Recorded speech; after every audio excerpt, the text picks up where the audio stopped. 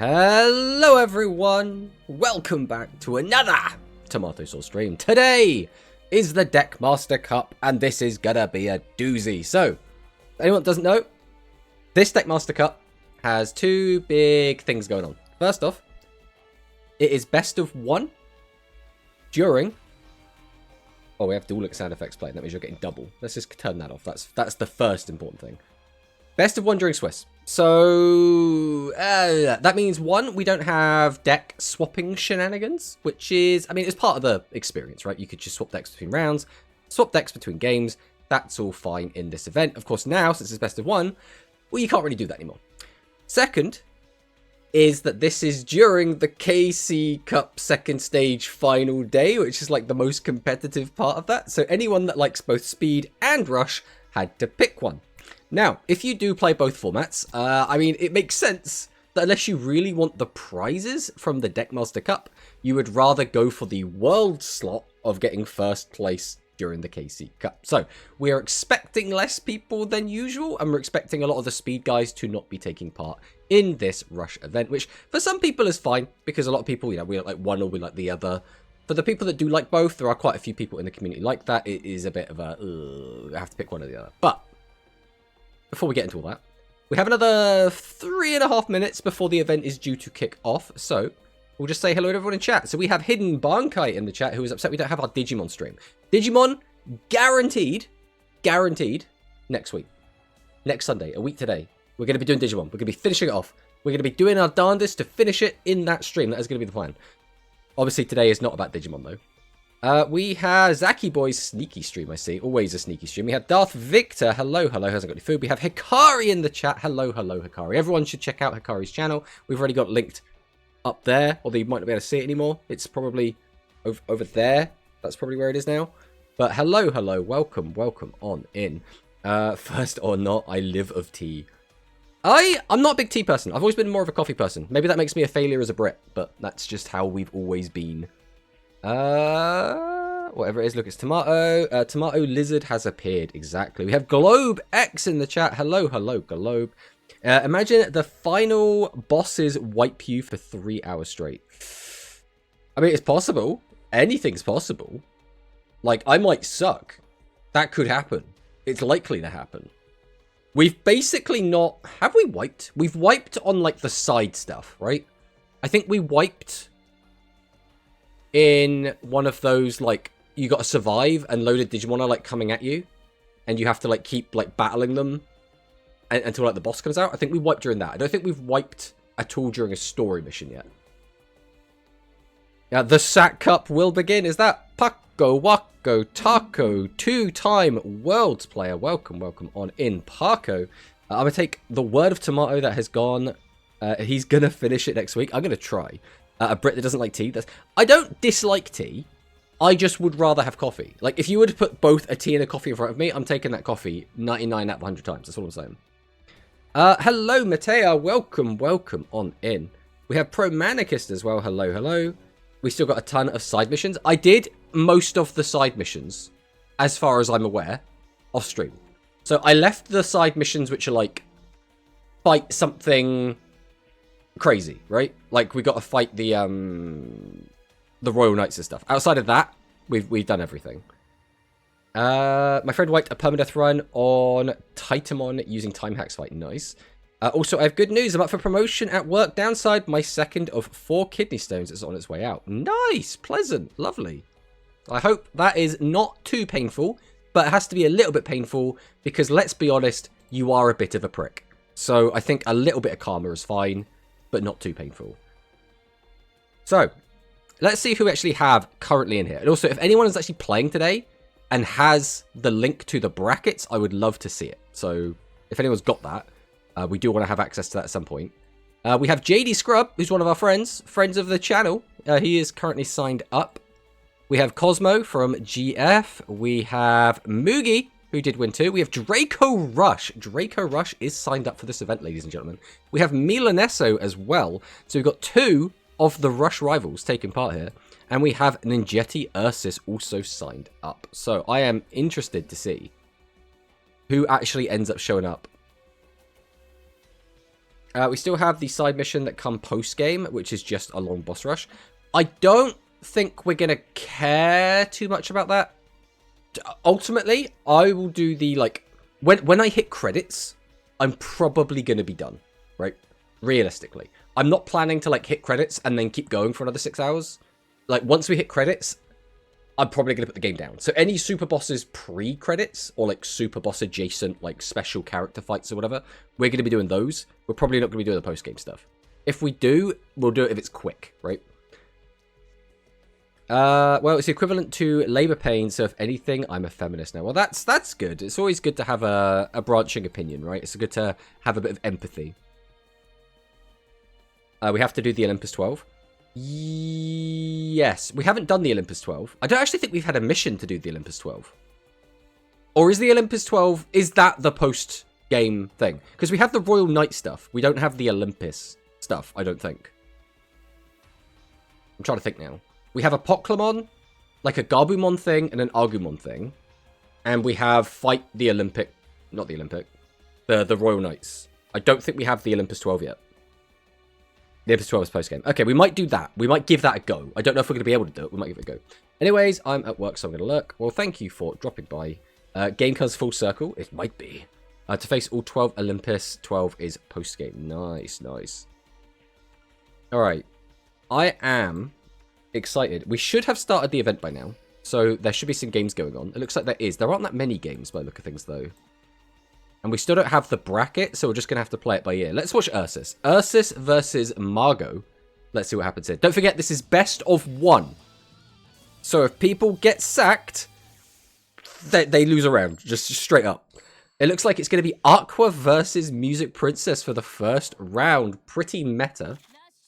Let's see what happens. We've also got the voice lines on. Hopefully they don't annoy me too much. Also known as Grinding XP Simulator. Well, that's the thing. I don't know how grindy it's going to get. Okay. So this is actually quite good for a turn 1 from Aqua. All things considered.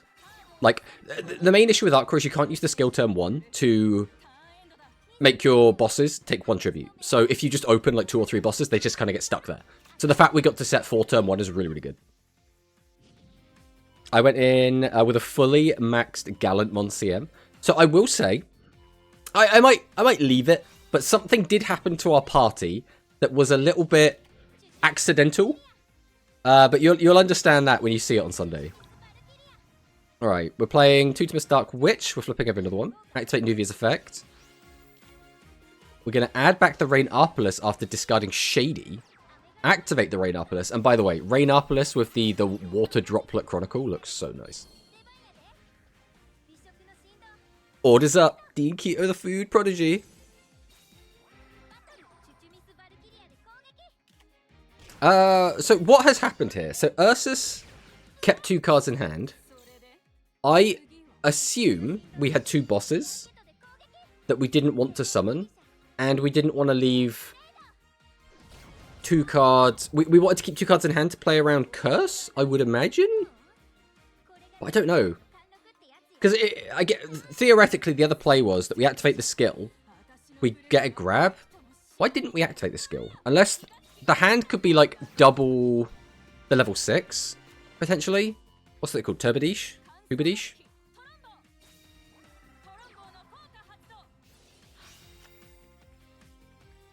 Or 1 boss and it was Shady. But if we had Shady, we didn't need to keep the other one. I think it was probably double Turbadish. Because if you had double Tabadish, then you can't activate the skill, which means you can't get the search for an extra body to empty the hand. So you would just tribute one of them away. Adds Digisoon, adds Boton. Okay. Summons out Boton. Activate Fusion.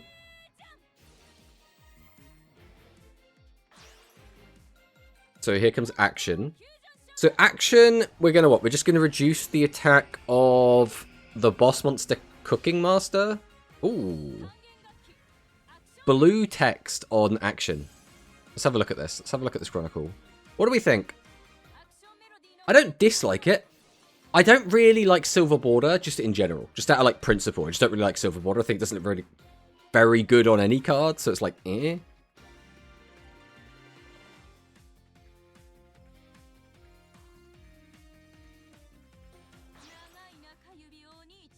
Ursus needs better taste. Wow, guys, come on.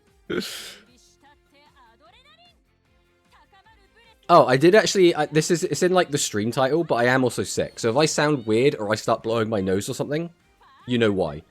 I just have a cold. So there's nothing bad, but it means I might be a bit coughy. We might be a bit sneezy. So you're gonna have to be ready for that. Emotionally prepare yourselves for that. Okay. Well, there's the Shady. That is going to heal us up to 75. Ursus down at 14. Not looking great.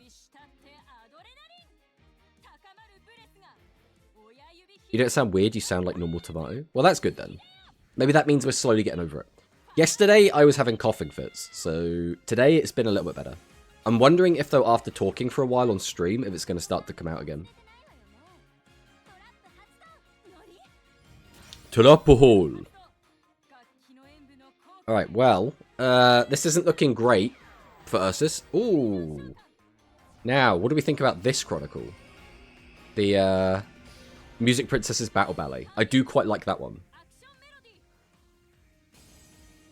I'm always a sucker for gold text, gold border. I think it just looks great in Duel Links on anything.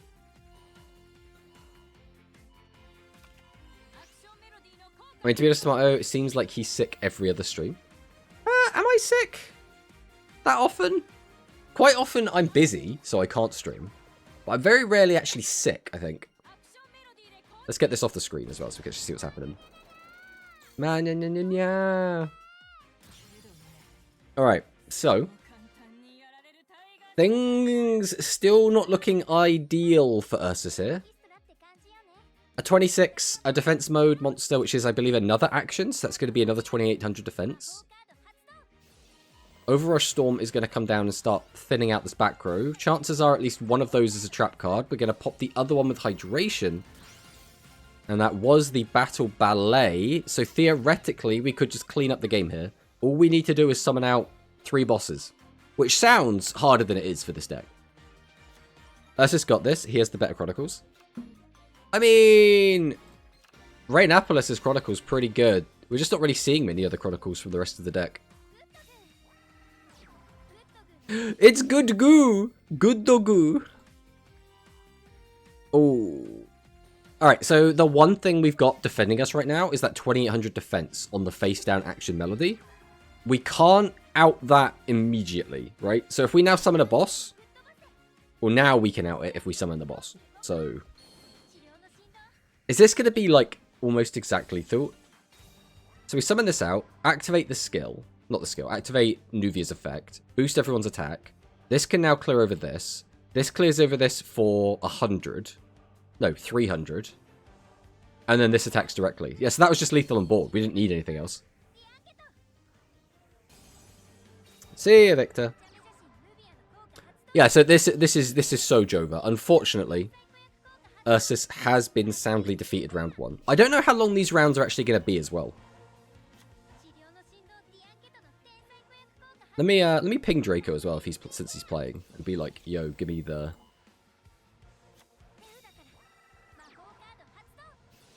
Respond.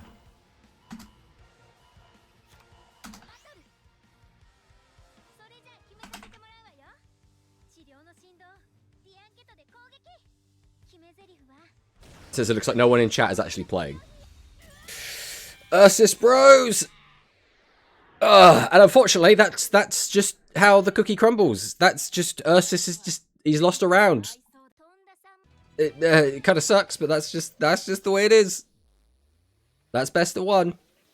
All right, let's watch Milaneso versus Lil Toto. It be like that. It's why I don't like best of 1. So on one hand, as a spectator, I kind of like that we're doing best of 1 because it means I'm not going to be streaming for 6 hours. On the other hand, it's much, much less competitive.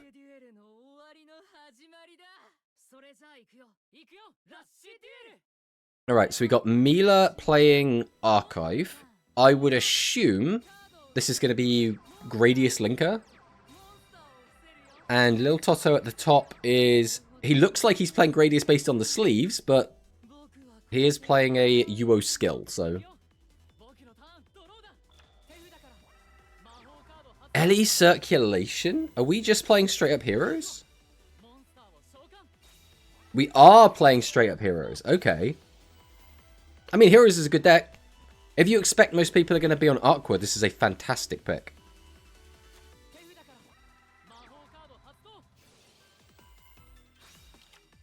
Okay, we're going to Elemental Circulation. We're digging. We're going to set... What happened? We activated double Elemental Circulation and ended on Rising Hero Argent Pass. What on earth did we draw? Okay, well, here comes Imaginary Actor. We're going to be popping the Star Restarts. That's one of the cards that we drew. We're actually playing Arc Actor as well, which is interesting.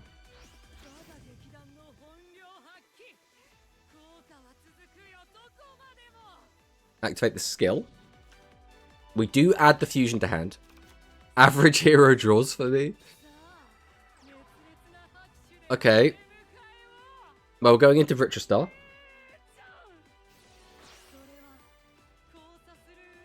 I feel like the voice lines are too quiet. We might try and up those if we can. Ah!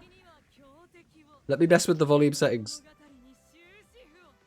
A new life is born. Vitristar. Into the Shiny Shady. We are in an ad break as well. Okay. So we're just gonna do it again. We're just gonna do it again.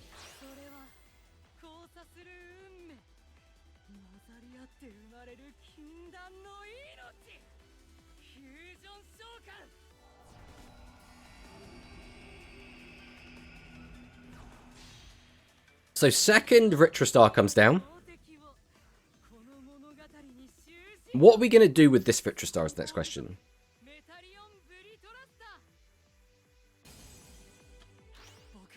Second Shady? Okay. Double Shady from Milanessa here, from the hero player. We discarded 2 elemental heroes as well. So we had the ability to set everything. We chose not to.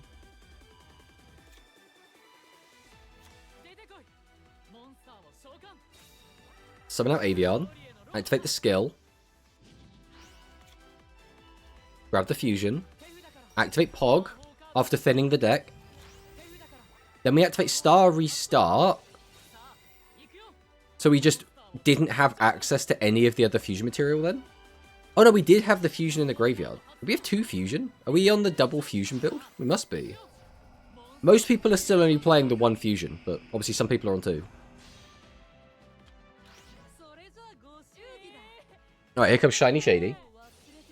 This kind of just automatically gets forced as soon as we summon Burst, so... Avian comes down. Sparkman. I'm going to go into Voltic.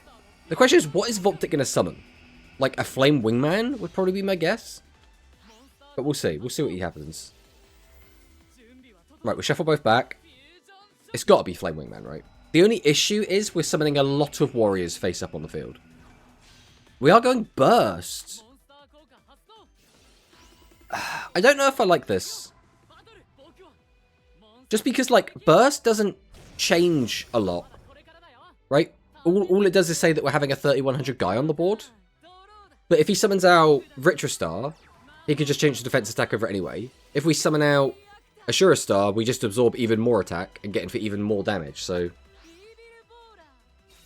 Most people are on 2 fusion. I don't know if I'd say most. I think the majority of people that I've seen playing it are on just the 1 fusion.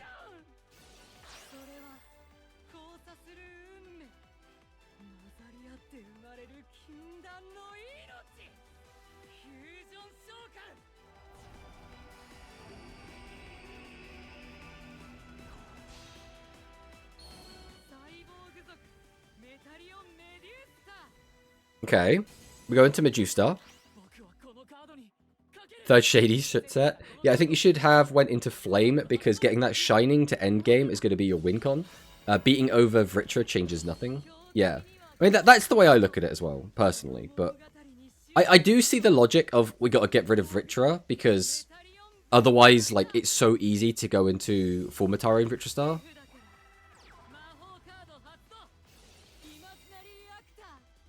Like, how difficult is it going to be to get into a Shining Flare or two Shining Flare if we don't already have an early Flame Wingman in the graveyard? That being said, we are at 10,500 life points, so maybe we'll just be fine.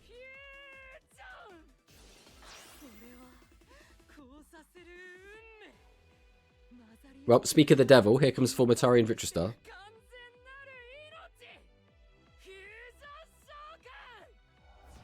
I do wonder about these voice lines. I like having the voice lines on, but having them slow down the game so much is very irksome to me.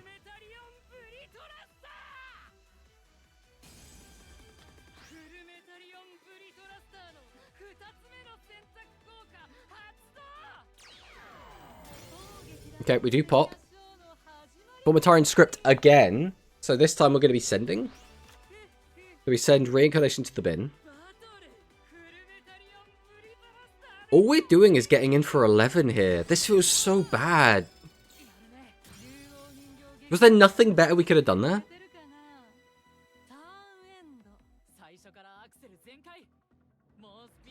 Okay, but you can't just put Yuo to silence. I could.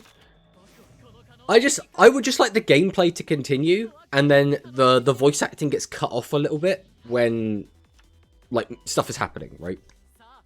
It's like whenever anyone summons anything, we have a massive pause while they say their shtick. Okay. Hold. Could this be it? Are we going to Flame Wingman, and then we're gonna Starry Start? Go Shining Flare? It feels likely. Imagine the last cards. Oh, okay, we're gonna have to mirror. I was gonna say, if the last card was Starry Start and Miracle Fusion, that would have been really funny. How big is this? Is this... Yeah, that's just game. That's just game. It's just game.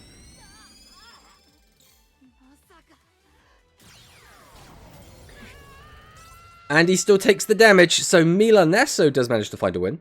Let's see what other games we've got going on. I don't... Again, the round might have even ended. Like, I genuinely have no idea. Oh, is Ursa still in the chat, by the way? Because if Ursa says we can get him to link the bracket, assuming there is a bracket that's linkable. It looks like no one else is playing right now. It looks like a lot of games haven't actually taken place. There might have been a lot of no-shows. Let's go take a look at some replays. So, let's watch JD Scrubs. Yeah, unfortunately you can't post it in the chat. You have to DM it to me or post it in the Discord. If that is okay, Ursus. I do apologise. I don't want to mess around with my bot. Oh, it's my fault. It's my fault for having the bot there.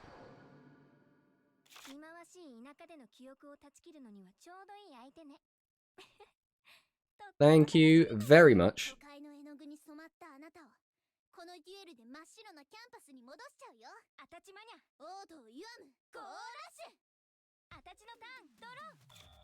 Alright, let's see what's happening. So we set, we set, we set.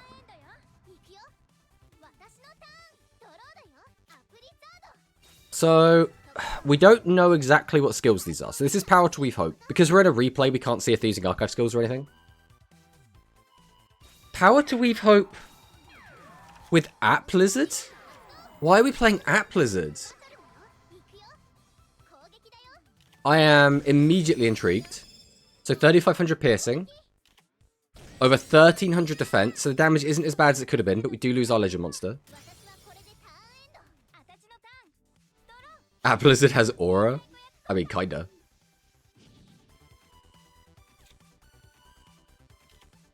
Okay, we activate the skill by revealing Food Prodigy. We do add 2 to hand, send Rainopolis to the graveyard, so we're going to get the extra value by getting it back off of Nubia.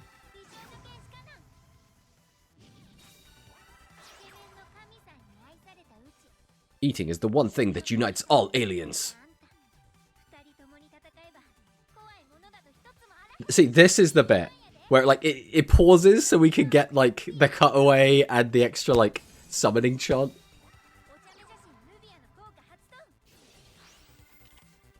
Right, we add back the Rainapolis as we expected, activate the Rainapolis, boost everything's attack up, reduce our opponent's monsters. Then we're going to go Cornfall. Okay. Put Food Prodigy's effect, so we're going to gain some attack, gain some life points. Then we're tributing. Is this going to be Cure Maiden?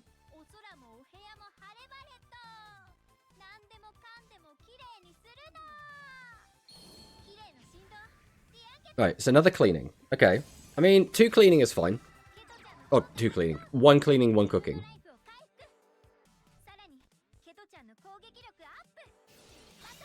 We are on lower life points, so we do get the extra big attack boost and the extra life gain. Back up to 58 already is kind of nuts. We attack over 14, then we can attack over for 9.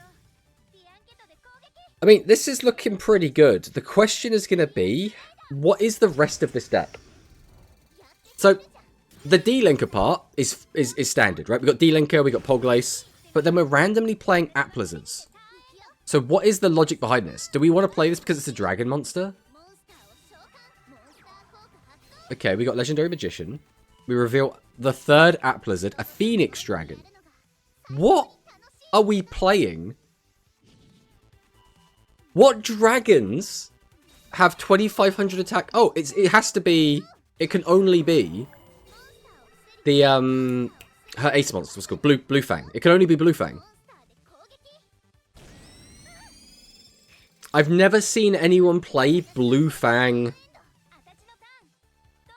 in this deck, and that is very strange to me. Okay. I mean, if it works, I don't think it's going to work, but if it did work. We add Mystical Sandbox and Tatumus. Summon out the Tatumus. Tribute it immediately. Blue Fang Powder Weave Hope goes insane. Exactly. It's definitely unique. I've never seen anyone try this before.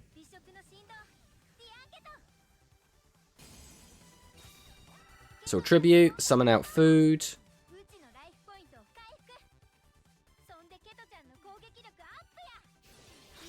Activate the effect, gain life points, boost the attack up to 3000. Do it again. And just like that, we're back up to 6300. We're going to refill our deck, reduce the attack of the Polglace down to 700, which is not going to threaten lethal. We're on Soul Drake as well. I'm trying to think, like, what is the benefit of playing these cards? Soul Drake summons it to the field. So, like, I guess that's fine. You can use Phoenix Dragon to add it to hand, which turns on the skill. So that's pretty good.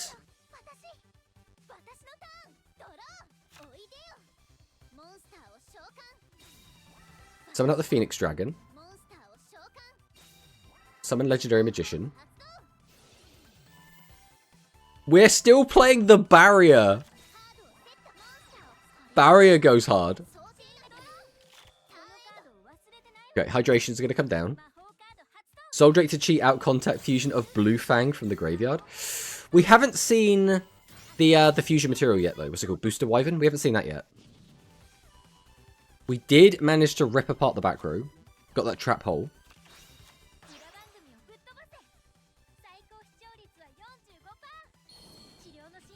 And then here comes Cure Prodigy. So we can use Cure Prodigy to get another draw. Are we not going to do that? We're going to activate TSA.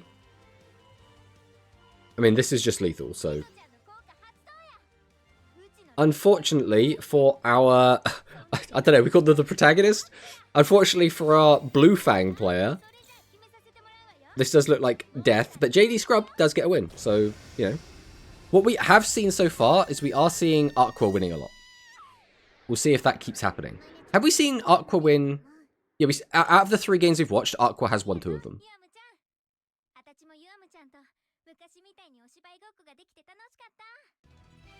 Alright, so now we're going to hop over here quick, and we'll take a look at the bracket.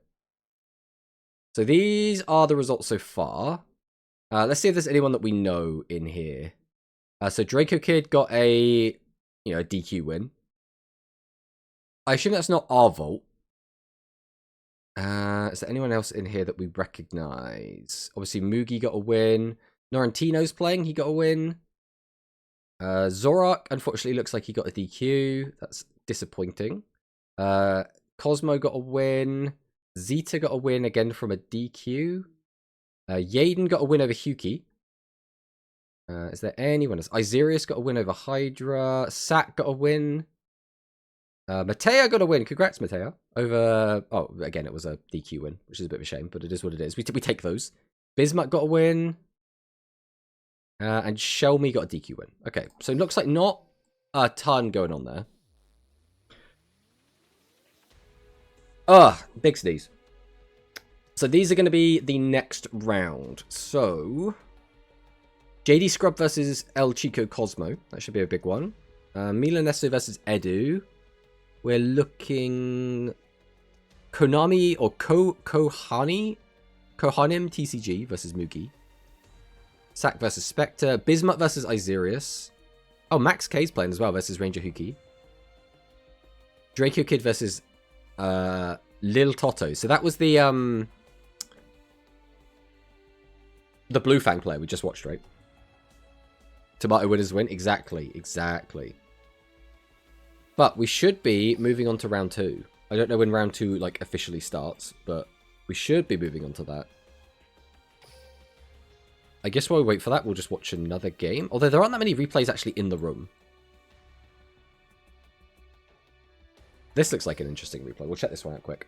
And while I do that, I'm also going to blow my nose. And I'm going to turn my camera off and mute while I do that. So you don't have to be suffering that and exposed to that.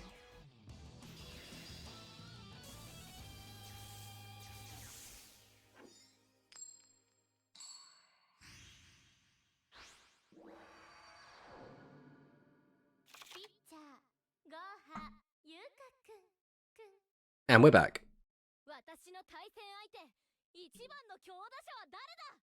Alright, so this is going to be... What was this? Baseball versus high tech? Either way, we'll check it out.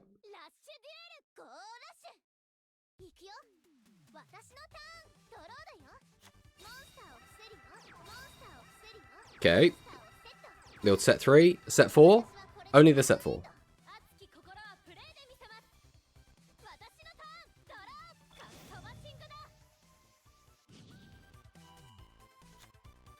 Okay, we're going to add the Spirit Stadium. Add the Zuba Babata.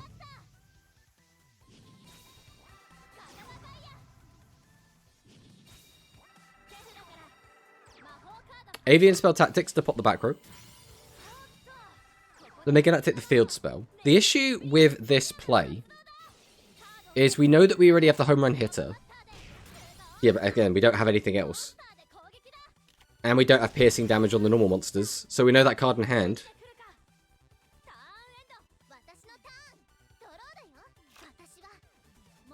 Right, let's see what Ivan's got. We're going to summon out Booster Wyvern. Not Booster Wyvern. No, it is Booster Wyvern. Beta Burn Dragon's this one. I was just... The voice of... the voice line was like throwing me off for a second there.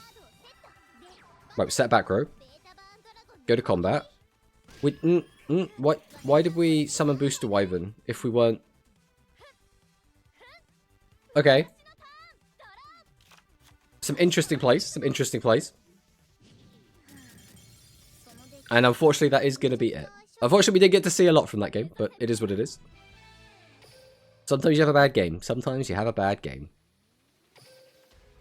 Right, it looks like the next round is going to be kicking off shortly. It looks like one of the games already started. Fandi Uamu is playing. So this was... I'm trying to remember the name of the player. Yuichiro, I want to say? But Fandi Uamu did take second place during the first Deckmaster Cup. And they are a player that always plays Red Boot. So, or I guess High Tech. And we do have Chado Zaizen, who I believe was the player we just watched, playing baseball.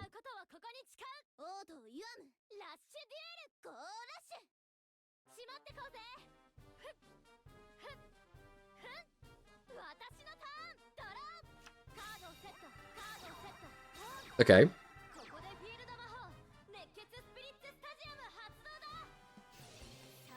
What are we doing, though? How many monsters do we actually have? No Oh, no. That's not what you want to see. We have to hope now that we got some good trap cards. Or Fandi Yuamu just has no attack damage to throw at him. Okay. This looks like a bit of a brickfest, but those two cards, chances are one of them will turn the skill on. So, Baseball Rush Door is going to be activated. Reveal the Home Run Hitter. That's not really the card you want to have in hand. Zubabata. We're going to send the Home Run Hitter to the graveyard. So now, do we have the Grand Slam? Summon out Umpire, activate Avian Spell Tactics, so we pop one of the back row. We do hit the Curse of the Rising Light. Another Avian Spell Tactics to pop the Trap Hole. Trap Hole would have gone so hard here. Unfortunate. The Tribute 2, I assume this is going to be Grand Slam.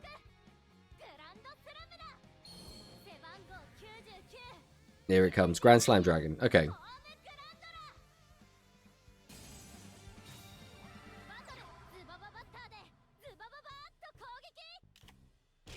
No piercing on the Zubaba. Did we not have enough in graveyard to activate Grand Slam? We didn't. We needed one more monster. Ooh, that's not ideal. Pot of Greed is going to get thrown down here. Activate Supersonic Fusion Enhancement. So which one is it? If it's Red Boot, this could be pretty... Okay.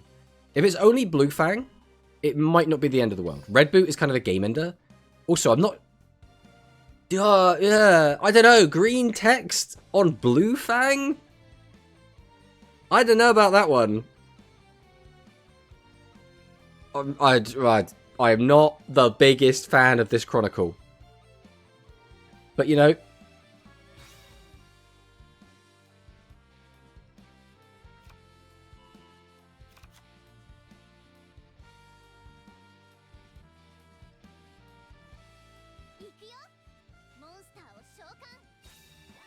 Okay. Go ahead and summon out the Star Replacer. Activate Dragon's Inferno.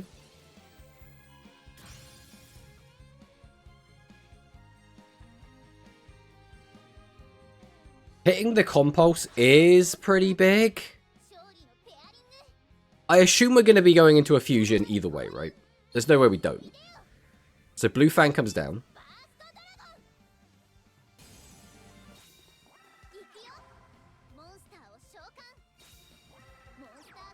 So we get to burn for 6, we get to contact fusion, or we get to activate the spell, depending on what we've got.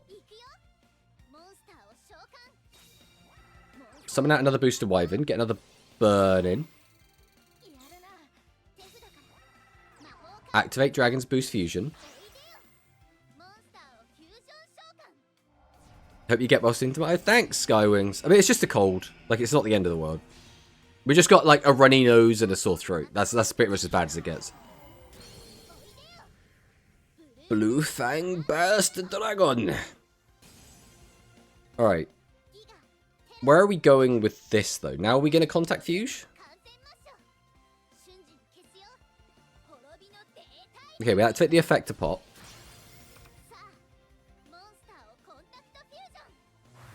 So this is just going to be a 3000 attacker.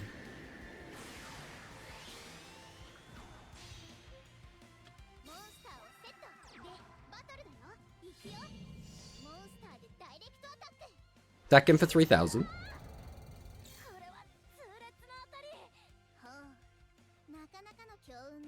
Alright, can we see some sort of comeback? It's just a 3000 guy and a defense monster. This is not difficult to break.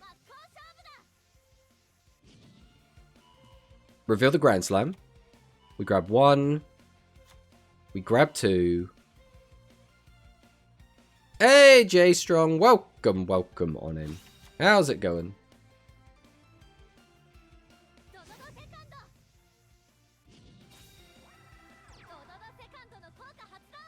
Dojo Second's effect. We'll tribute it.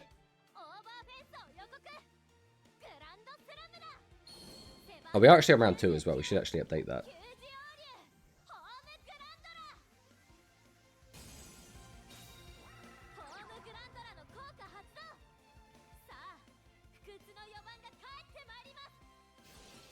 Activate Grand Slam. Check 3 cards back in.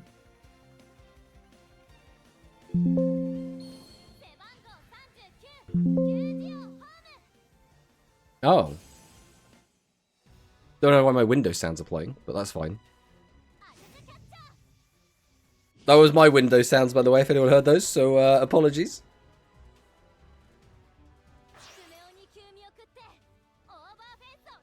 The thing is, I don't see a win in the cards for Yuka here. I don't see baseball winning this.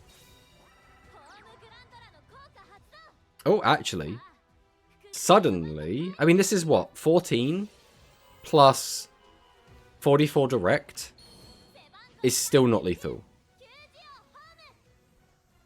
Would be what, 200 off lethal?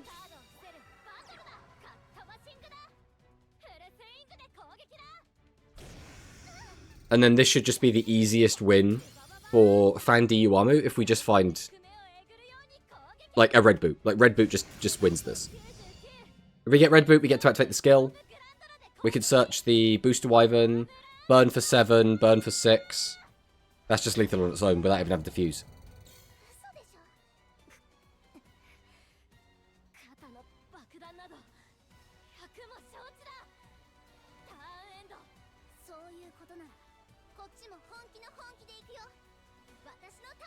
Here we go. Does he find it?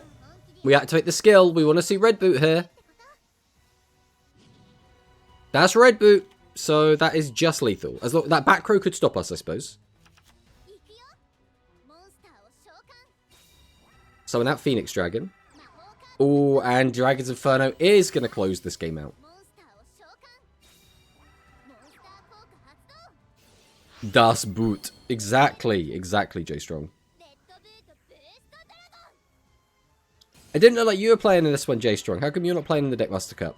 You're playing in the Speed event instead. Playing in the KC. Activate the effect. 1, 2, 3, 4, 5, 6, 7. And then all we need to do is summon out Booster Wyvern, and it is GG.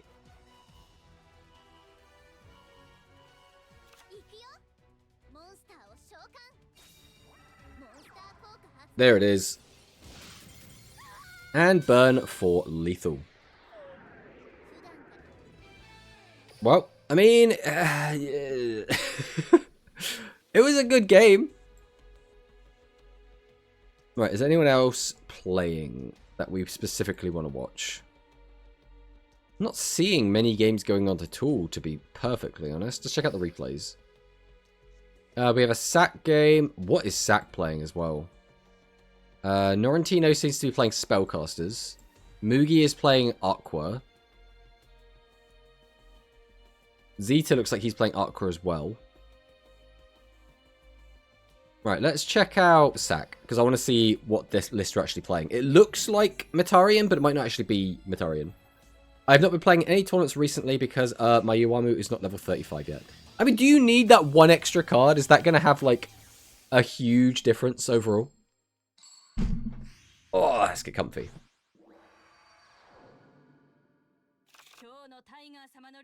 Oh, okay. The replays did the thing where it got the players mixed up. So it looks like Diesel is the one playing Metarian. I need it. Well, grind it out then, J Strong. Come on. Can you really say you love Uamu if you won't even grind on... Oh, I'm gonna rephrase that. If you can't even play enough to get access to that last card.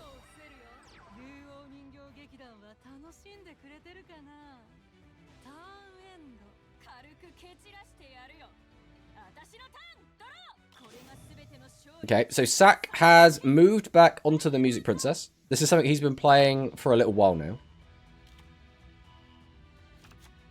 I did Mania first, Edge. I have now finished grinding out all of them, and I didn't do it, like, intentionally, if that makes sense. I just picked one, and then whenever I went on to do, like, my, you know, duel, the random duels for the day, I just did that, and eventually I've now gotten through all of them. Unrephrase it. No.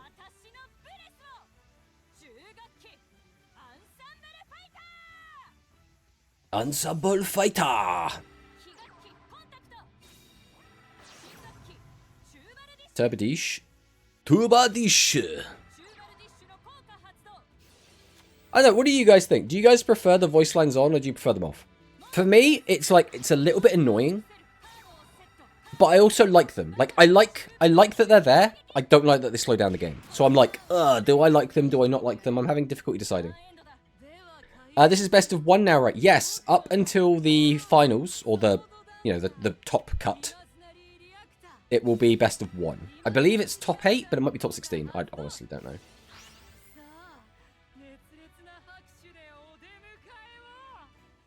Okay. Even though this is the second Metarian player we've seen, this is the first Ashura Star. I have voice lines off, especially when I'm playing speed. I have them off all the time.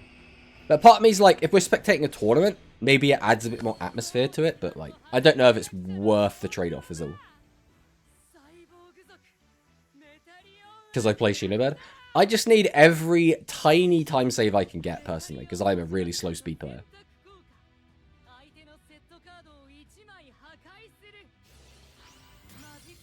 Okay, we pop the Battle Ballet.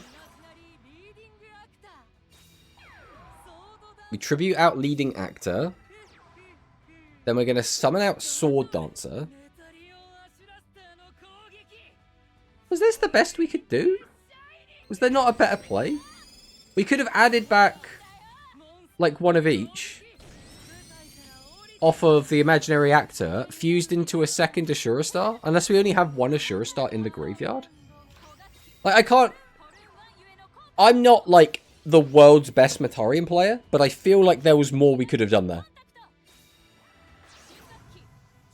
No way he plays anyone Ashura. Yeah, almost everyone plays minimum 2. Some people play 3, but it's a bit tight for space if you play 3.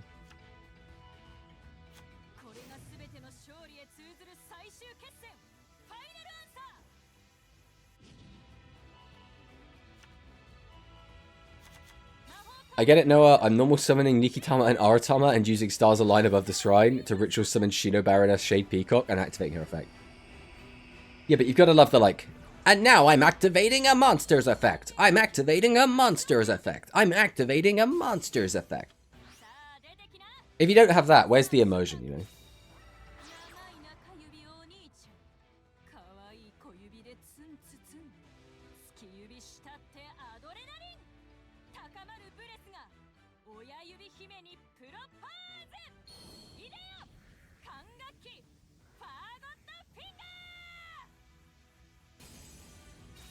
Okay, Digistune hits the board after that massive amount of fanfare. Action Melody. Activate Fusion. So we're going to go into Divine Breath. I mean, if we have 3 discards, this threatens lethal, right? Except we got 6,000, 8,800 minus 19.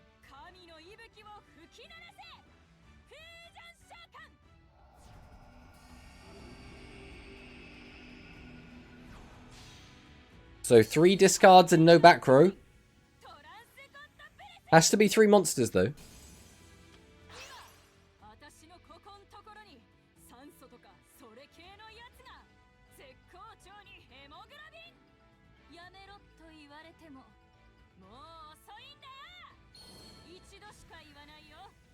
So, are we summoning out Ensemble Fighter just to activate the effect to turn off a battle trap in case it's a battle trap?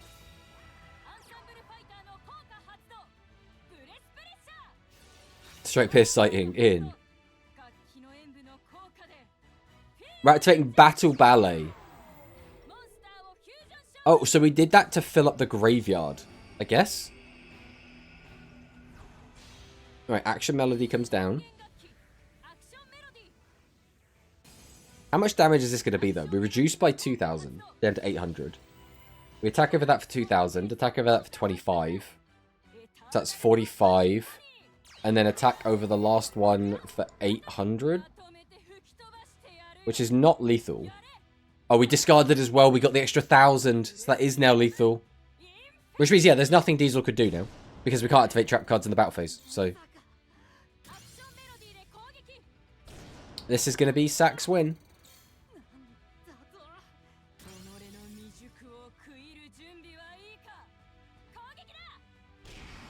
Kaboom. Well, unsurprisingly, it does look like this is going to be the Aqua Music Princess tournament. Which is, again, that's kind of what the last one was. It's a bit of a shame that we're getting this after we've had a new product come out, but it is what it is. Again, there's not, like, a lot of games going on. At least not in this room, because there will be games happening outside of this room as well. Is there anyone else that we know that we would like to watch? We could watch Hero Rush, although this is the same matchup that we keep looking at, which is the High-Tech Dragons. Everyone seems to be on High-Tech Dragons at the moment.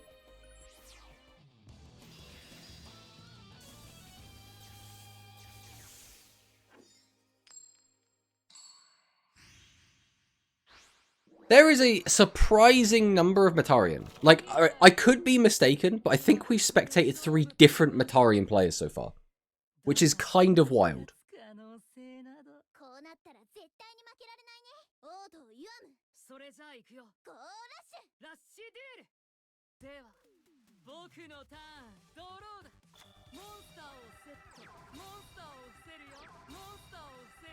Okay, so we're just going to set the old set full pass. Tried and tested. Fantastic turn 1.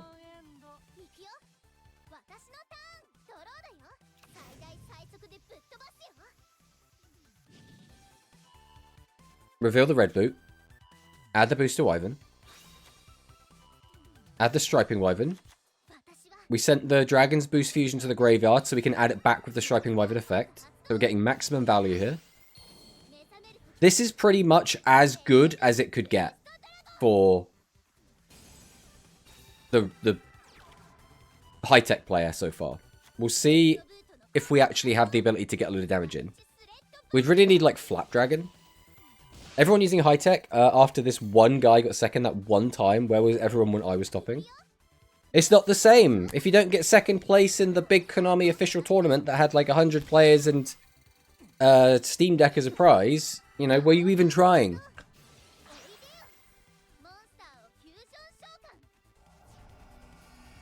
Okay, we're going to go ahead and fuse into our Red Boot Enhanced. And then we're going to immediately get flipped down. And this is the weakness of the high-tech dragon deck, which is trap cards. We did not have a back row pop. Well, here comes the Blue Fang Reconnect, which is a good card and is quite useful in this situation, but fundamentally is not going to do a ton to salvage this. Because we're just going to swing over 2 monsters and pass. And we're leaving 2 dragons face up, which can be a little bit scary. Because Victor Star does exist.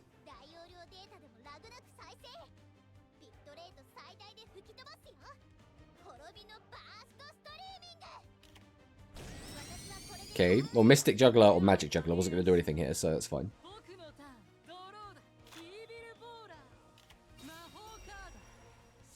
We're going to activate Reincarnation. Add the Reactor. Summon out the Reactor. We're going to get our Mill 2, Draw 2. Activate Script. I assume we're going to be searching Fusion. Okay, we are. Activate Star Restart. So that's going to get back to Painter. So now we can go into our first Vritra. Now the question is, can we go into a second Vritra Star? Well, it's in anything, right? Because Vritra Star gets a pop for every cyborg you have. So you can make anything at all. So the best one would actually be Vritra. But we can't make Vritra if we already have Bowler kind of clogging up the board. Or Ashura even, not Vritra. I really said Vritra. Well, I guess Vritra or Ashura would be good, because you could use Vritra to flip. Ashura would be the best one, though, because you just pop out of the way completely.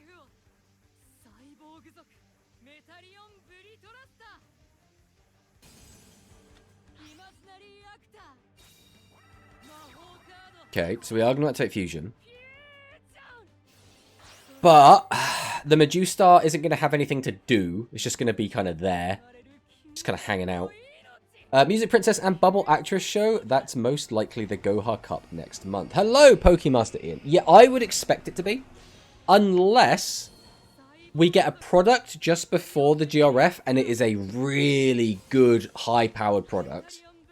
I would, yeah, fully expect that it's just going to be Music Princess Well, there are some other decks as well. I think Hero is still really strong.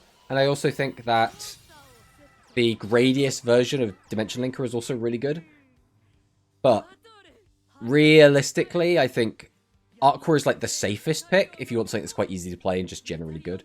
And Music Princess is all around just fantastic if you just know how to play it. So, Richard to pop those damn dragons. Exactly. So we get him for 28. But we haven't won. And as we all know, High-Tech Dragon could always just pull it back. We don't have a card in hand anymore for Shady, so that back row has to be a Legend Trap if it's going to stop anything.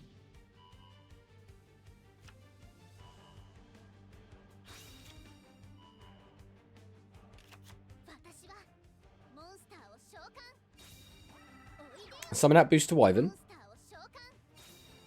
Summon out Boost to Wyvern. Tribute both. So we know there's a Blue Fang. So we're summoning the Blue Fang.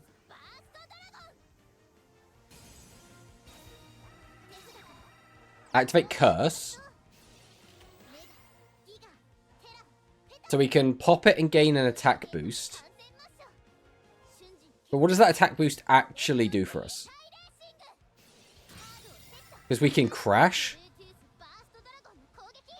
Oh no. Is this the best we could do is just crash there. But then there's all we have to do is summon a normal monster and then we just threaten lethal. Oh yeah, we could even I completely forgot about Majustar's effect as well, which could also just turn off the back row. So the game is just over. It's just over. Need double boss to win a 2600? Well, yeah, but it's always doable. It's always doable. And then this is just Giga over. So there you go. We did just see Red Boot or High-Tech lose to Metarion. Best of ones, everybody. But yeah, congratulations to Yuka. Or Juka. Juka? I'm going to go with Juka. Alright, is there anything else spicy that's going on? Ooh. Right, is the round ended is the next question. It looks like the round has ended, so the next round should be kicking off soon. If we jump over here quick, you can have a look. So was there any standouts? We saw El Chico Cosmo beat JD Scrub. We saw Milaneso got beaten by Edu. No, Milaneso. We saw Yaden get another win. Zeta got another win. Norrentino got another win. So Norrentino does look to be winning all of his games at the moment. Mugi did get another win. Obviously, we saw Sack's game. Isarius beat Bismuth. No, Bismuth, go. Come on, Bismuth bros. Ranger Huki beat Max K, but looks like he DQ'd. Matea, no, lost to whoever this is. Ursus did get a win. That's what we like to see. Then Draco Kid, unfortunately, did get, looks like a DQ as well. Oh, hi, Mr. Tomato. Hello, chat. Hello, Sakaretsu. Welcome, welcome. Obviously, we're just here hanging out, watching the Deckmaster Cup. Obviously, we're expecting this to be quite chill, because almost everyone is going to be doing KC Cup. Because KC Cup, let's be honest, everyone, KC Cup is a bit more exciting than this. I don't know why we decided to do this on the KC Cup weekend. But it is what it is. You know, we support Rush, so we're gonna be here. We're gonna be supporting Rush. So now, let's see who the next matchups are gonna be. We have Milaneso versus Juka, which is Juka is the guy we just watched playing Metarion, so that could be an interesting one. We have Sack here. We have Yaden versus Zero Shadow. Bismuth versus Pato Gato. Anyone else that we know? JD Scrub versus Ursus. We might have to watch that one. Matea versus Badger Brother. Mugi versus Urushi Otogiri. Is there anyone else that is standout? We haven't watched the Norrentino game yet, but I don't think he's actually played in the room yet. Zeta versus El Chico Cosmo could be another interesting one. Alright, let's update the round. First things first. Almost. Alright. Then, we'll see if any of the games are kicking off. Looks like everyone's getting ready to play, but no one's actually started yet.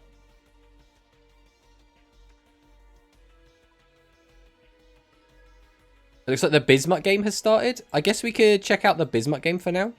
Because I would like to support Bismuth. We do like Bismuth here. We are a big fan of Bismuth. Let's jump in. MK Pato versus Bismuth. Ooh, is this just gonna be an Aqua Mirror? Alright guys, who in chat is a big fan of the Aqua Mirror? Alright, to be perfectly honest, I don't hate an Aqua Mirror, but I'd be lying if I said it was my favourite matchup.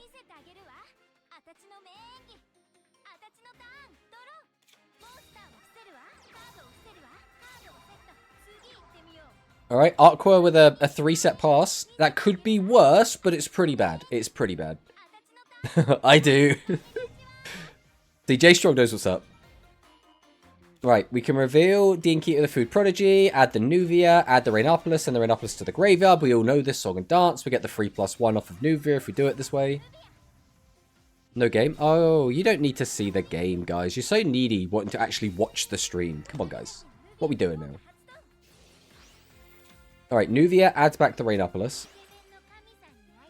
The issue I have is, because of the way I'm sat, I'm facing this way, right? And the stream is that way.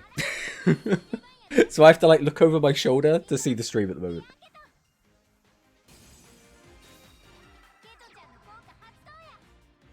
Right, Food Project takes their effect. We gain life points, gain attack.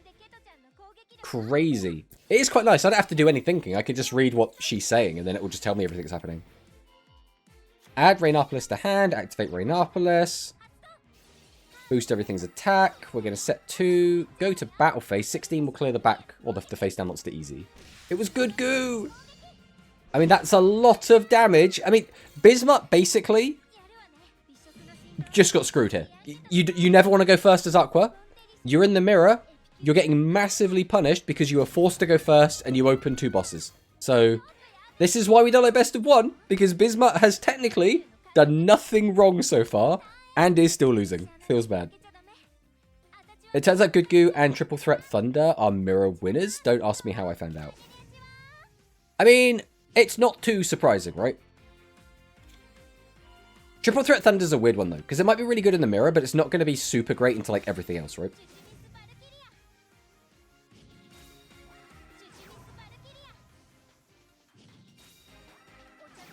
We got 2-2, 2-2. Nuvia. Nuvia's effect. Add back Rain. Activate Rain. Which, again, doesn't really do anything in this matchup. But it's neat that it's there. Summon out Cure Prodigy. Activate Cure Prodigy. We get a draw. Lovely skincare. Cornful Charity.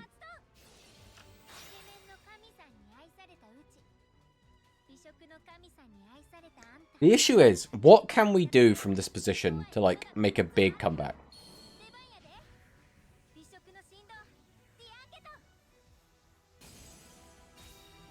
Summon out Food Prodigy. We need like a big combination of like TSAs and Triple Threat Thunder. We need something along those lines. We also need to have a way to just survive, because when we're on such low life points, we can just fall over to anything.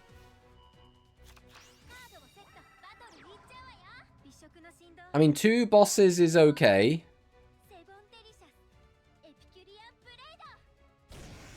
Okay, there's 1 down. Attack over the sandbox. But we've got to hope those back row are really good. Because Bismuth does look to be in a bit of a precarious position here.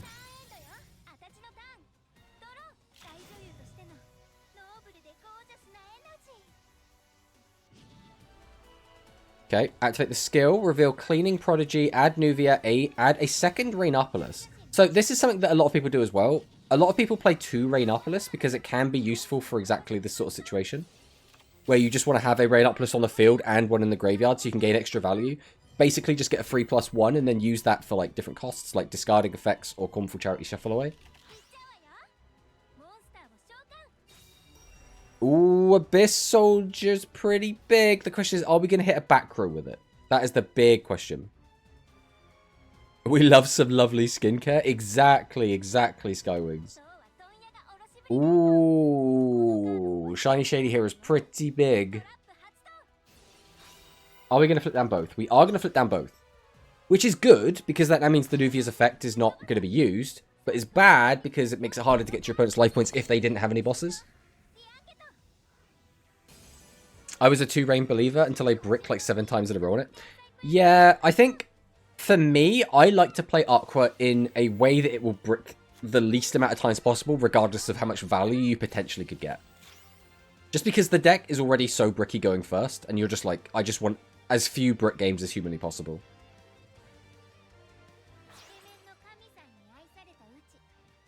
So Tribute Abyss Soldier. Summon out Cooking.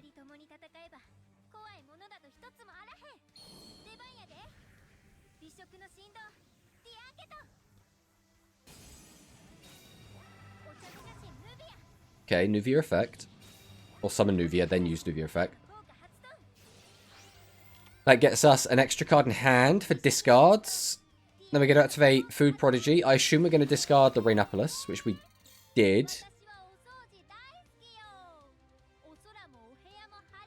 Then we're going to summon out Cleaning.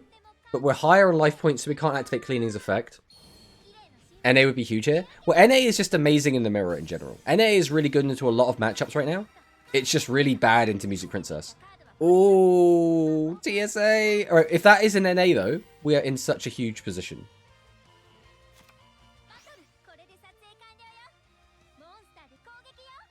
No, Bismuth Bros! Yeah, it's a shame. That is a shame. But it is what it is. Best of 1. Again, Bismuth was on the back foot from turn 1 just because he lost the coin flip, effectively. But, I mean, it sucks, but it is what it is. Let's check out the Yaden game. Let's see what's going on over here. God, we might not check out the Yaden game. We might go find something that isn't an Aqua Mirror, guys. I hope you don't. Hey, thank you for the follow. How do we pronounce this? Septagentissimo? Septagentissimo. That's what I'm going to go with. Right. We're gonna go find a different game. JD Scrub versus Ursus. Here we go. This is going to be a good one. These are 2 people on my friends list. So, guys,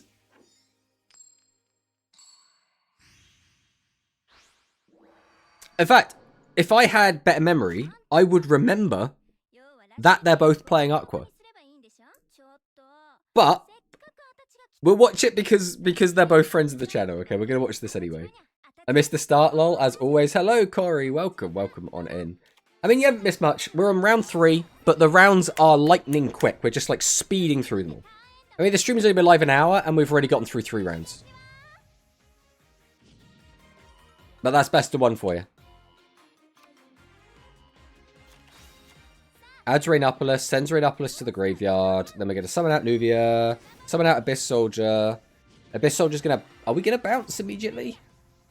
It depends what's in our hand, really. Not till 2 AM this time? Not today. Thankfully. I was saying, that's the one positive of this. The negative is, it's very sacky and not very competitive. Many Aqua, I guess. Yeah, there's quite a few Aqua. The issue is that we spectated an Aqua Mirror just now. Then we went to watch another game and it was an Aqua Mirror, so we quit out. And then we got to watch this game and it's another Aqua Mirror.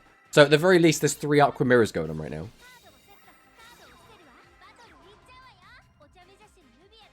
Nuvia the Mischievous declares an attack, and we'll get in with the 22. So we didn't have an extra water to discard to bounce, so we only get in for 29. Even if we did have the extra water, it wouldn't have been like a threatening lethal amount of damage. Extra 22 would have been nice though.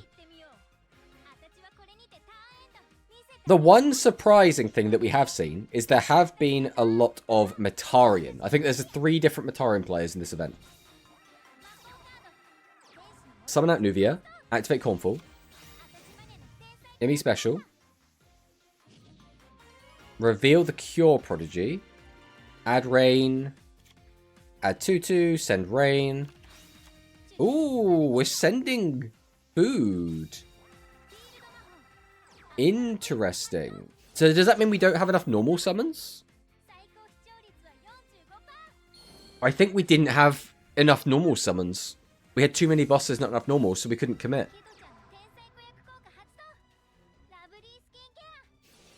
So we activate Lovely Skincare. We add Negate Attack.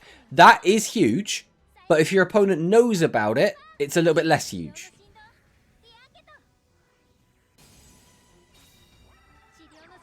We're going to go into another Cure Prod. We're going to Lovely Skincare again. Add the Overrush Storm. Activate Overrush Storm. A second Overrush Storm? So we know what that last card is. That has to be Negate Attack. The issue here again is like, do we attack over Cleaning? Cleaning's kind of just a vanilla. So if we crash into it, we don't get a lot of value off of it. Yeah, so we're not going to. Down to 38. So if we have a way to deal with the trap card, this is very lethalable. Oh, Cornful. We're digging. We're digging.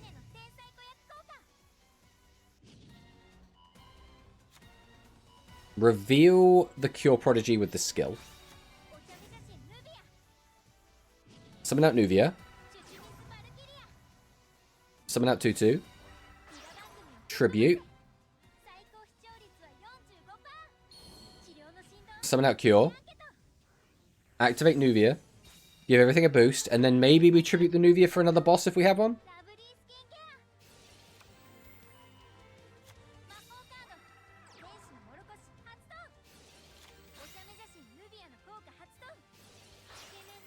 Activate Nuvia. Then tribute Nuvia. As predicted. As predicted.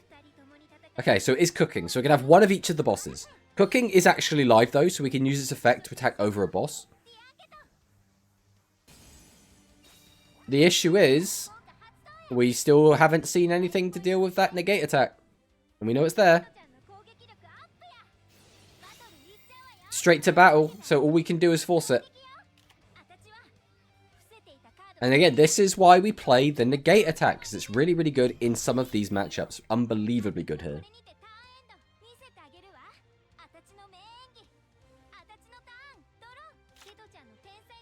Now, the issue is, Aqua is not going to be the best deck at chewing through big monsters. We need, like, TSA and Triple Threat Thunder to really be able to push through this in a convincing way and get loads of damage in.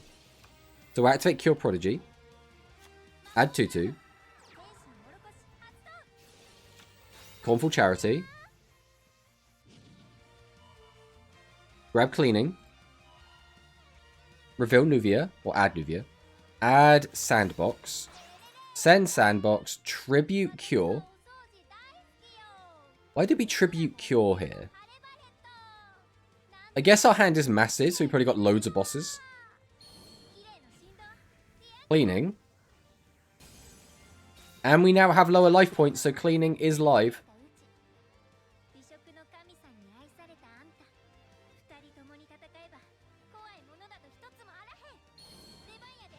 Here comes another cooking.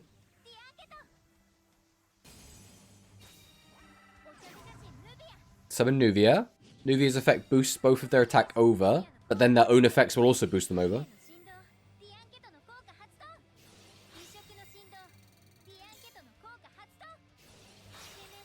Then we tribute. What is the last one going to be? Is it another cooking? Yeah, it is another cooking. So we get maximum value off of this. The question is, how much damage is this actually going to be? If we have a spell card to reduce attack in hand as well, this could be really, really big. Looks like we don't. If we had a Talisman Accelerate, this could have been ridiculous. But just as is, this is what? 800 plus 20... 812... 800? I mean, that's not bad. How many Swiss rounds? And does it go to top 8? 7 rounds to top 8. Exactly as Ursa said. Hello, a human... sorry, not human. They call me Humongous. Welcome, welcome on in.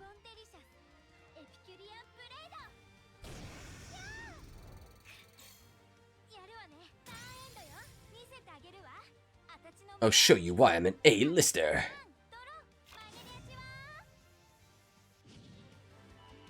Okay, we reveal Dean Keto. We add Kanan and Tutamus. We send Kanan.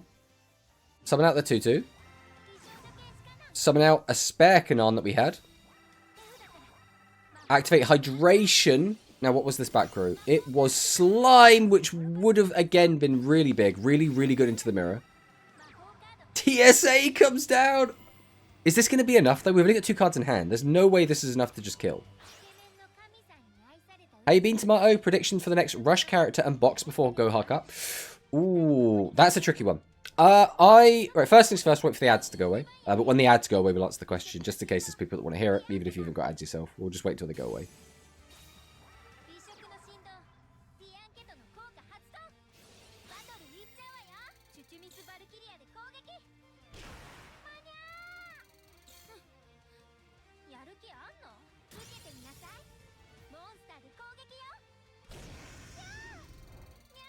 Welcome back from the ads. So, if it's going to be a 7s character, I kind of feel like Yuga Goha makes the most sense. Now, it doesn't necessarily mean that it would be Yuga Goha, but I think that would make the most sense. The other one, which is a bit of a curveball, would be Ran's, the plant duelist. I think hers could be pretty good, because we haven't got her boss yet. And it would be a good time to get the plant fusions. So that's the wild card. If we get a Go Rush character, I would expect Rovian. And then just, like, win Psychic. They're my predictions, right? Probably going to get Uran. I don't think we're going to get Uran, but they could do anything they want, right? Whatever the Wind Goha was. I think it was Uran. Wasn't there leaks for Euro? So, there were leaks in terms of... In the sense that there were, oh, wipe my nose. In the sense that they were characters, but they weren't in as ID of playable characters. So it's unlikely that they were leaks to be coming out as playable. It's the same way that, like, Seat Bastion's in the code, right? Because Seat Bastion is a duelist you play against as an NPC. So... Or was that the Millennium Shield guy? I mean, I lose track. I lose track of the Yuga siblings. Not gonna lie. Or the Goha siblings. Well, Ursus does manage to pull it out against JD Scrub. Congratulations to Ursus. Huge win. Right, what other games have we got going on? A lot of the games seem to be happening not in the room, which is kind of sad. Let's go check out some replays. Music Princess Mirror. We don't need to watch that. Everything just seems to be a mirror right now. This is probably a good one. We'll check out... What was this? Milaneso versus Juka. We did see Milaneso and Juka win when we watched them earlier. So this is going to be... Kiro? Ooh. Okay, so Milaneso last time was playing Hero, but he was playing as... Okay, we're swapping up the deck. Milaneso has changed deck. Let's see what's happening.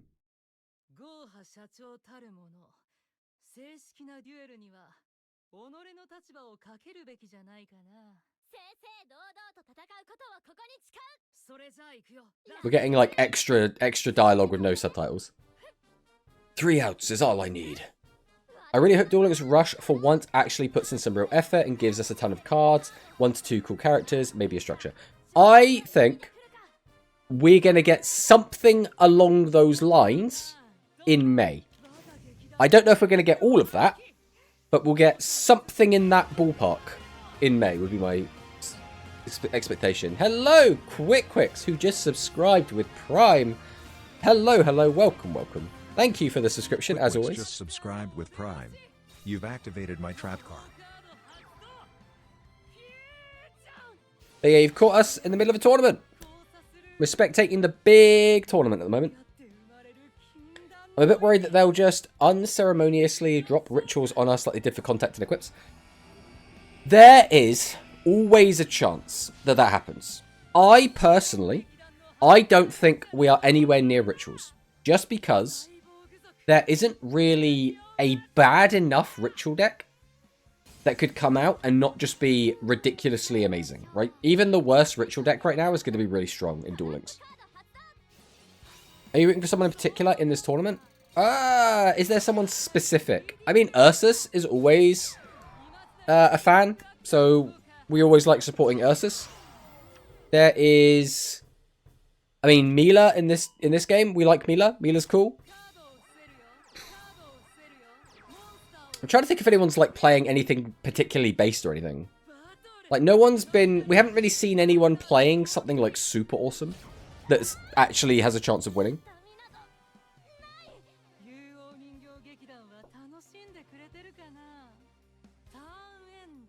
Well, I'm alright. I might not be an expert on Mortarion. I'm pretty sure Imaginary Leading Actor Pass is not the ideal end board for this deck. Activate the skill, revealing Volcano Attack. Add Home Run Hitter. This is an interesting choice. So, Mila has pivoted to Baseball. Specifically for this matchup, presumably. But Baseball isn't a deck that has a particularly good matchup into Mortarion. So,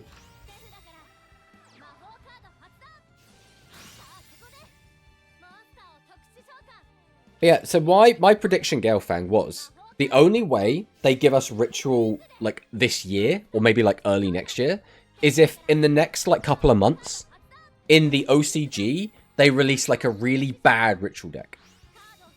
Like, not a really bad one, but, like, a deck that in the current metagame would not be considered a strong pick, right?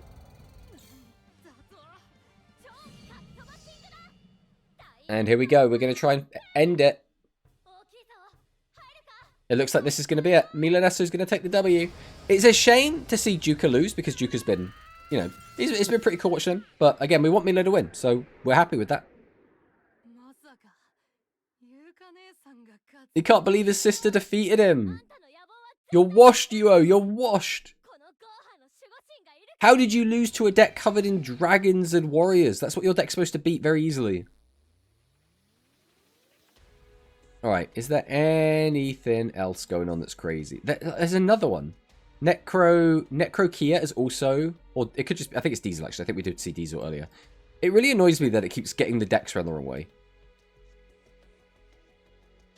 I do kind of want to watch this Margot game. Right, has this round ended is the next question. It does look like round 4 is going to be starting very shortly, so we'll bring that up quick. So round 4, let's see who we have in here. So we have Zeta versus Yaden.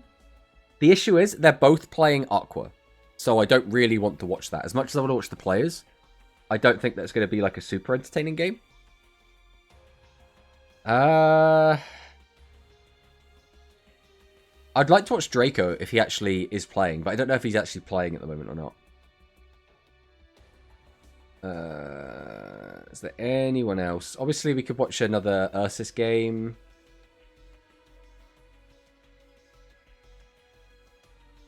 What happened to Norrentino? Did Norrentino drop? Oh no, she's up here. We haven't watched Norrentino yet either. There's a lot of games I want to watch. We could watch Mateo, actually. Mateo is currently in a game. So we'll drop out and check this out.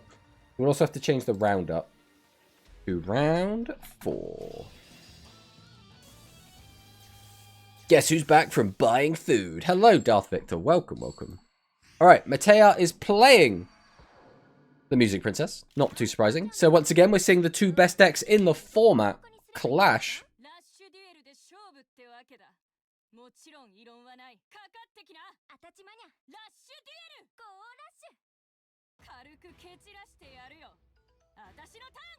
So neither of these decks really want to go first. But emptying your hand of all 5 cards turn 1 is pretty good for Music Princess. So Matea has gotten a really good hand here. We're going to be activating the skill, adding Rainopolis, adding Nuvia. Tell me if you've seen this play before. Summon out Nuvia. We're feeling out trap cards. Summon out the Kanan. Summon out another Nuvia. Activate Nuvia's effect. Take back the Rainopolis. I don't stay long because I've got other stuff to do, but I got a burger. I'm happy that you have a burger, Darth Victor. Congratulations. Right, so we're going to go into the cooking that we revealed earlier. The question is, do we have any other bosses?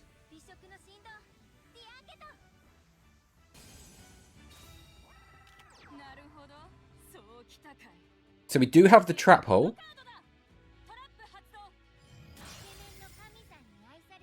We're going to go ahead and tribute one of the Nuvias. Or the other Nuvia. Okay, well, why did we tribute...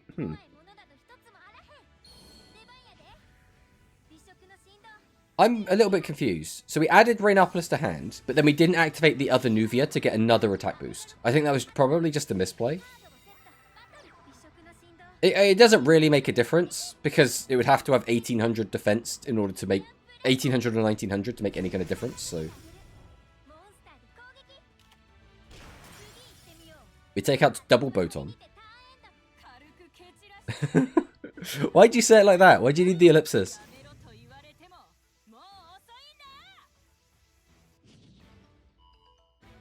Ensemble Fighter. Add Boton. Summon out Avian.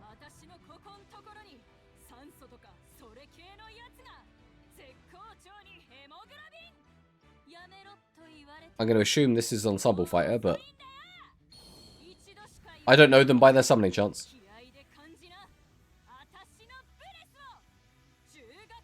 Ensemble Fighter!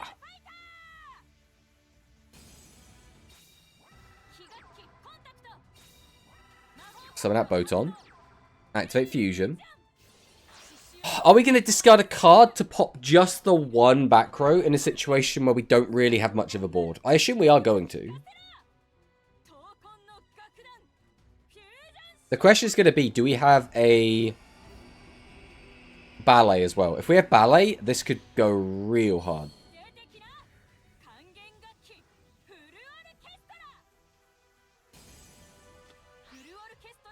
Okay, we are going to take the effect. Imagine if in hand we have another one of the fusion material. Like one of the other bosses. So either a Digisoon or a Turbo... If we had Turbodish though, we would have used it. Oh, we have Warrior returning alive? Avian. So do we have circulation? Okay, we just wanted a card in hand. What was the point of that?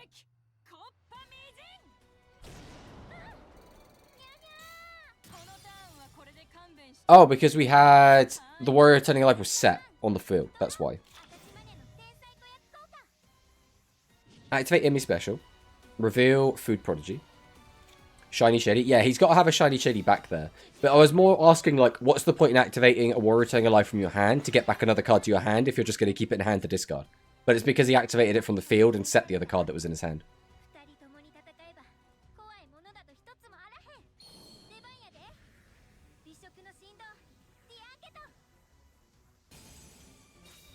Summon out Dean Keto, the Food Prodigy.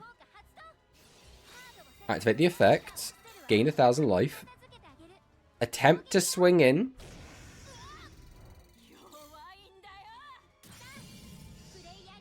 So that does mean that we are keeping that Avian in hand. It puts Matea in a weird spot where Matea wants to get maximum value out of the Shady. So he wants to use it when there's 2 monsters to flip down. So by holding it, you basically say, okay, well, you're now not allowed to summon again. Because if you do, you're going to fall into my trap. So he can either maintain it and be able to play this sort of mind game. Or shotgun it just to make sure there's one monster that can't deal with his monster. Born Eyes effect. We do mill a monster, so we do get a card back from the graveyard. We add Boton. We're going to go ahead and tribute. Is this going to be Turbodish? Or Turbodish? No, with this kind of... This has got to be Digisoon. This has got to be Digisoon. There's no way it's not Digisoon. Digisoon!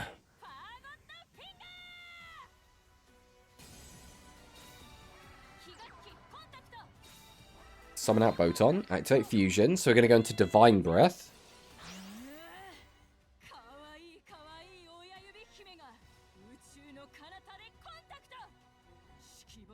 I mean, Divine Breath is, like, okay.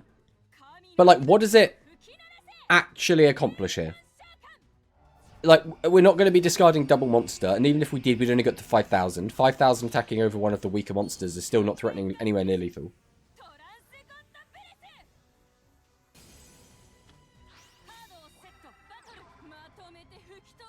Okay, we just go for a swing.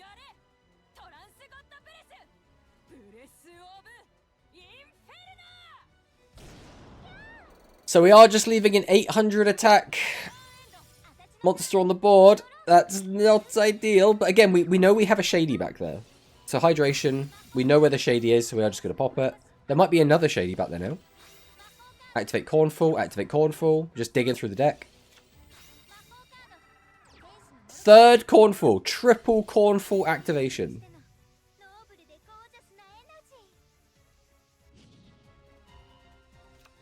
Reveal Cure Prodigy, add Nuvia.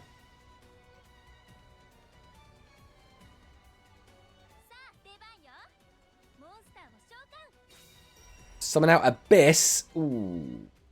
They get all their Cornfalls before Music Princess found circulation. I mean, unironically, yeah. That card in hand should still be Avian as well, I think. Yeah, it was the Avian.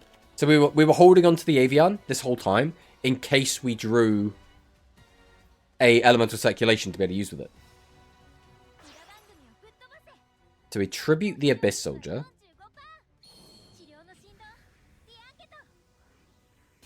Cure Prodigy is cool because it gets us a draw, but it doesn't out the 2800 Divine Breath on its own.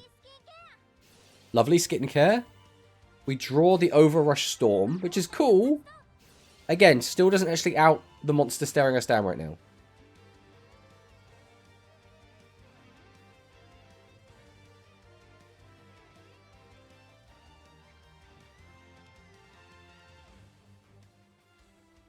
But now what? Like, if we don't have a way to deal with this, the only play we have is turn our guys sideways. But then, if we turn them sideways, they have 0 defense, they can get pierced over with the fresh Divine Breath, or just this current Divine Breath, because it can attack for 3,000. So do we just leave them in attack position?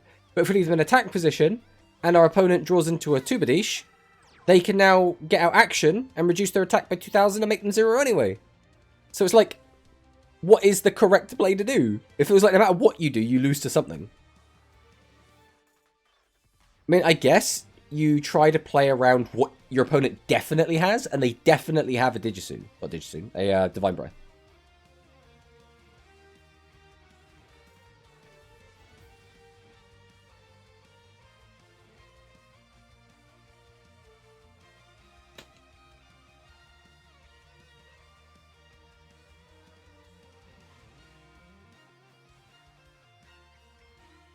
We're having a big think turn. Big think turn.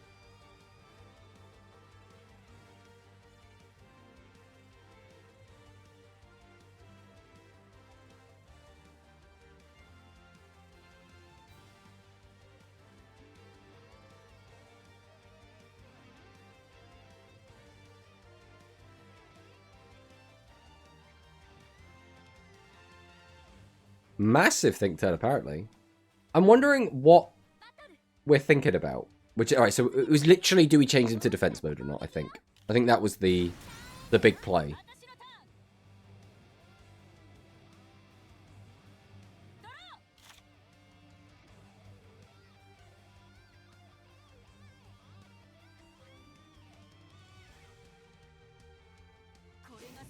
Alright, Music Princess's Breath. Let's see if action comes down or not. Reveal the ensemble, grab back the Boton. Summon out Boton. Tribute. For Tubadish. So this is everything we should need to get out the action.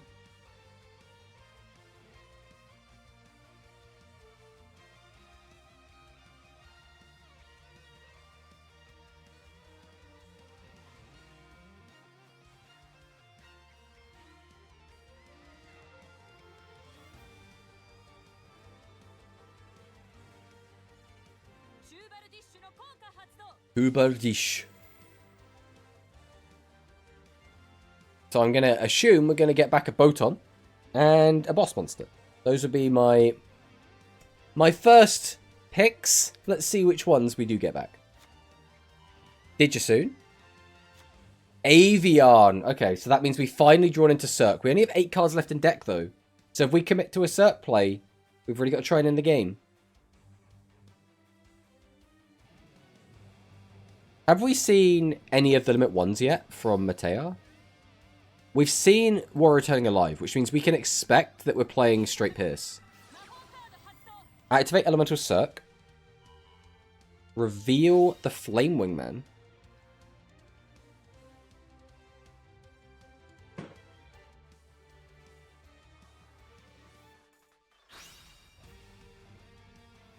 We send Ensemble Fighter to the graveyard. That's the one that we knew was in hand from the skill activation. Where do we go now, though? That's the big question. The other thing we don't know is we don't know if Matea has felt a delay. Activate Tubadish.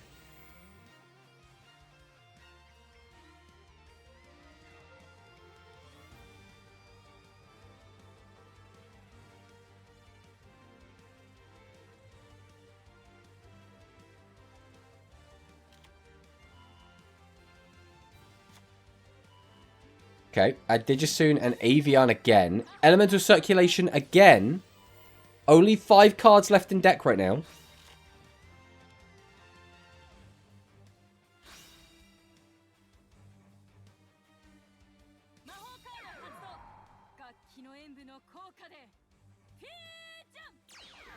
Battle Ballet comes down. That's going to put 2 more cards back in the deck.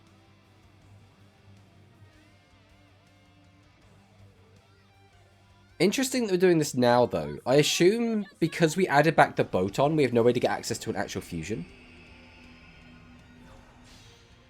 So Action Melody comes down.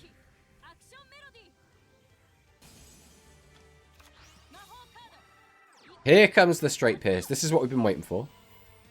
2, 3, 4, 5. Refill that deck. Up to 4,600. Activate Action Melody's effect. Reduce the attack of one of the monsters by 2,000. Okay. So we're trying to get maximum value.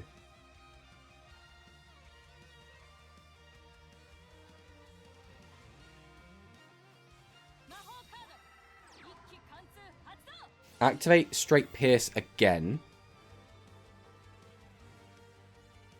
Refill that deck all over again.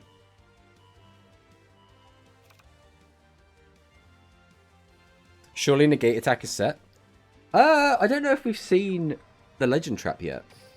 We haven't seen any traps yet.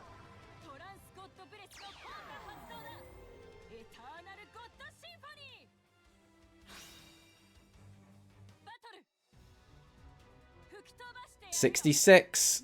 This isn't a lethal attack, but it's 5,900 damage, 900 life points left.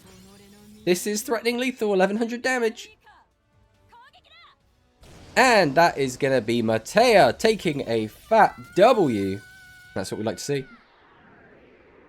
No delay. It can be awkward to see delays when it's in Spectator, is the issue. So I never like to call it straight up. But good job to Matea. Let's see if there's any other good games going on. Margot, I think, is playing an interesting deck. JD Scrub and Prince are just hiding at the bottom. Every time, it feels like the round is just kind of either over or there's just no games happening inside the room.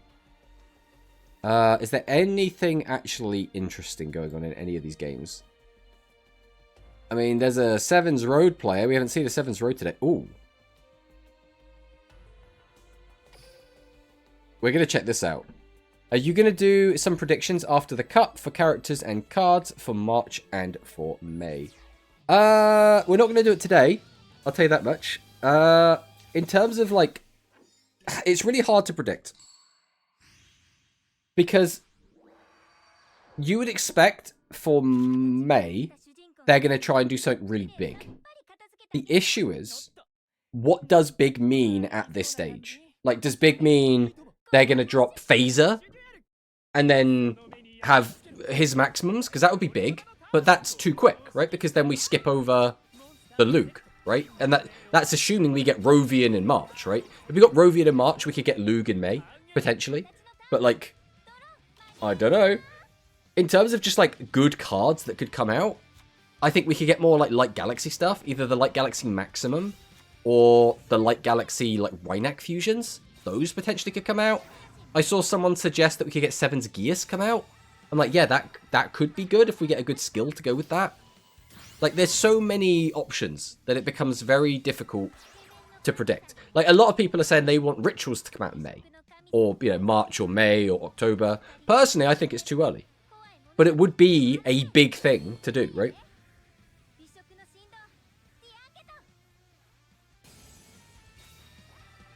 I'm trying to think what would be just right to be a step up in power, whilst also not being completely off the wall. But it's hard. It's hard to predict. Tributes Nuvia. It's like, I don't think anyone would have predicted that Aqua was going to be a top tier deck before we saw their skill, right? But now, after seeing the Aqua skill, after seeing the Music Princess skill, we're in the situation where we're like, well, anything could get a really busted skill and end up being meta, right? Plus some anime, great card.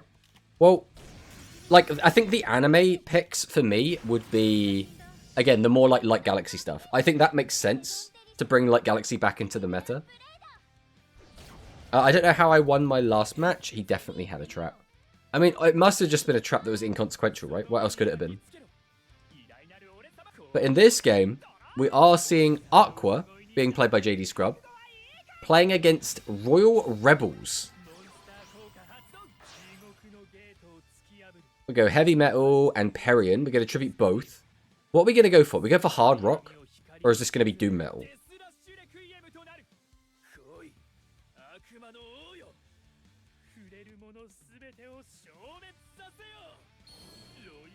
It is Doom Metal. So this is going to be able to wipe the board, but it can't attack directly. This is going to do a lot of burn damage, though. All those levels.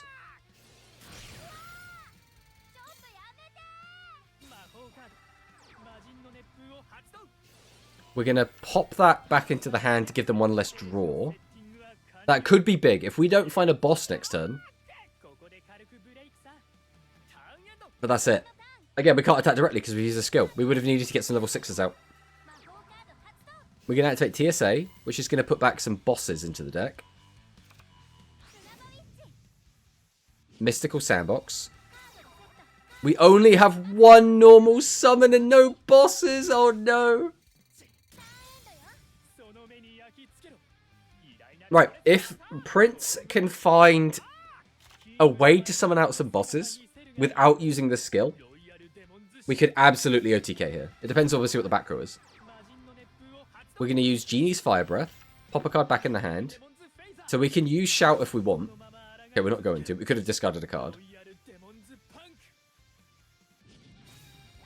Right, Rocker comes down. Rocker adds back Doom. Although Doom, again, not super useful. Doom puts us in a weird situation where we can wipe that one monster and not really do anything off of it.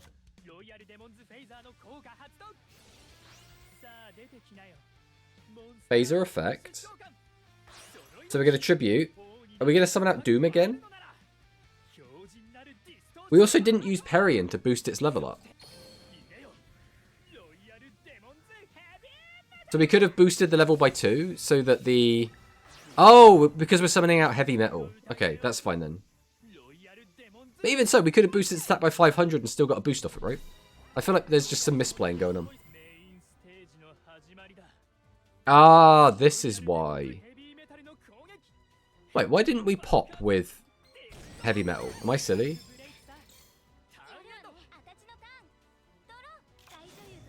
Why didn't we pop with Heavy Metal? What am I missing? Is it something to do with the skill? This said you cannot attack directly using level 7 or higher. Oh, okay. So we couldn't attack directly because we used the skill. So instead we just attacked over the monster. Okay, now it makes sense. Now it makes sense. In my mind, I was like, okay, we pop the monster and then we just attack directly with the level 6. But yeah, that doesn't make sense. This was way more damage.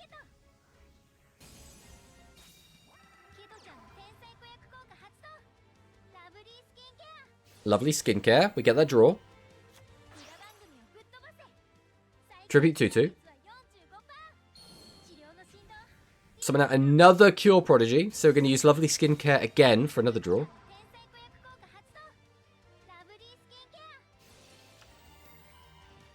We add the Tutu again. Or we draw into the Tutu, I should say. Summon the Tutu. Tribute that. For Cleaning Master. Unfortunately, we have higher life points, so cleaning is not going to get its effect.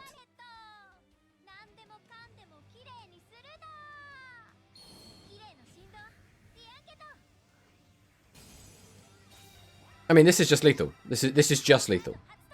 And now we're just spinning plates. JD Scrub has the win. We are now just, like, absolutely rubbing it in.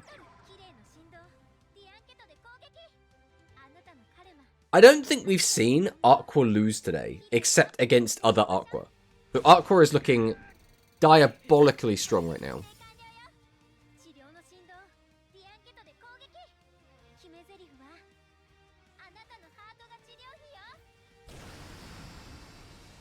Well, rest in peace, everyone's favourite Royal Rebels. It's a shame, but it is what it is.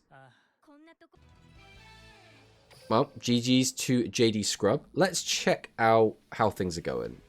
Let's take a look at the... Oh, we can't see the standings? Why can't we see the standings? That's rude. Is there just no... Oh, but there is standings down here. Okay. So, undefeated so far. We have Zack, Yuichiro, which is Fan D Uamu. We have Mugi. So, we have second place finisher of the very first one. Mugi, who's won the last two. We have Yaden Sword, who, you know, everyone knows Yaden Sword. And then Zack, who, again, is a frequent tournament goer. So, some quite big names at the top here. Who's down here? We got Zeta, we got Azirius. Norrentino's down here with only one loss.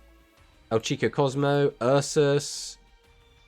Obviously, it's a lot more people down here. Wait, did Milanesso lose 2 games? Oh, no. JD Scrub's 2-2, Milanesso's 2-2. Oh, that's a shame. Alright. But who is playing in this round? So we're going to... Mugi versus Yaden Sword. The issue is, that is going to be another Aqua Mirror. That is the only problem with this matchup. What else is happening here?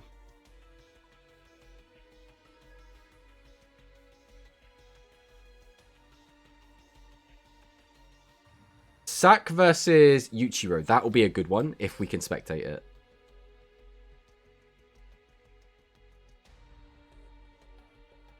Unfortunately, I can't see it.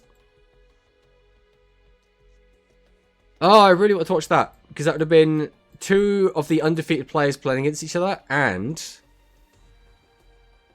they are also playing interesting decks. Right, we're going to have to watch Mugi versus Yaden Sword then. So these 2 players are undefeated, both playing Aqua. Oh, one of them swapped. One of them swapped. Both of these players were playing Aqua earlier. Mugi has swapped onto Music Princess.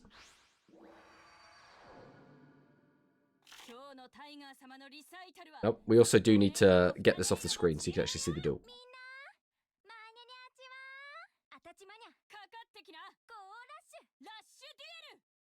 Right, let's see who the stronger player is. And we are now on round 5 as well, so we'll take that as well.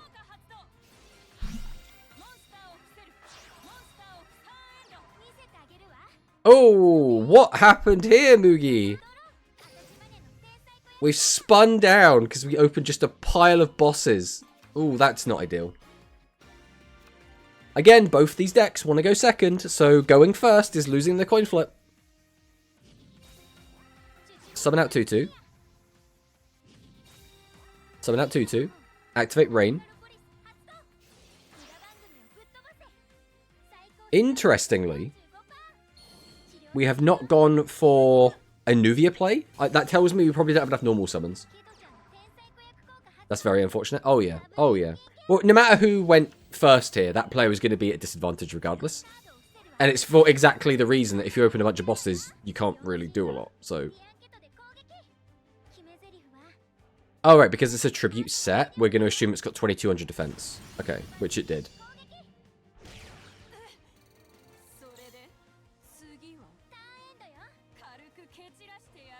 Alright, Mugi, who has won 2 Steam Decks. Let's see what he can do to crack back here. We're going to activate Pot of Greed. We're going to normal summon Horn Knives, activate the skill. Why would we summon Horn Knives before activating the skill? Is there a reason to do that? Activate Horn Knives effect. Activate Battle Ballet.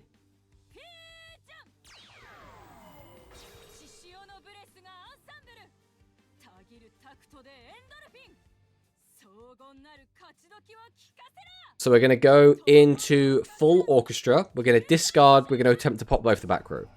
So this is going to, at the very least, force a trap card. My assumption would be a Shady.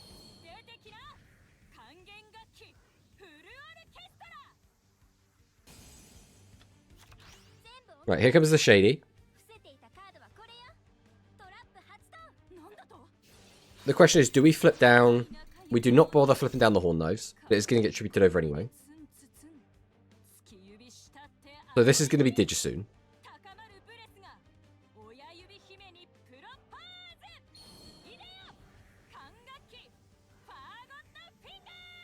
I mean, Digisoon doesn't do anything here, but we summon up Boton, so we have the fusion. So this is going to get us into Divine Breath.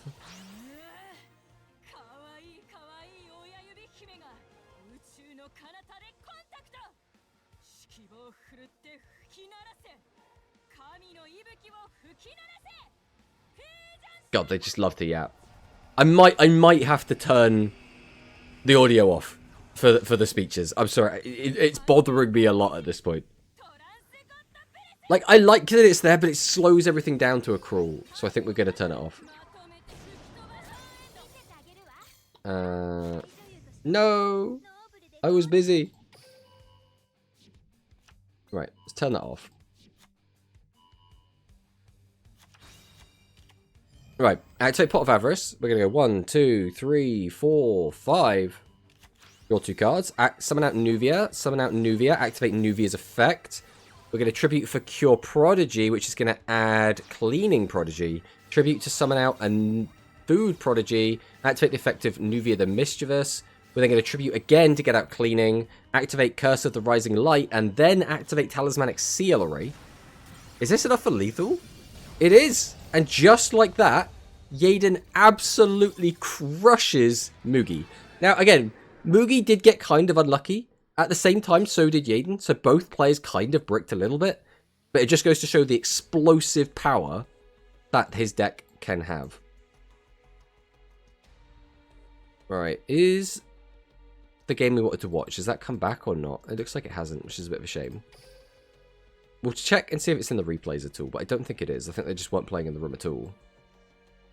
Which is a bit of a shame. Let's watch Piroro. Let's watch Piroro's game. I don't know if I'm pronouncing that correctly.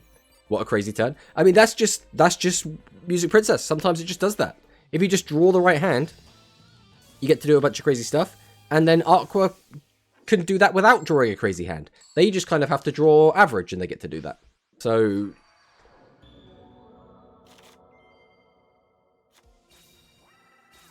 okay. Right, I'm not going to lie. I got a little bit excited when I saw this could be a spellcaster game. I don't think this is going to be a high-quality spellcaster game, right? Something tells me Piroro is going to win this quite handedly. Booster Wyvern comes down, burns, activate the Dragon Boost Fusion. We're going to fuse into Red Boot Enhanced Boost Dragon. Activate Blue Fang Reconnect, which is going to shuffle some cards back in. We're going to summon out the Blue Fang. Oh, my nose. Please. Buster Blader is our legend of choice. That's kind of based. Imagine you summon Buster Blader against this deck. That would be so funny. Not that it matters, because we're already dead. I mean, not too surprising when one of the players here was playing Sparks, but you know, Sparks will one day be a really good card. So, ooh, all right. This looks like a fun matchup. I'm seeing the chicken. I was half expecting no one to bring the chicken, but we have got a player on the chicken.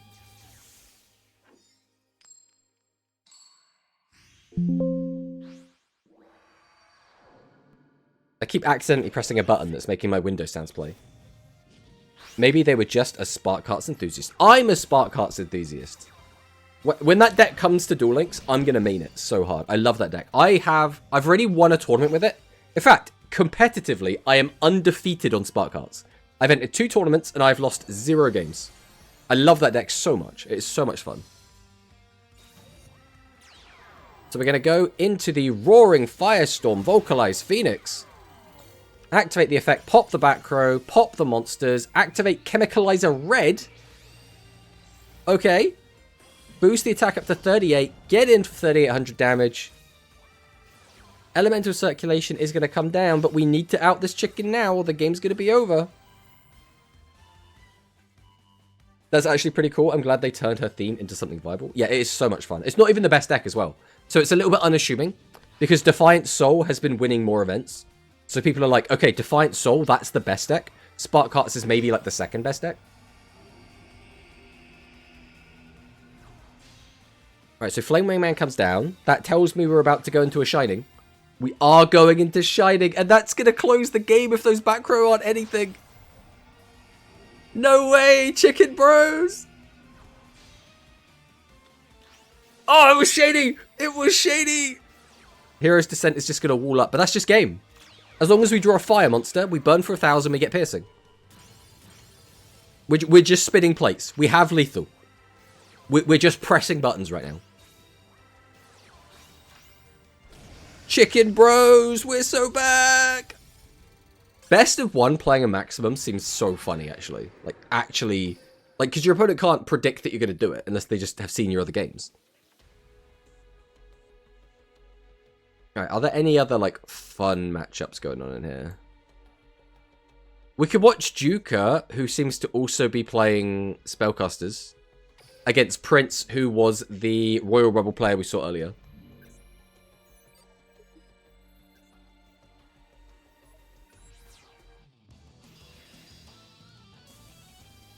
So this could be the first, like, proper Spellcaster player that we've watched today. And Juka was the player that was playing Matarian before.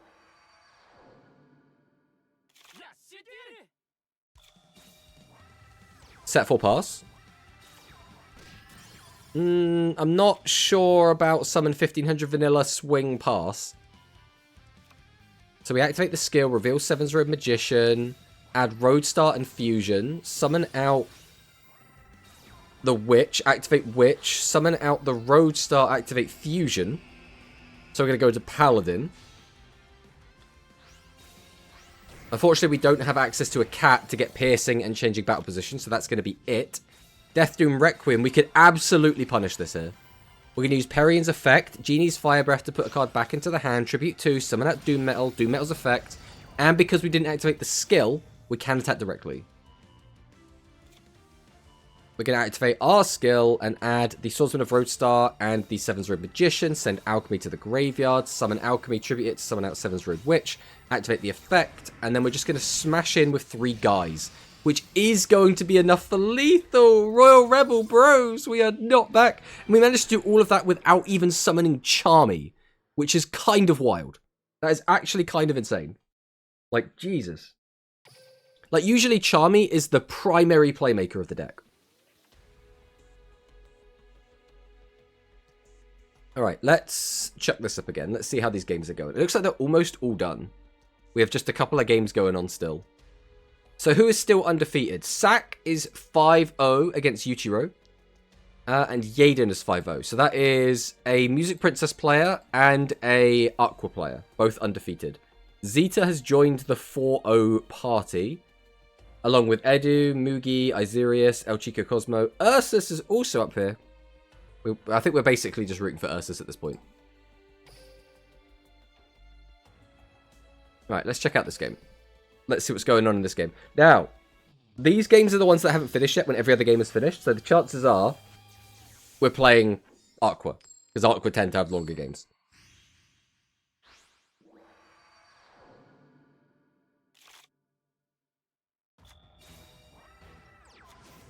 Music Princess's Breath.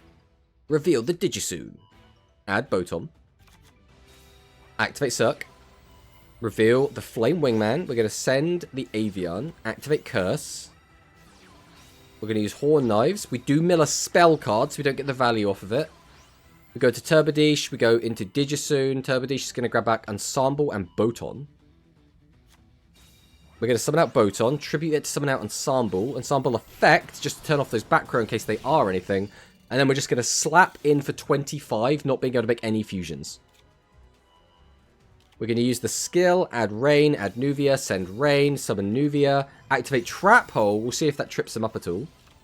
Cornfall's going to come down. Cornfall's going to come down again. Overrush is going to get rid of the last back row. We're going to use Curse, which again, because Trap Hole was used, we do get the draws. We're going to go ahead and summon out a bunch of bosses, but again, without access to that field spell, is a little bit tricky. So using Trap Hole there was definitely the correct decision. Activate the skill, reveal Digisoon, add Boton, summon out Trombeau. Summon out Trombeau again, changing both monsters to defense. We're going to go into Turbodish, add back Digisoon, add back Boton. Summon out the third Trombeau, change everything into defense. Shiny Shady is going to come down and flip two of these monsters down. Is that it? Oh no, we had no way to play around the Shady. Surely that was not the play. Like, every time we summoned, after we had activated Curse, we should have felt the delay. But I suppose we didn't activate Curse until late. Rainopolis.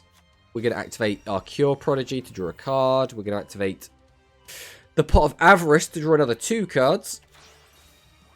Summon out Cure, draw another card, which is...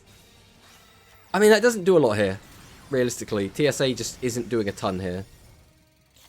We do smack Duelist X down to 3200 life. Activate the skill, add the fusion back from the graveyard. Summon out Boton, tribute Boton, summon out Digisoon. Activate Battle Ballet.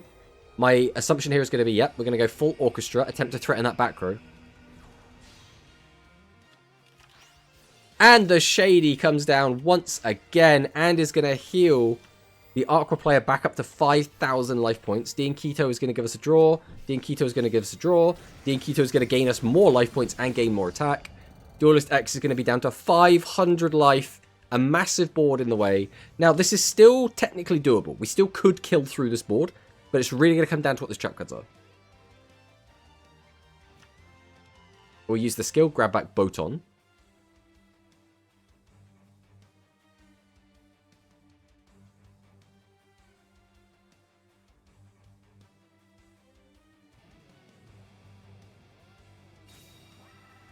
Summon the Boton.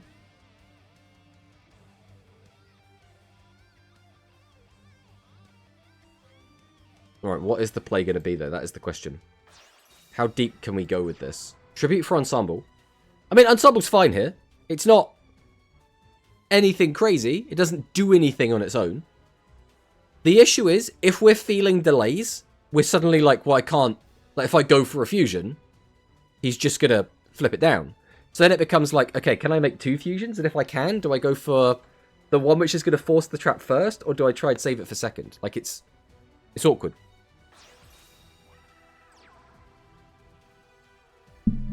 We're going to go into the Turbodish. I believe we're just trying to bait out the trap card right now. That's all we're doing. Oh, so we just end our turn and the game's over. We don't even need to attack. Well, unfortunate, Duelist X. Aqua does take yet another win.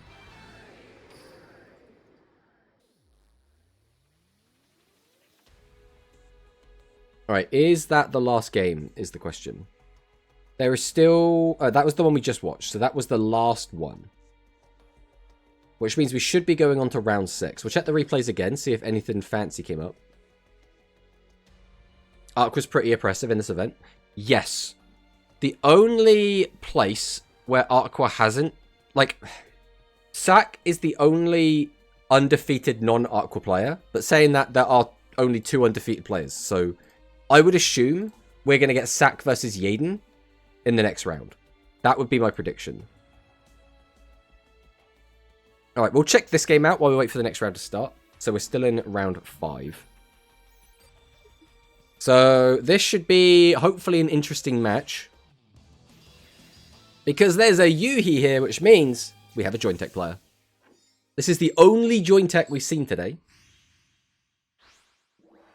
I'm going to predict that the next Rush character is Neanderstar with her cat cards. I think that would be cool. I have a couple of issues. First off, I think it'd be weird to get Neanderstar before Rovian. So if we did that, I would presume we're not getting Rovian as playable, which I think would be weird. Second, Neanderstar's deck entirely works around Stray Force, which is effectively a Mirror Force type card. So then it comes down to, are we okay with one deck having access to Mirror Force? Because, like, in a lot of scenarios, Mirror Force isn't actually that good, right? Like, you could just pop it if you're playing Jointech. You could pop it if you play Full Orchestra. So, like, someone having access to Mirror Force is not as bad as it would have been at the start of Rush in the OCG, right? Back when only Spellcasters had a Mirror Force. And it just meant, okay, you need to play Spellcasters because you want to have Mirror Force. So I think it could be pretty good. And I don't think you'd need, like, a super busted skill to make the cats good as well. Because the cat fusions are pretty strong. Right, Ensemble comes down. We're going to summon up Boton, activate Fusion. So we're going into action. Okay. We don't care about the back row then. Oh, because we had the Avian. Okay, that makes sense. We're going to go Battle Ballet into Divine Breath. Is this lethal? 2 cards in hand. If they're both monsters... They were both monsters! Giga lethal! It was 1,000 over lethal, so we didn't need 2 monster discards. Unfortunate. We were hoping we could watch a fun Jointech game, but Jointech got clapped. I mean, that makes me a little bit sad, but it is what it is. Alright, do we have new games coming up yet? It looks like we still haven't got any. So while we wait, we'll go and check out this last replay. And this is Ranger Huki. Which is, you know, everyone should know Ranger Huki. He's a big tournament player. Lovely fellow.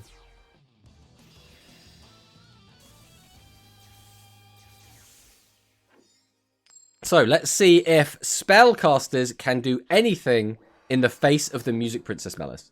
Fingers crossed. Okay, once again, Music Princess don't like go first. And this is why, because they draw hands like this. Summon out Flare Sorcerer, tribute it to summon out Seven's Road Witch. We're going to use the effect to summon out the Seven's Road Magician. We are actually going to have a cat this time, so we are going to be able to summon out Charmy. Charmy's effect, we're going to flip up Horn Knives, and then we're going to attack over a 900 defense Turbadish. That's pretty much as bad as it could have gotten. Alright, Horn Knives, and Horn Knives mills a spell. This is going so badly for Huki. Right, we add Ensemble and we grab Boton. Then we're going to use the skill now that we finally have a boss in hand. Grab the fusion from the deck. Summon out Boton. We're going to fuse into Action Melody. So Action Melody is going to be able to reduce the attack of one of these monsters by 2,000. Then we're going to go into Ensemble and then we're just going to attack over both. Oh, I mean... This is sort of what you have to do against Spellcasters. You have to just throw a load of attack and defense points on the board, which is what we've done. Even though we're only on 16, it's not easy for them to OTK us through this. Ooh. But this could be the way, because we know that we've got the Seven's Road Magician. We know that there's a Roadstar in hand. If we can go into Paladin. Oh, we're going into Paladin! Uh-oh! How big is this Paladin going to get, though? There's no way this gets up to maximum, right? We don't have, like, a wind. It did go up to 53! Huki Bros! Noes! Oh, that is a shame. I mean, it was cool that we got to see Spellcasters win, but I didn't want to see Huki lose, which is kind of sad. It's kind of sad. Alright, well, we should be getting into a situation where some of the games should be starting. Oh, we've already got one. We can watch Perero again against Lil Toto. Is Lil Toto... Was Lil Toto the player that was playing the, like, Blue Fang Gradius deck? Not Blue Fang Gradius. Blue Fang Dimension Linker deck. Big enough? Real. Okay, so Lil Toto is playing it. We would assume Metarian.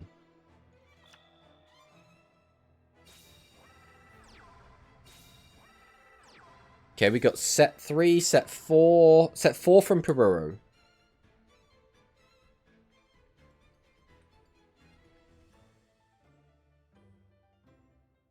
I really don't know what they'll do with character releases wise, but if it's Go Rush, it's most likely an Arc 2 character.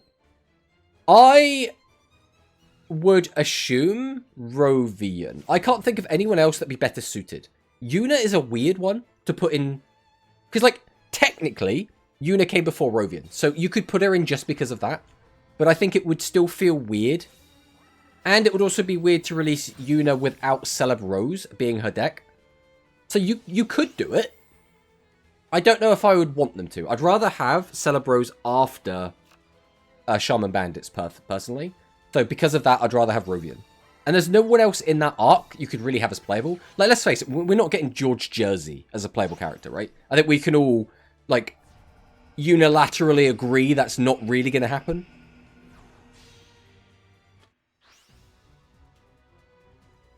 Okay, Matari and Ashura Star comes down. The other character we could get, again, it'd be a bit weird, but we could get London. Again, I personally don't think London is a big enough character that he would be a playable character. But technically, he duels at this point where we are in the story. He does. His deck isn't like a particularly exciting deck, and it doesn't gonna get any future support. So it would have to be one of those decks that just gets a really good skill. I doubt it's Tazaki or London or Jersey Devil Brothers or Nomura. Ranran is possible. Yuna, I think, comes later. The only issue with Ranran is Ranran doesn't duel until... When does Ranran first duel? When's Ranran's very first duel? I'm trying to think. But her deck also is complete garbage, is the other issue. Like, she's going to actually need a broken skill if she comes out and... Yeah, because if she's playable, she'll have multiple skills, right? Because LeBlanc is an awful boss monster. It's what? It's level 5 normal monster with like 1900 attack or some shit. Like, it's awful. Alright, Blue Fang Burst comes down. Add Dragon's Boost Fusion. Ranran versus Manabu. Yeah, but which episode was that? Like, was that before they go to the underground? Was that after they came back from the underground? Like, I genuinely don't remember.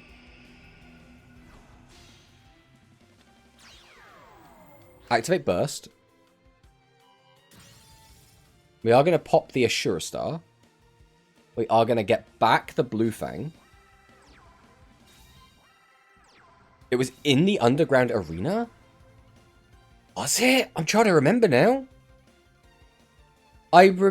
Oh, yes.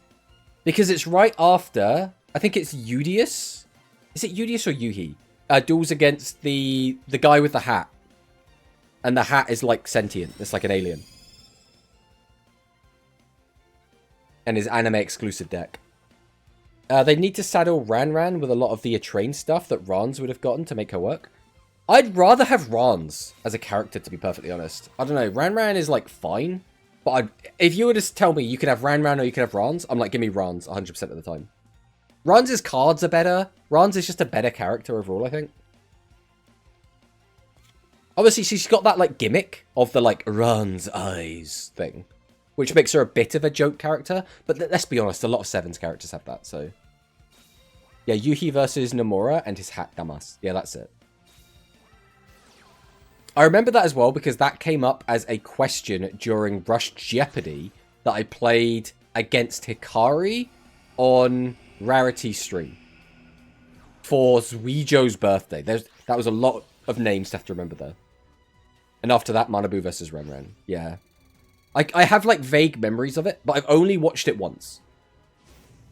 And then Yuna versus Udius. Yeah, and Yuna's just using, basically, that guy's deck, but with an equip spell.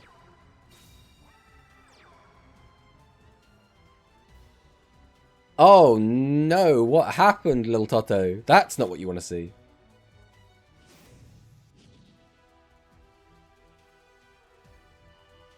Reveal Red Boot Boost Dragon. Add Booster Wyvern. So we're still on 6,000 life points. But if we do have access to a Flap Dragon, there is a world in which we can just kill her. The other option would be we contact Fuse, allow it to attack twice, then get a third monster out, attack, and then attack directly with Enhanced, but then you'd have to burn for a lot. Add back the Dragon Boost Fusion.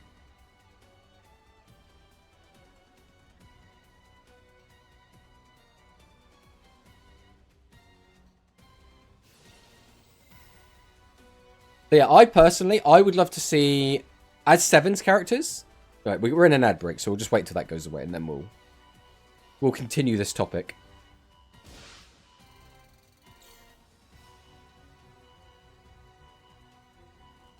Seven. 12 seconds till ads go away. Summon out the Booster Wyvern. 3, 2, 1. Welcome back from the ads, anyone that was in ads. So yeah, if we really look at Arc 2, it's really only Rovian logically, except they really deadass give us London, Ranran, and Yuna after, or later. They could, unironically, they could give us, like, London, Ranran, Yuna, and, like, Tazaki. It would be an awful decision, but they could do that. Like, imagine the next, like, every release we get this year is just those 4. Imagine that being the world that we live in. That it would be such a strange decision, but they could do it. There's nothing stopping them. But yeah, for me, I just think it would make sense to drop Rovian ASAP. Rovian with her fusion monsters could actually be the big May thing. Like, you could get Rovian plus just a bunch of, like, support for Udius. And then, I don't know, pick another character. Like, you could give support to Zuijo, or you could give support to... God, I don't even know what. If we were going to support, like, an older archetype, maybe you give us more Red Eyes. Because, like, we have got, like, the first wave of Red Eye stuff, right? If you give us another wave of Red Eye stuff in May, that could also be quite nice. Because a lot of people like the Red Eye stuff. They were just like, this is just a little bit too weak. Misplayed and lost. No, Ursus. I mean, you still have a chance, though, right? With X2. I think X2 still have a chance. Or are you... Because you should only be X2 now, right? Question mark. How is this game still going? What has happened that this game is still continuing on? Why not? More gems? I think it would be cool if they released the characters more frequently, but I don't know about, you know, not releasing them as frequently, but still giving us, like, filler characters, effectively. Because they're not filler characters, right? I mean, we all know they're not filler characters, but they feel very fillery compared to some of the main characters. Like, Rovian, as much as Rovian is a bit of a meme, and her deck is a bit of a meme, she was an antagonist of a series, right? Of that, an arc, because I think the first series is actually, like, the first 24 episodes. But the first series is in 2 arcs. I'm going to say arc just in case. So, she is the primary antagonist of the second arc. I'm X2 now, yeah? I'm pretty sure X2 still have a chance, though, so... Oh, that's a Vritra Star, but only 1 card in hand. So, we've spun everything down to do what? Pop one of these, attack over the other. Never mind, there's a Shady. I mean, this isn't lethal currently, right? If you think about it, this is 38, I want to say. If we get another monster out, this is currently 3,800 damage. If we draw a boss or a Booster Wyvern, we can burn for an extra 600. Which is lethal. Except if they give us 2 to 3 characters every time, it could be decent. Don't have to give them too much support. And just some stuff at least. Tazaki and London. Jersey this time. Yuna and Rovian May. I think, unironically, Yuna plus Rovian in May makes actually quite a lot of sense. Because Celebros is a strong deck in general. Plus, you'd give it a skill to make it slightly stronger. So, fantastic. Be really, really powerful going into Worlds. Rovian's deck, with her future support and all of her fusion stuff, and again, a really strong deck. And you give it a skill, make it a little bit stronger. So, like, those are actually two really good picks. The only problem is, I don't know if they have the wow factor that we typically see when we go into Worlds. So when we go into Worlds, typically we see a bunch of, like, main character anime decks, like, getting a lot of support. Like, I mean, going into the World Championship qualifier, we had, what? It was Udius, Zuijo, Yuga, were the 3 decks that got a ton of support, which was main character, main antagonist, right? Or, like, anti-hero. He was an antagonist for, like, 2 seasons. Or 2 arcs. Speaking of support, it would be cool if we finally release full custom, or at least the other Gradius spell trap. The problem with that is, they very deliberately understand that Gradius is a really strong deck, and if they just gave you all of the cards, willy-nilly, the deck would be really, really good. You gotta remember that Gradius was, it was either first place or second place, I can't remember, in a GRF, right? It's done really well in tournaments. It's just not everyone's playing it.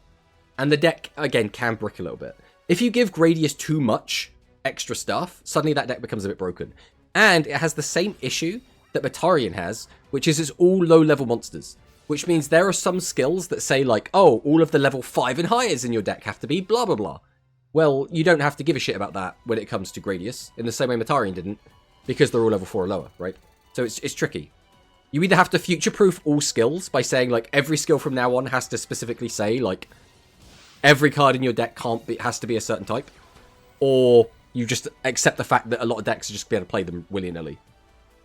Yeah, it's going to take a while. I think they could be Rovian plus Yuna and their decks plus the Udius anime stuff if they actually lock in for once. I think what they should do, though, is also support a retro archetype, right? Like a nostalgia bait one. That's why I was saying about... Oh, God, my nose will not stop running.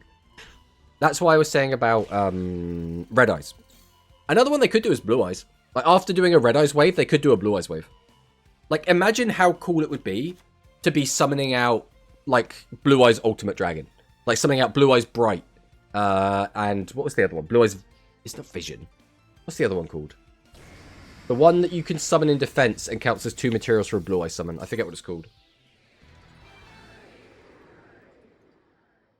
Well, Piruro wins. That was a long-ass game, though. Actually, when was the last time they buffed DM? What, you talking about specifically Dark Magician? The issue is, Dark Magician gets a lot of support in the future. But, in OCG, the only card that's ever, like, been really, really good is the Solitaire deck, which makes use of Obsidian Magical Sorcerer. The problem with that deck is it is very much a Solitaire style deck where you just do everything yourself and your opponent just watches you spin plates for ages until you can OTK them, which unfortunately is not a very exciting game plan. Should we watch Zeta? Try to see if there's anything that really stands out here. There's a Blue Eyes there, but let's watch the Zeta game. Because this looks like it has a Dimension Linker in it.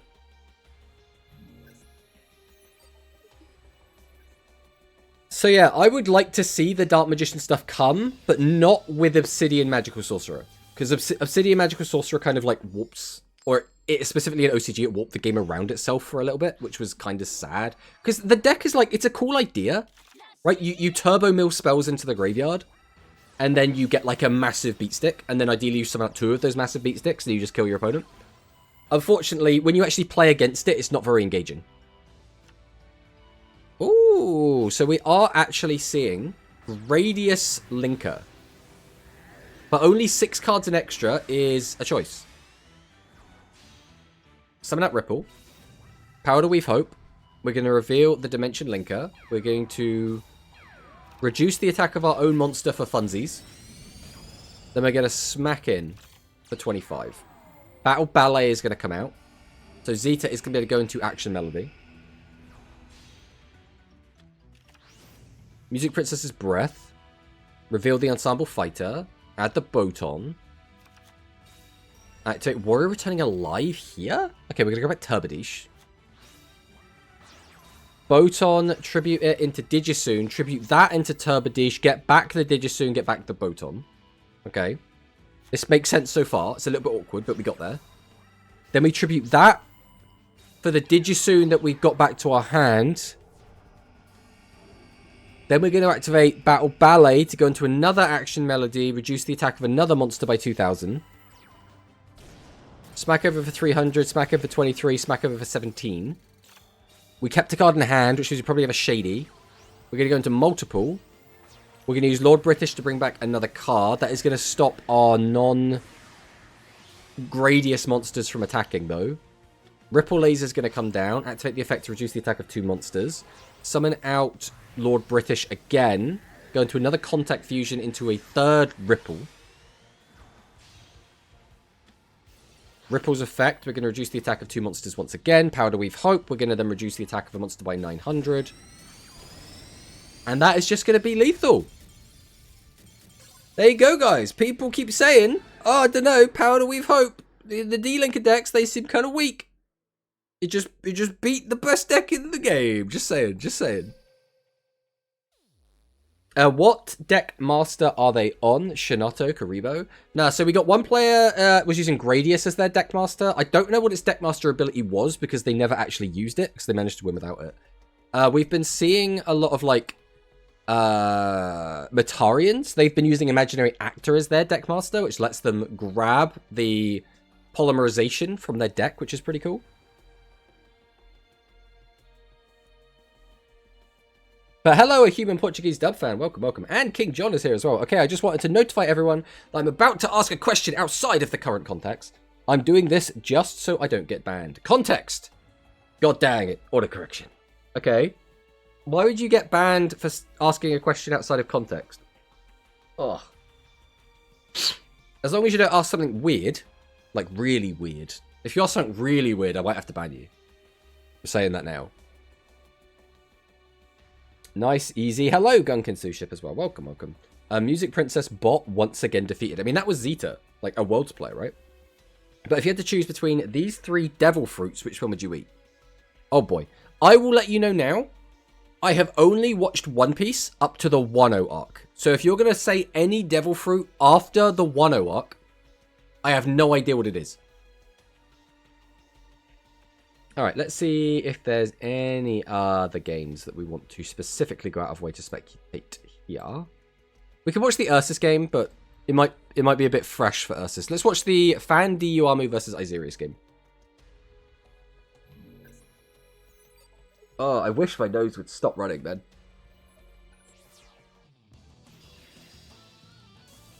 But this is simply the price we pay for being sick. Oh, we're in the Roa Roman Arena. It's my team. For anyone that doesn't know, my Rush Duel team is the Roa Roman Fangirls. We've won the last 2 leagues we've entered. Best Rush League in the world confirmed. You need to continue. I need Metarian. Is your nose running? Yes, I am. I have a cold. Ironically, the only thing that is irritating me about this cold, I don't have like a headache. We don't have like a sore throat or anything. It's just the nose will not stop running. I'm not even sneezing. We're not even sneezing. The T-Rex fruit, the dragon fruit, or the phoenix fruit. Okay, I do actually know all of those. All right. My heart says the T-Rex fruit, right?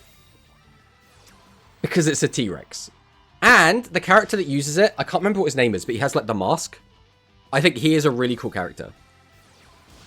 Phoenix is cool, but it's a little bit lame. I think if you had the choice of Phoenix or Dragon, you just go Dragon, right?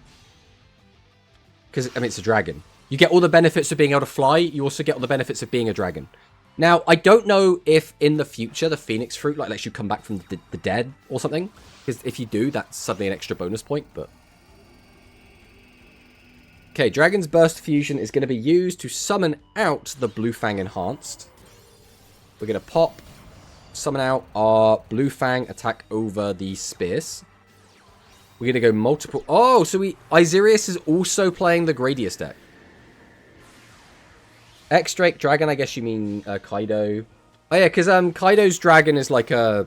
It's like a Japanese dragon, right? It's like a big long dragon, like a Shenron. And Isirius does take a win. I'm just saying, both of the D-Linker Gradius games we've watched, they have won. So maybe... Yeah, maybe that's secretly the best deck in the game. Not gonna lie, I like being a human. Well, you could eat the human fruit as well. That is an option. I know you might have the Sun God fruit already. There's a 50-50 chance that the Dragon fruit, you'll either become a Western or Eastern dragon. For the Western dragon, you'll become a standard medieval dragon. I think I'd rather be a medieval dragon. Like, I don't think I'd rather be like an Eastern dragon. I don't like the idea of being like a long, like snake-like body. That doesn't interest me. Oh, looks like the next round has already started. Let's check this out quick. So we are on... Wait, are we around 6 already? When did that happen? Are we around 7? How did we skip a round? What's happened? Apparently round 7 has started. We managed to somehow miss a round. We were just watching random games, and apparently we skipped a whole round. Interesting. Alright, who do we want to watch? We haven't watched any Norrentino games. Let's watch a Norrentino game. So is your choice the Dragon Fruit? Alright, if we were playing like One Piece tabletop roleplay game, I would pick the T-Rex fruit because I think it is the coolest. If I was practical, if I was like, okay, I have to pick one of these, this is what I'm going to be stuck with the rest of my life, I would pick Dragon. Kaido is Magikarp/Gyarados, yeah, exactly. We have managed to find a Jointech player. Can I become Phaser? No. Alright, let me flip a coin. Heads is Western, tails is Eastern. Where did the ban Norrentino come from DLM? Meme from DLM come from? I don't know. I don't read too much into that memes, to be honest. He's a mythical fish fruit, which are legend climbed up a waterfall and turned into an azure dragon. Yeah, the koi fish? Koi carp? I can't remember what it's called. Heads. Hey, I'm a Western dragon. I love to see it.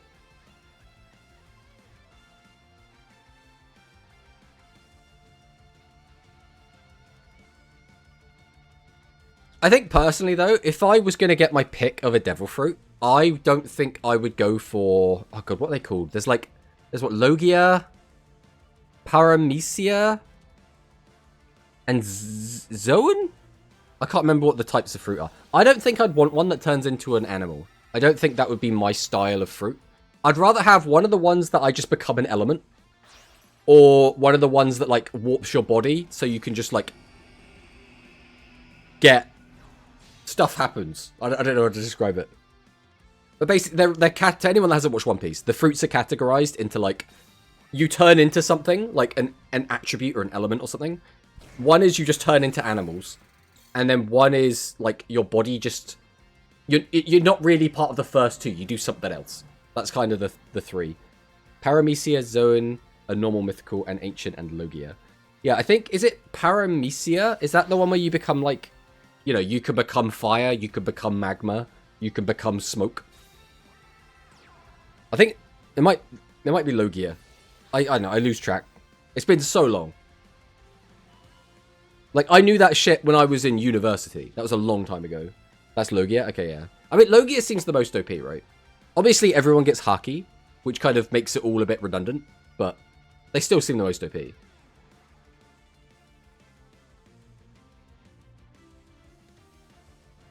Odd for chromatic, even for metallic. Oh boy. I'm trying to think if there's a color dragon I wouldn't want to be, you know.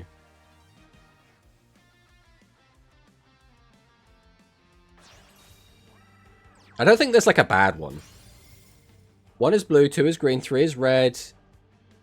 3 is red for emeralds. 5 is crimson, 6 is gold. Okay, so we're not doing all the colors. Because there's also like there's black dragons, there's white dragons. You know, there's like the silver dragons, platinum dragons. Momo pink baby dragon. I don't want to be that. Was it? Is it Monosuke?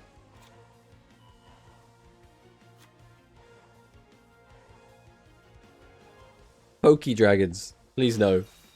Draco the Tiny. Okay, I mean, we have managed to summon out Ancient Gear Golem. Ancient Gear Golem, though, does not... Ooh, riding. This is tricky.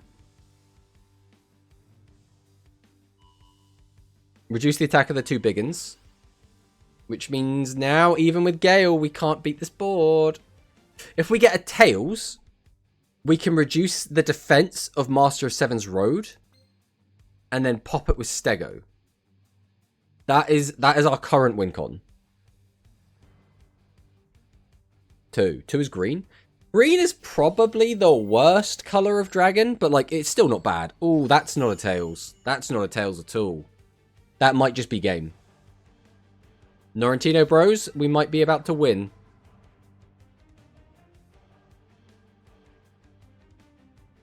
A green medieval dragon. Again, it could be worse. Could have been a lot worse. Like a forest dragon.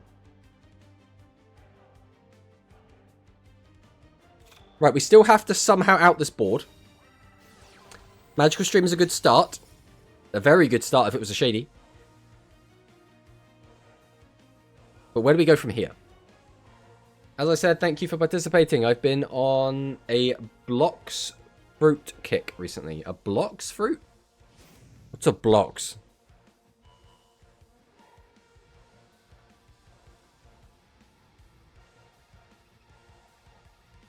If you're wondering, that's a one-piece Roblox game. I'm currently using the T-Rex fruit. It's actually kind of similar to the dragon fruit. They both work on the Fury system. You'd expect, though, dragons to be able to fly. And that is a pretty big advantage over being a T-Rex, right? Swordsman of Roadstar. Are we going to go Paladin now? We are. Is this just lethal? If we go 53, we attack over 12 for 41. But is this going to be enough? It's not 53. It's only 45. So this is going to be 33 plus 20. Yeah, this should be lethal. Right? 33 plus 21. Or you can... No, it's not 21. It's not 21. I miscounted. It would have only been 11.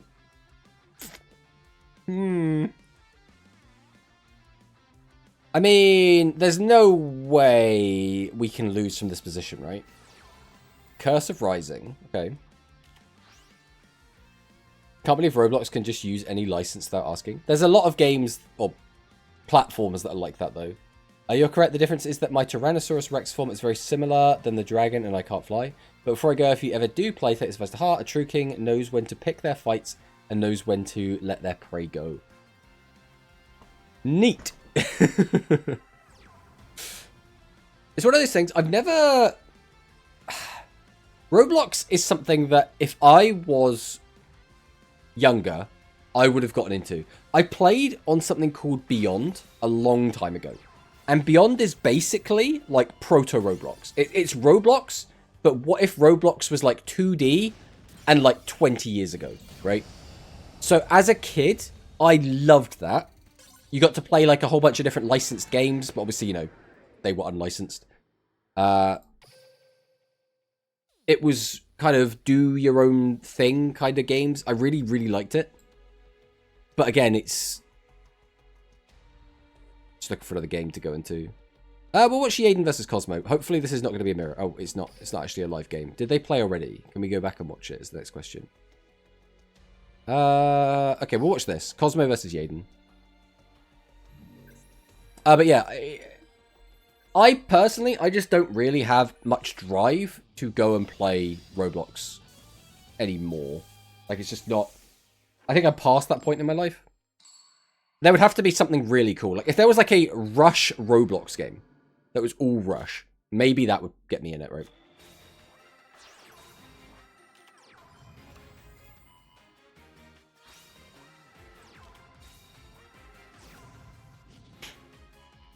Alright. Dean Keto has been revealed. Cosmo did have to go first, but he did manage to at least get 2 monsters on the board, which is better than we've seen some of the other players do. Rainopolis. Summon out Dean Keto. Activate Rainopolis. Dean Keto, the Cure Prodigy, is going to draw us a card. The real move is to make a Roblox game. I mean, I don't know what Roblox games are programmed in, but like, you know, I did study advanced AI and programming at university, so if it's written in like Python, C++, C#, JavaScript, bam, I can do it. I've also done a bit of Lua. But knowing Roblox, it's probably using its own language, because that's usually how those sort of things work. About to lose my game, Sag? No, Ursus! You are the chosen one. Alright, Ballet comes down. Summons out Action Melody. And Yaden is just dead.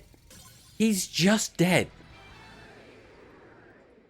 Music Princess, ladies and gentlemen. Oh my. That was kind of insane. Absolutely destroyed. Feels bad, man. I mean, what else is going on? We should also try and make sure that we're not actually missing out any rounds. Like, it hasn't finished yet. There's still some games going on. Who is still playing that we can watch? We got Isirius, we got Hyuki, we got Matea. Let's check out Matea versus Koharim. Ideally not a mirror. Mirrors are the only thing we don't really want to watch. Oh! Is this the chicken guy? No, it's Matea playing as Maddox. Okay. Tomato, just do your Rush fan game at this point. I could. It could be really cool. It probably won't be, but it could be.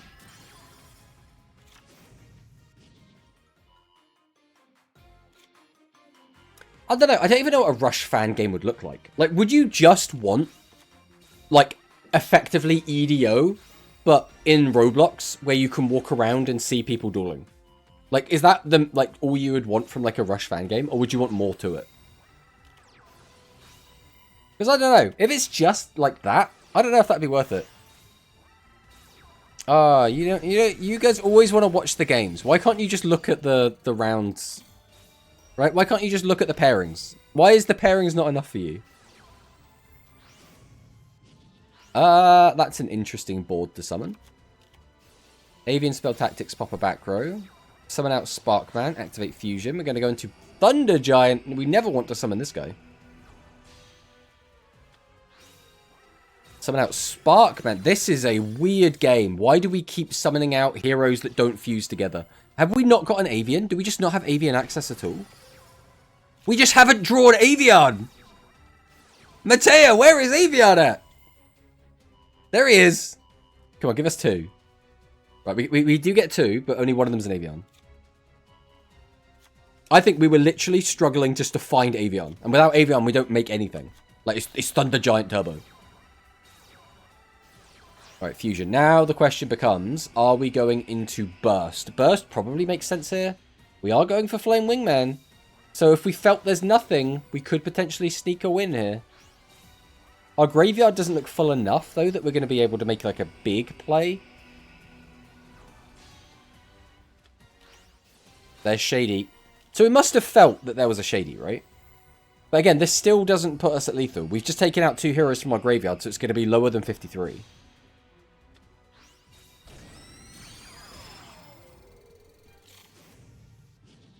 And now all of our load is blown. So if this board gets outed, the hero player really doesn't have much left. Can't wait till we get some reveals for Overrush Pack 4. I need some effects. What are you hoping for? Like the Charmers effects? Tomato, are you planning to replace the basic lands with TMNT pizza lands? No. I'm not going to lie. I really liked Teenage Mutant Ninja Turtles when I was a kid, right? I was a big Donatello fan. I played the Ninja Turtle game, like the side-scrolling beat-em-up. And I played the NES, like, awful game. Like the awful Teenage Mutant Ninja Turtle game, like way back when. But I don't really have any desire to grab Magic the Gathering Teenage Mutant Ninja Turtle cards, right? Like, that's just not an like, I bought the Warhammer 40,000 stuff because I like Warhammer 40,000. I bought the Final Fantasy ones because I like Final Fantasy. I was gonna get some Spider-Man stuff, but I don't... Like, I like Spider-Man. I don't think I want Spider-Man in my Magic the Gathering. Like, it's a weird line, but I have drawn it in the sand, right? In the same way, I don't think I really want Teenage Mutant Ninja Turtle stuff. And I don't think I want Avengers cards either. Like, they just did the Avatar Legend of Aang stuff, and I think that looked neat. But, again, it wasn't enough to entice me. Time for some Dragon Quest. Ooh. I'm trying to think if Dragon Quest would... I like Dragon Quest. I don't know if I like it that much. The thing is, I like Dragon Quest more because of the actual games themselves than because of, like, the characters of the world. Whereas Final Fantasy, I like the characters in the world more than the game, if that makes sense. So it's like, for one franchise, I'm looking for, like, to be immersed in the world with all the characters. In one game, I'm looking to... The characters just have to service the game. And as long as the game is fun, nothing else matters, right? And I think for Dragon Quest, I care more about the game. Together with the Dragon Quest 12 announcement on Dragon Quest Anniversary Day. Well, Matea gets another win. Absolutely demolishing with the Shining Flare Wingman.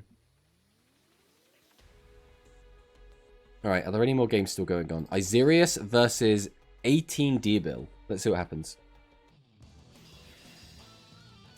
Hello, Roman. Are you trying to get my hopes up? Oh, it's Iserius play. Iserius playing on the Royal Roman Fangirl stage again.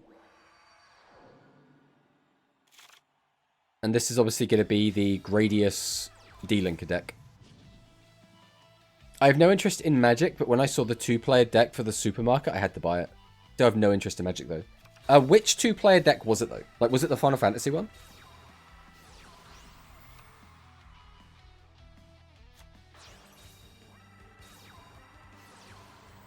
The FF one? Yeah. I have it as well. I bought it. I've sleeved up both the decks from it, and I'm keeping them, like, as they were.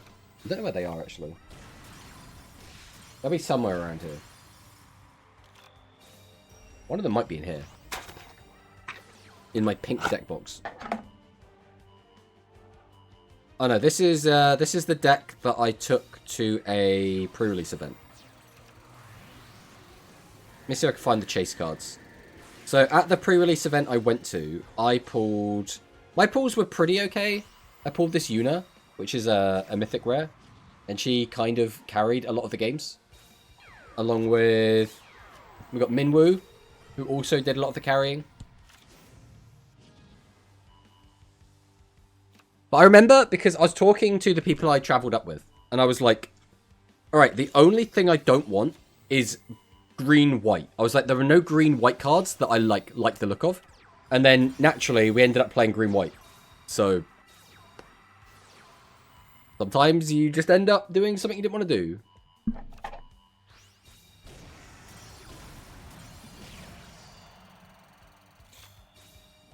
Iserius is actually getting... destroyed right now. Let's see if we can make some sort of comeback. So we're going to summon out Gradius, summon out Multiple. Activate Multiple's effect. Then we're going to Contact Fuse into Ripple. We're going to activate Ripple's effect. No, we're going to activate Power Capsule Red first. So we did find one of each. So we do get a Gradius and a Gradius's option. Summon out Lord British. Contact Fuse into another Ripple. Then we could summon out the Gradius's option and get up to that 2500 attack as well. But we are going to get hit with a shiny Shady. That's pretty rough. Curse of the Rising Light's going to give us a double draw. But without any room to make any Contact Fusion plays, we can't really do anything else. Owned. What happened with the 18th of April? What? Why is that player's name? Who knows? I mean, I don't know if his name means something in a different language. Or if we're just like, Abril sounds like April. I don't know if Abril is like April in a different language. Maybe even. Portuguese. Well, we're just having our board get ripped apart every turn. We summon out Gradius, activate Powder Weave Hope. Reduce the attack. Summon out double D-Linker. And a Polglace. Smack, smack. We can't clear the whole board, though. Oh, this is kind of yikes. Shiny Shady is going to come down. Imi's special is going to reveal the Cure Prodigy. We're going to add Nuvia. Mystical Sandbox. We'll send. Top 8 is confirmed now. Okay, we'll take a look at it after this. There's no such thing as Portuguese. What do you mean? Oh, because the Portuguese people speak Spanish? I assume that's what we mean. It's one of those things, though, where I just assume in the same way that Americans say they speak American, and they have slight subtle differences to, you know, the English language. I'm like, you know, I just assume every country does that.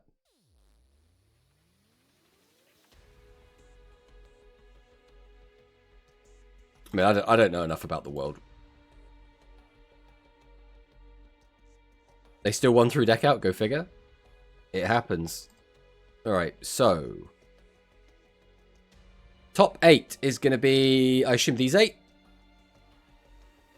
I assume all of these top 5 and O's make it through. Which is a bit of a shame, because that means we're going to get Mugi, who, let's face it, guys, Mugi doesn't need another Steam Deck. If someone else could win it, that would be great. We have Yarden, we have El Chico Cosmo, Iserius, Sack, Edu, Necrokia, and Milanesso. Now, interestingly, we have what? Mila, Sack, Iserius, El Chico Cosmo, Yaden, confirmed, are all Latin American. So, you know, huge win for the Latam Bros. Then we have 2 people who I don't know where they're from, and then Mugi, I believe, is from Japan. So I don't know where Edu and Necro are from, but I assume we will be getting a new spectator code. See if that's up yet. It looks like it is not up yet.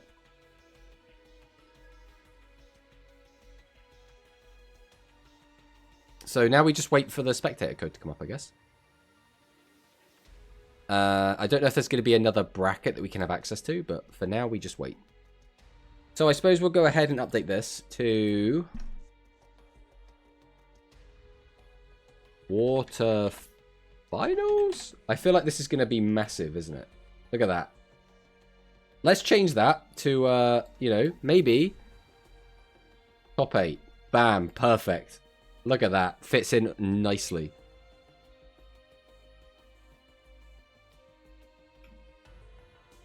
So, while we wait, I don't think there's much we can do. We can take a look at how close everyone came, I suppose. I don't think it's worth watching any of these replays. We kind of watched all the good... What is that?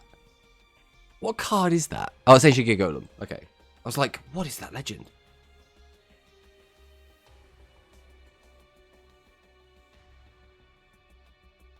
Oh, it's 8 and... Okay, so the top 8 is going to be played in here, by the look of things.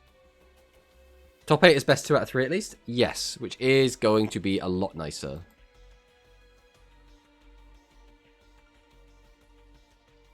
Metarian is top 8 surely. Well, anyone can change deck whenever they want still. It's still Deck Master Cup rules.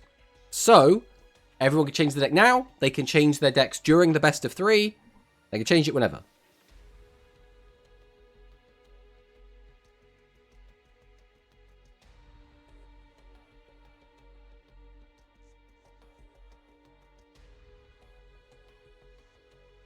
So now we play the waiting game. Ugh. I don't know. I don't know what I would like to win. Like, part of me is like, if Mugi wins, there's a certain level of aura from winning 3 Steam Decks, right? There's a certain level of aura for that. At the same time, do you want to see the same guy win every single event? Like, part of me is like, that's kind of hype. Part of me is like, let's let someone else win a Steam Deck, you know? Plus, if Mugi is actually, you know, located in Japan, it comes down to, like, is he getting them sent over? Like, how exactly is that working?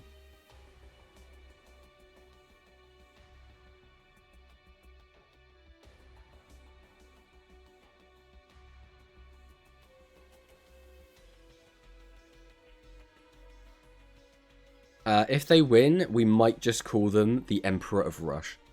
Well, the thing is, they won the first event playing pretty much just Music Princess. Then they won the second one playing pretty much nothing except Aqua. Now this one they seem to have been mixing it up a bit, but they've already shown they can win these events playing two completely different decks. Now they're still the two best decks in the game, but still quite impressive.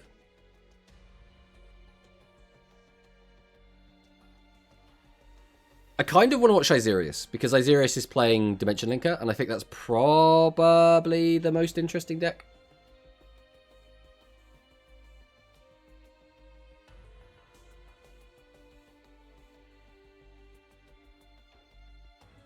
But that being said,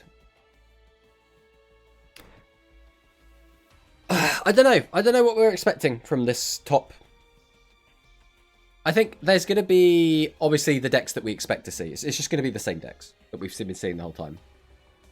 I don't know who I want to win. Probably Mila. I think Mila Nesso, assuming he's made the top cut. I assume he has, based on how it was shown. Like, I think I want Mila to win. If not Mila... Oh, he's against Mugi in the first round, bros. If not Mila, I think I want Yaden to win. So Mila, then Yaden.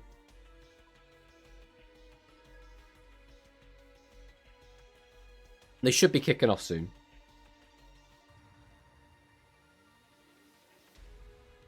But yeah, we were talking about this a little bit earlier, but I don't think we're getting a big March update, personally. I think we're going to get a little March update, and we're going to save the big stuff for May still. I think March is just going to be, at most, a character and a mini box. Rooting for Sack? Is there a reason you're rooting for Sack, or is it just like, I'm just going to root for Sack? Is it because Sack is not a member of GF? So I think out of all the players in here, he's the only non-GF member. Looks like everyone has kicked off except for the one game I wanted to watch. So for now, we'll go and watch one of these other games. Let's watch Isirius versus Sack, because I did want to see the D-Linker deck. Let's see who's going to come out on top.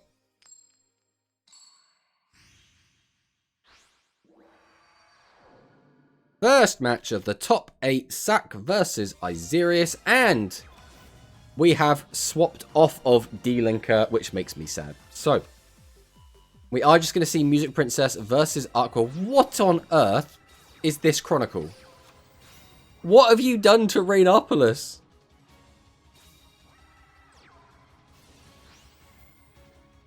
Activate Nuvia, boost the attack of all of our monsters, add back the Rainopolis. Tribute to summon out Food Prodigy. Activate Food Prodigy.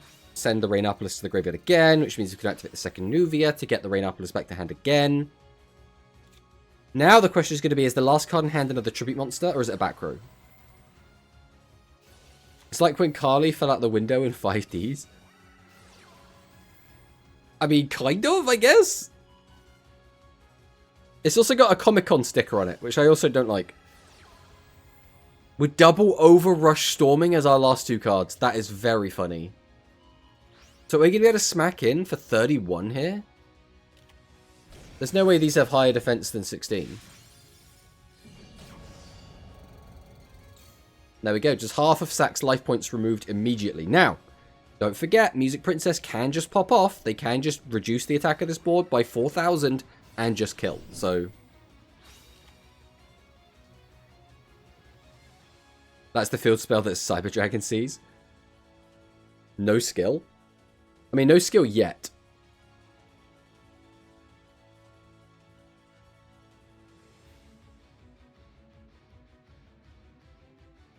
We have just milled 2 Tubadish into the graveyard. Which is not really what you want to see. We were probably hoping to summon a Tubadish and mill a level 8, add it to hand, activate skill. But it feels like Sack might be in a bit of a sticky situation here. We'll see what he can do.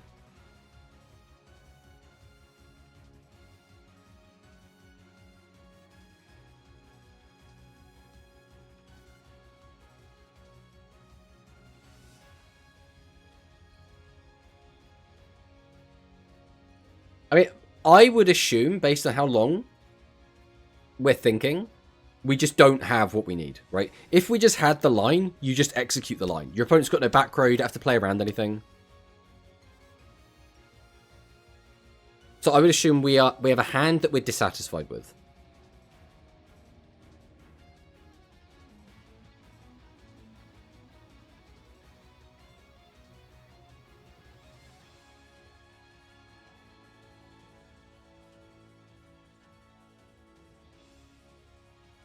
And we are really...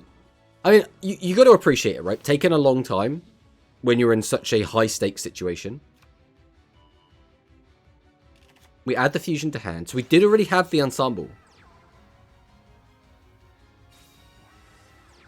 Am I going full defense? Oh, no. We kept the card in the hand. So does that mean... we probably have a Shady down?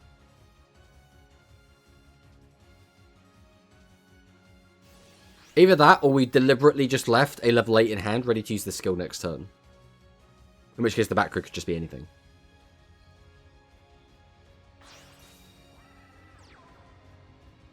Summon out Cure. Okay. Summon Abyss.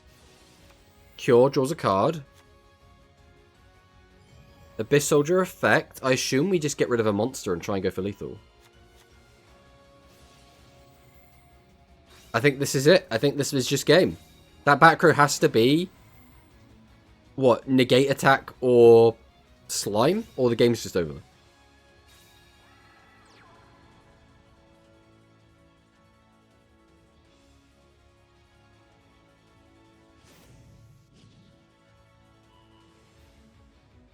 We're revealing Dean Keto. We don't really have a reason to, outside of maybe we're like playing around those two trap cards. We're just trying to dig for exactly a back row hate. I guess we would have felt if there was a delay when we summoned the Abyss, so there was no... oh, that could be huge. Getting another 2 chances at back row hate.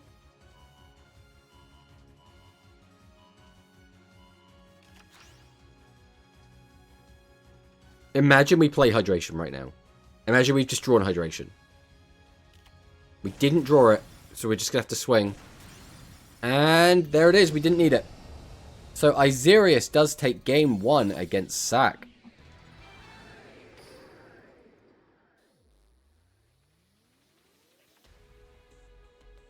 Right, let's see if the Mila game is going on currently. It looks like they have disappeared. Were they at the top? No, they just seem to have completely vanished. Maybe they're shadow dueling? Either way, we'll go and check out Necro Kia. And see what's going on here. Would you look at that, guys? It's another Music Princess versus Aqua game. Who would have thought?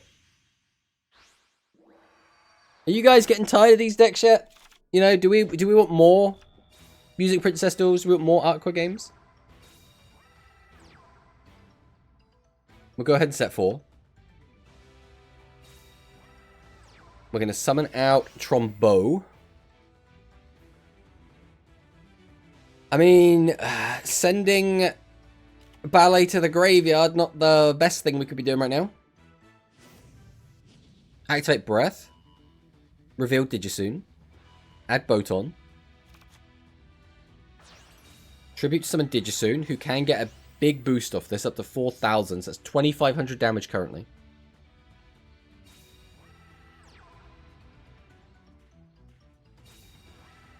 Set 4. Set 5. Or set 4. Played 5 cards. So we do just attack him for 25, which is not bad. Pog straight away. Activates Imi Special. Reveal Cure Prodigy. Okay. Add Rainapolis. Add Nuvia. Send Rainapolis. Summon out Nuvia. We have to flip both the other monsters in order to get the Rainapolis back.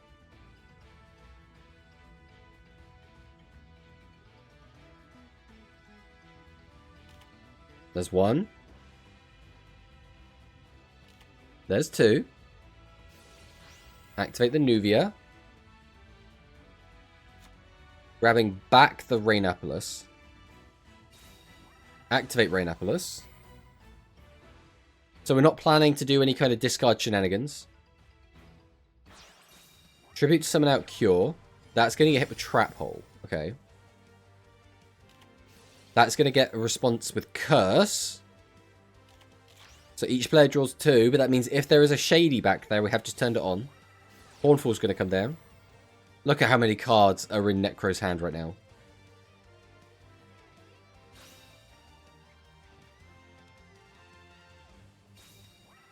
Overrush. Try and pick these back row off.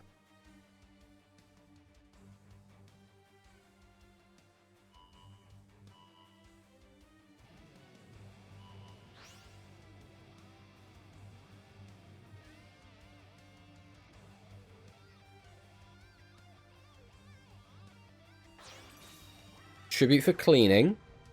We are lower on life points, so cleaning is live currently, and we have 1,000,000 cards in hand, so could be pretty good.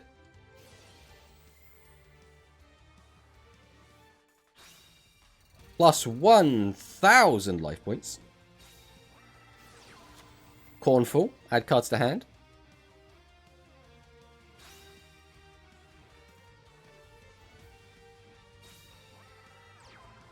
Go ahead and summon out Nuvia.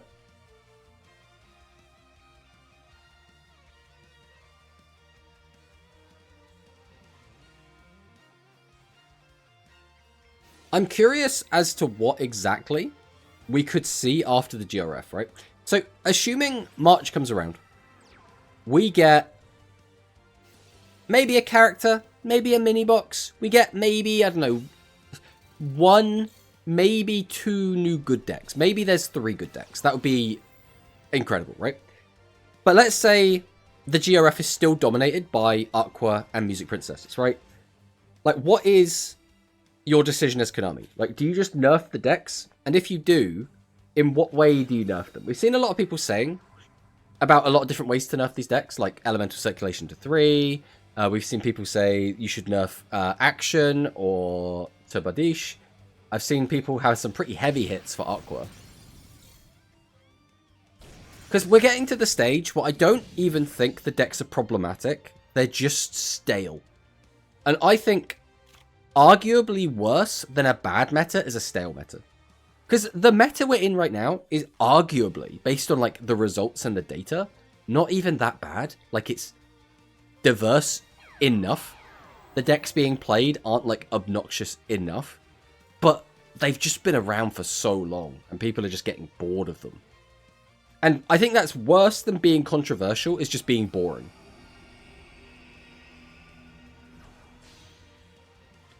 But that being said, we have seen some really cool games today. We saw Chicken. Chicken won a few games. That was pretty fun. We've been seeing a lot of Matarian. Didn't expect to see Matarian doing quite so well. And every time we did watch a D-Linker game, again, it was really fun to watch. I think it's just the tippy top, right? It's just these 2 decks, effectively, that we're like, could we just push them to the side a bit? The decks aren't super OP yet. We just need more decks that can compete, and just more frequent new decks that are actually tier 1 and tier 2. Yeah. I mean, that's fundamentally what it is, right? Like, I like the new Maximum deck. I like Chicken. I also like Monarch. I didn't think I was gonna like Monarch, but I like it. But they're just not competitive enough. Like, the decks can win games. Absolutely. They can, you know, get top 8s relatively consistently. But they're just not hyper competitive, unfortunately. The issue is, it's like, do you just power creep? Because that's kind of how you get new tier 1 decks, right? You just kind of power creep. And power creep is fine to an extent, but you don't want to invalidate everything that came before it. Because that was the issue we had with the last year's May box. and the structure deck that basically invalidated every other deck. It's like if you were a top 100 deck, you were playing Light Galaxy, Dark Galaxy, or Spellcasters. Now, I personally loved that because I like all three of those decks, and I thought that that World Championship qualifier was one of the most fun ones I played in. So maybe just a breath of fresh air is the most fun thing you could do. And fundamentally, what I want is the most fun. Because I also really liked the Gaia Metarian GRF. I thought that was also a really fun GRF. It was a tier 0 deck, and I thought it was really fun. I didn't want it to stick around forever. I think it outstayed its welcome. But I think the actual event itself was a fun event to play in.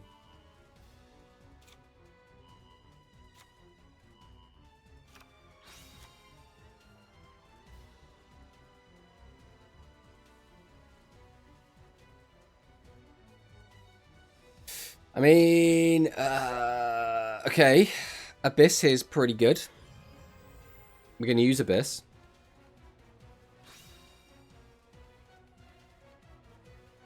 Yeah, I don't know what... It's like I say, it's really hard to predict like what May release could get me the most excited.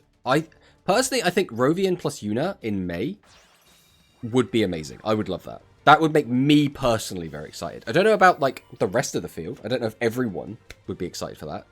For me, I'd be like 2 rush characters at once, perfect. As well as 2 decks that I kind of want to play. Like, I don't really like the Shaman Bandits, but the Shaman Bandit fusions are pretty fun. I think that Celebros is one of my favorite decks of all time in Rush, so I would love to play that.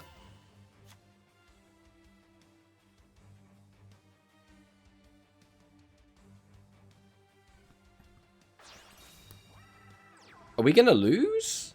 How much damage is this? This is only 3,000. Oh, that is the best draw possible. That is now lethal. There is nothing Yaden can do. I suppose if you're Necro, you know what the last 2 cards in your deck are. So you know that that was a 50-50 chance. Unless, like, they were both TSA or something, right?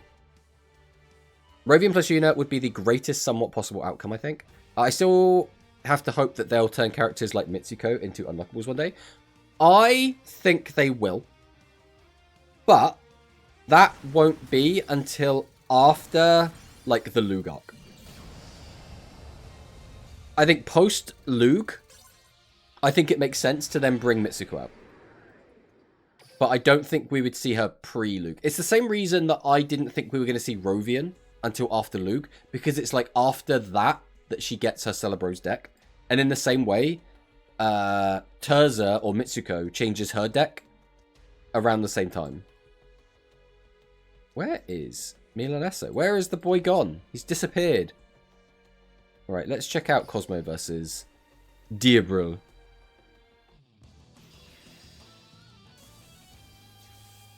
But yeah, personally, right, my favorite decks, if I'm talking about my favorite tournament decks of all time in Rush OCG, for me it is Secret Agents or Secret Investigators, which is Mitsuko's deck, Celebros, which is Yuna's deck, and then it's probably Spark Hearts after that, which is actually kind of funny because, like, aesthetically, I don't really like waifu decks, but gameplay wise, the waifu decks are my favorite decks to play, which is very amusing because, yeah, I mean, you guys know me, right? I like bugs, I like dinosaurs, I like big monstrosities and Lovecraftian abominations, right? That's the shit I like.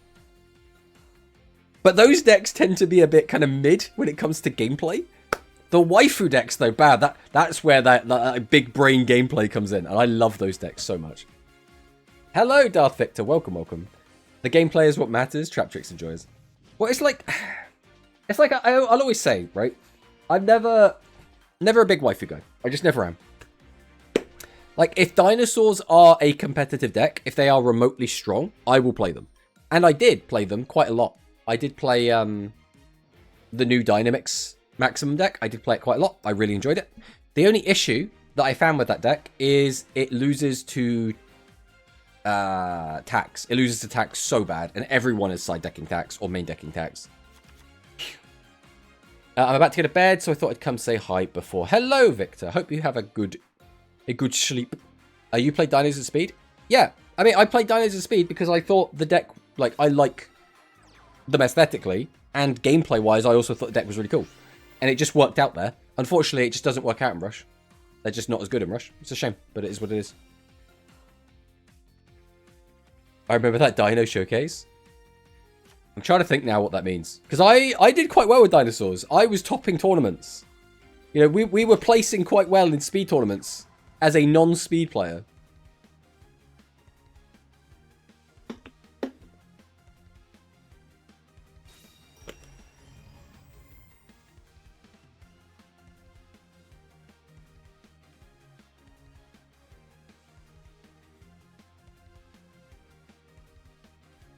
Alright, the ad break should be over in about 6 seconds.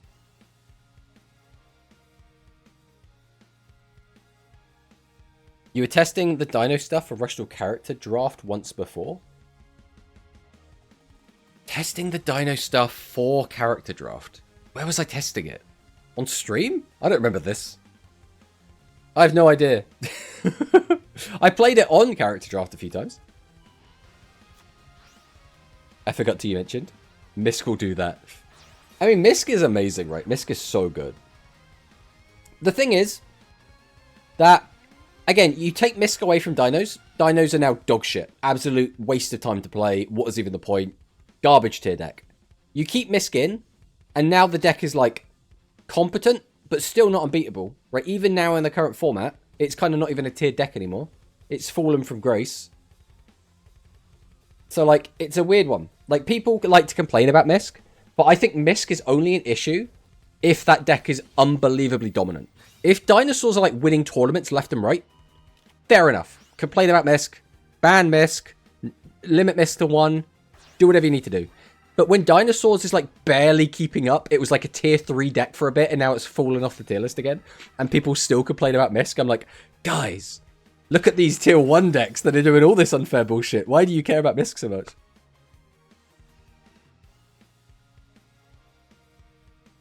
I get it, right? I get it. Misk is frustrating to play against, depending on what deck you're playing. But most of the time, Misk kind of feels like a rogue killer, right? If you're playing meta, you just won't really care about Misk most of the time. If you're not playing meta, yeah, Misk is an asshole card.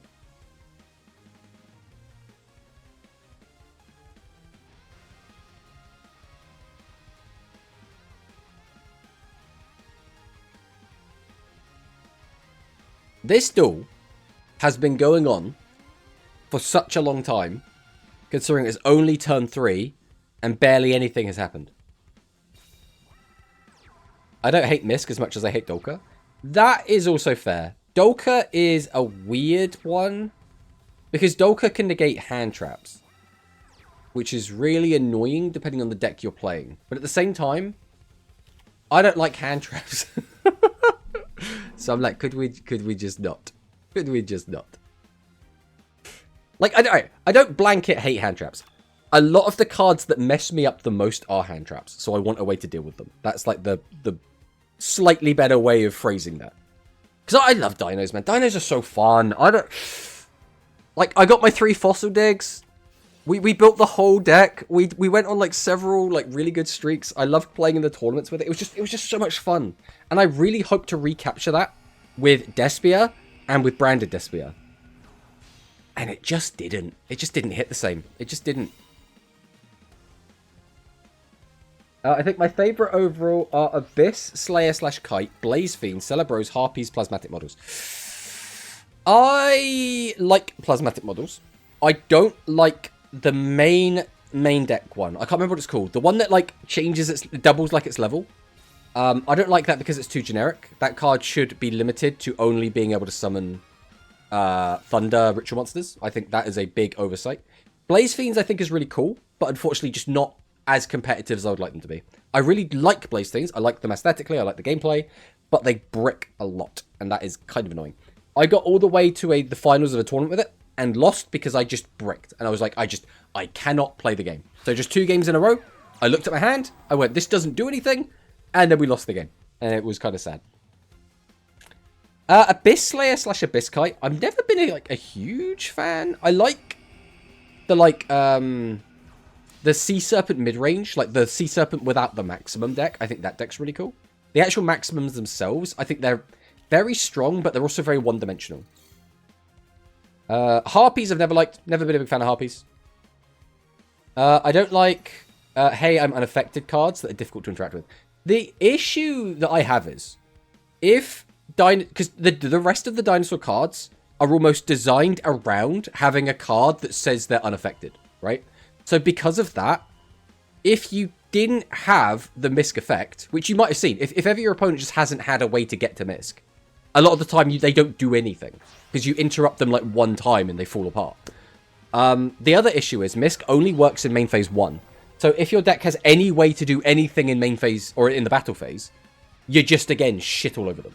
Now, again, you could make the argument, okay, but now by the time you get to the battle phase, you've already got interrupts on the board, right? You could have, like, Lagia, you could have Dolka, you could have UCT, right? And again, absolutely fair. Absolutely fair. But on the flip side, you can't protect anything other than dinos with Misk. So if you do summon out Lagia or Dolka, which are dragons, you can just interact with them. So generally, your opponent's just going to throw all their interaction at those two as soon as they hit the board, right? I also enjoy testing stuff with newer stuff like Zombie Rituals and the Fortress World stuff. I haven't touched the Fortress World stuff yet. I have looked at the Moonforce stuff. I do think the Moonforce stuff looks really cool, but I don't think it's going to be hyper competitive. But I think it looks really fun. I despise Sangan Summoning / GP Mansion and Misk. I think they shouldn't exist. I get what you're saying. I understand. And I don't disagree. But I also don't agree myself because, as I said, the cards weren't designed to be played without having a layer of protection. And for obviously all the reasons that I just said before. Now, that isn't true to everything. And that's also only true to dinosaurs as they are currently in Duel Links. So there are still a bunch of dinosaur cards that haven't come out in Duel Links yet. There's not that many, to be perfectly honest. But there are a few that are not yet available. When those cards come out, they might be a bit more problematic. And if that does become the case, then it becomes, okay, maybe Misk is too good, maybe Misk goes down to 1, you know? But just for the deck as it is right now, I think Misk is absolutely 100% necessary for dinosaurs to do literally anything. I think if you take Misk away, that deck is just dead. You would have to redesign all the cards to be able to play through levels of interruption. And if you didn't, again, the deck's just DOA, right? But again, I can only speak about the dinosaur point of view. I can't speak about Sangan Summoning or GP Mansion because... Don't play those cards. Don't play them. Don't play them. Those cards could be broken as shit for all I know.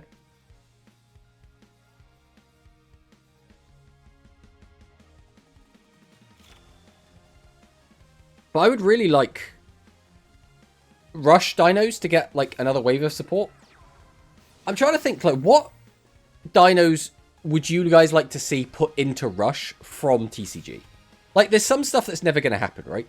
Like, we're never going to get UCT in Rush. Like, I just don't see that. Maybe, like, way in the future. Like, way in the future. Back, like, when main deck monsters get kind of nutty, right? Gimmick Puppet Mansion is Sangan Summoning, but for Gimmick Puppet. Gimmick Puppet, I feel like, was a really cool deck that everyone liked.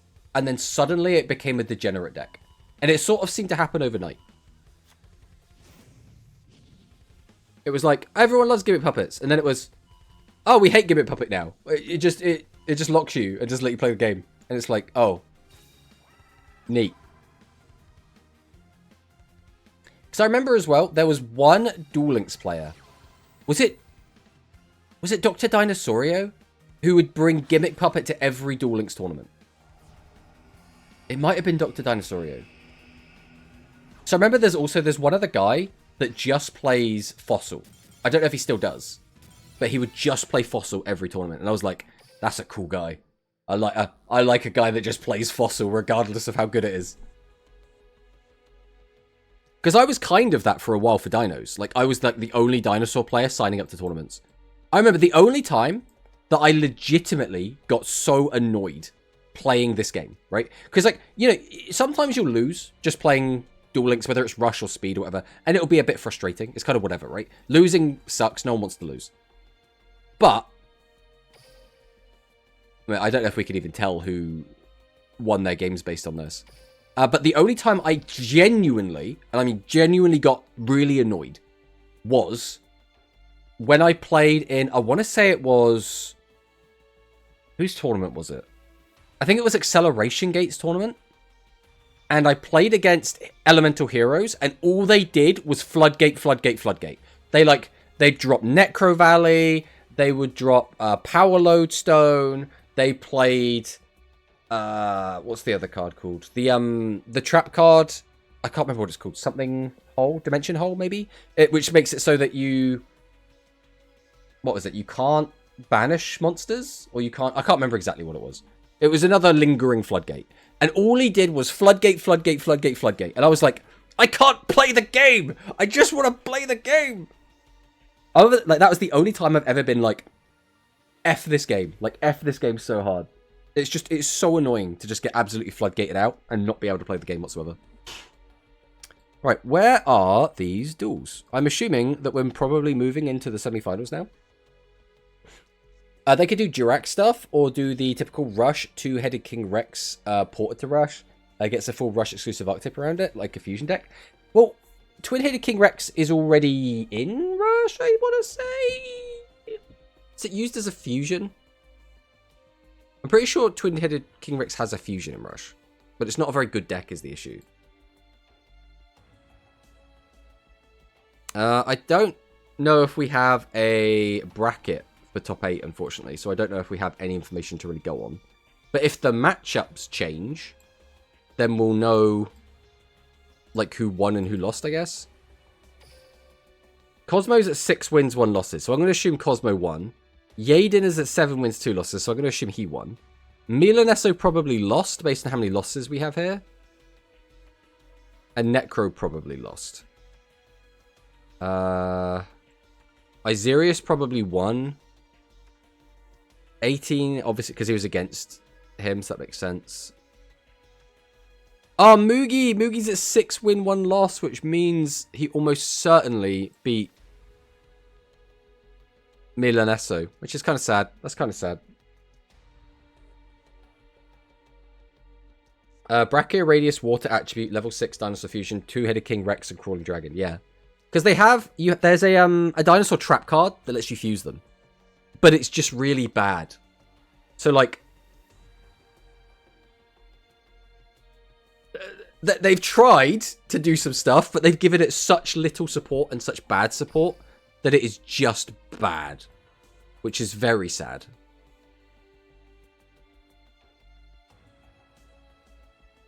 Alright, I guess we're just going to wait until the next games pop up.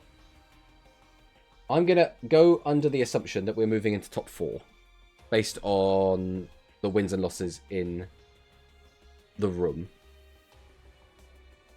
How fun it is to go second twice and see your opponent draw 20 cards on their first turn. Oh, no.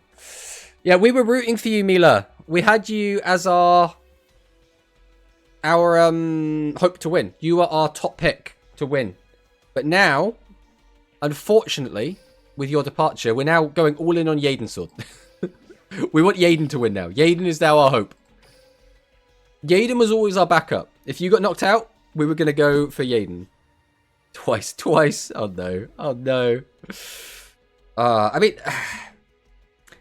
At least, though, you made it through the best of ones. Because best of ones can be very, very sacky. So at least you got through that stage, which is at least something. Now, I know it's not going to make you feel that much better. But you should feel proud that you did make it that far at the least. And for making top 8, you should get some prizing, right? Which is not going to be the craziest prizes in the world. But you'll get like a acrylic stand or a deck mat or something. And that's pretty cool.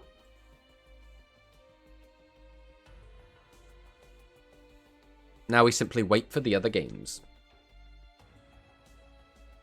Yeah, Twin-Headed King Rex is... Oh, here we go. Looks like we're starting to get people sitting down. Twin-Headed King Rex is cool. I like it.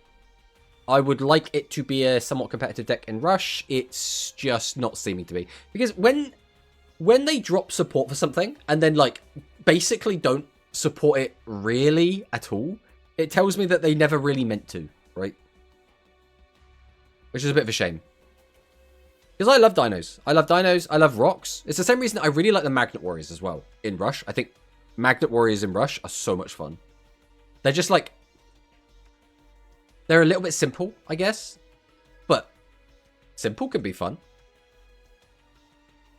Okay, so it looks like Mugi. We have Cosmo. Who are the other...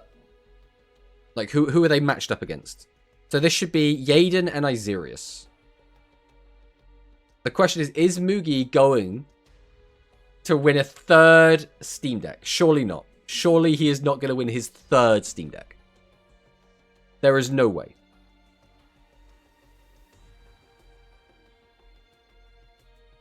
We could do a new spin on Gladiator Beasts. Gladiator Beasts is a weird one. I like Gladiator Beasts, but Gladiator Beasts, you'd have to redesign them massively. I don't think you could have them separating at the end of the turn. They would have to just stay together. Sort of like how the Neos fusions stay together. Alright, Mugi versus Isirius. I'm still really processing it. Sometimes I think Mugi uses hacks and made a pact with the devil or something. I don't know. He always steals what he wants when he wants. Yeah, I mean, Mugi has, like we say, he's won 2 of these already, playing 2 different decks. Like, the first one he played just Music Princess. The second one he played just Aqua. And he's already shown that he can win with both of them. And again, these are, like, quite luck-based events, right? Especially this one, where it's best of 1. Like, he lost, what, 1 game on the way up through Swiss? Hello, Sack. Mugi made a huge, crazy Music Princess list. He will win again. Is this not the same list he was playing before? Or is this, like, a different list? I don't know if we've, like, seen the list, like, posted anywhere or whatever. Like, we obviously know the list that he played before when he won with it. But I don't know if we know if this is the same list or not. Okay, just to ask, how did you guys get the deck master abilities to work? I don't know what we're talking about. Because those aren't coded into the game? Are you referring to the joke that we had earlier, King John? Or are we talking about something different? That is one ugly pog. Yeah, there's been a lot of interesting chronicles today, if I'm being completely honest. A lot of them have been kinda... You know... do they post the deck lists for these after the events? I don't believe so. I think what happens is, like, people like Brad will go out of their way to contact some of these people and get their lists off of them. I think that's typically how it does. Or they get them off of Twitter if they post them on Twitter because, you know, a lot of people post their lists on Twitter when they do well in an event, right? Pog on Music Princess could be luck-based, but I don't know, I haven't tried it. Yeah, he was playing Pog when he won with it last time. So... Hello, Gebe. Welcome, welcome. I'm going to assume that's Gebe and not Gehebe. Or just Hebe with a silent G. We're going to go with Gehebe for now. Or Gebe? I'm already losing track. 3 circulation, 1 Pog, 2 trade-in was what he used to give me. I don't think he was on trade-in before. So I think trade-in is new. So now it turns out Mugi bricked. Welp. Well. I mean... It's not over yet. Mugi could still win. This is pretty dominant from Isirius though, right? The question is, what are we going to use Abyss Soldier on? Like, do we just get rid of a monster and try and smack in for, like, 3,000 damage? Tomato, remember when you said Rainbow looks good with anything? How about this pot?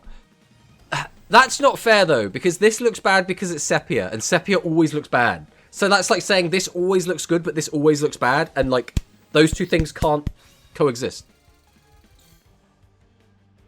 I just want the destroyed 1, 2, or 3 look for my deck. I still haven't unlocked a single card with that Chronicle. Well. Oh! We're just dead. Maybe Isirius will be the one to slay Mugi the King. Maybe. It seems like we might be going that direction. Let's take a look at Cosmo versus Yaden.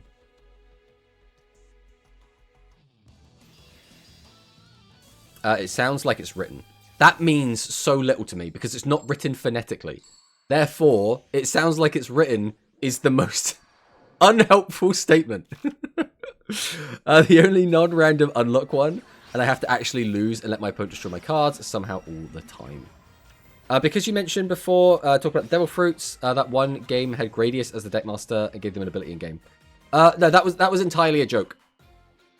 That was a joke because someone, I think it was a human Portuguese dub fan, came in and was talking about this being called the Deckmaster Cup. So he wanted to know what Deckmasters everyone was using in this tournament. Mugi dead. My god, finally. Isirius' Aqualist pisses me off. How does he not brick? Every Aqualist bricks. That's the fun part. You just don't brick when it counts. That's the important part. A human Portuguese dub fan mentioned he showed up.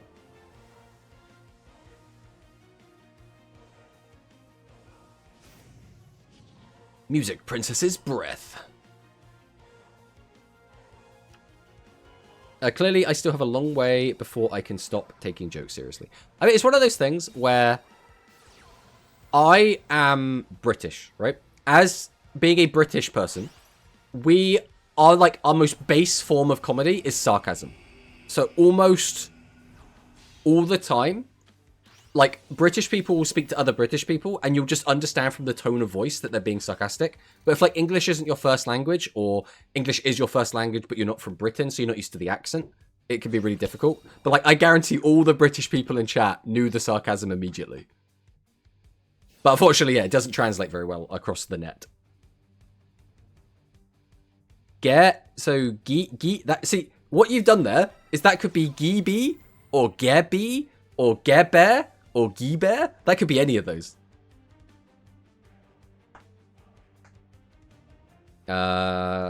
Tomato, he plays 32 with 9 bosses. Again, that is standard. A lot of decks that are playing Aqua are playing 32 9 boss or 32 8 boss. That is fairly standard. Like, it's not necessarily the standard, like everyone's doing it, but there are a large number of people playing the 32 card lists. There's no G. There is a G. What do you mean? I can see the G. Unless the G is silent, in which case you wouldn't say there's no G, you would say the G is silent. I feel like I'm taking crazy pills. Oh, British. Exactly. Exactly. Now you understand my lament. Is not silent. There we go. 8 to 9 bosses with 32 to 34 cards is standard. I don't think I've seen many 34, but I've seen a ton, a metric ton of 32. A human being blind once again. A human just doesn't see Gs. That's all it is. He's not Gist.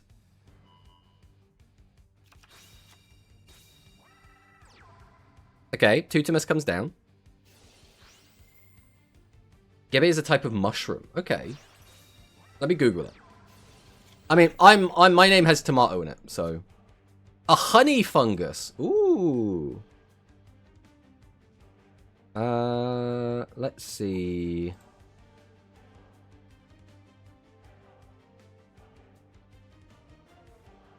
It rhymes with Deba. So it's Geba? It's pronounced Geba. Gebe? Gebe. Gebe? I'm gonna go with Gebe. That's right. Google is telling me it's pronounced Gebe phonetically. There is no G.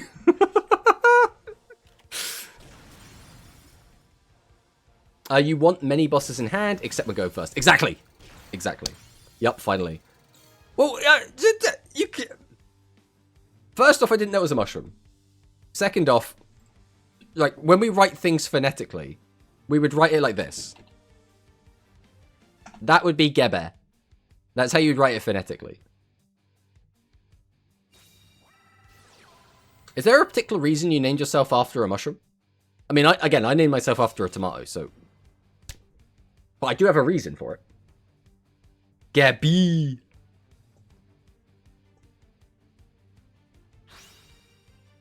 is that United for Eternity, currently on a 3-stream streak. Welcome on United. Where have you been, United, anyway? I was half expecting you to take part in this tournament. It's, actually it's Sunday. You'll probably watch the footy, won't you? Knowing you. Let me guess, there was a Man U game on, and you just had to be there.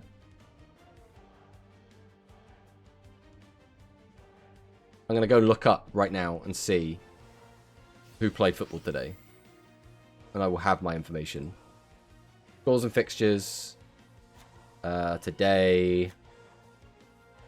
Oh my god, there's so many leagues going on. Just show me the leagues I care about. Premier League.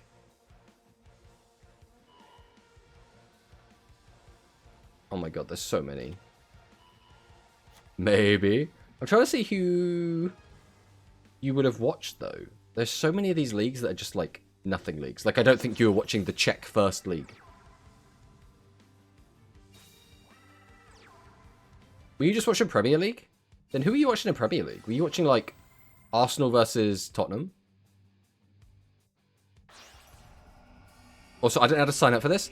All you do is you go into the Discord and you click a button that says sign it. And that is it. That is the entire thing. Yeah, that's fine. I have a... I don't want to call him a friend. I have an acquaintance who is an Arsenal fan. And he is probably absolutely ecstatic that Arsenal have just won. Mind you, aren't Arsenal, like, number 1 in the table right now? They are. 18 wins. All right, calm down, Arsenal. Right, this has suddenly become like a football chat. It's not supposed to be. We're supposed to be talking about Yu-Gi-Oh! In here.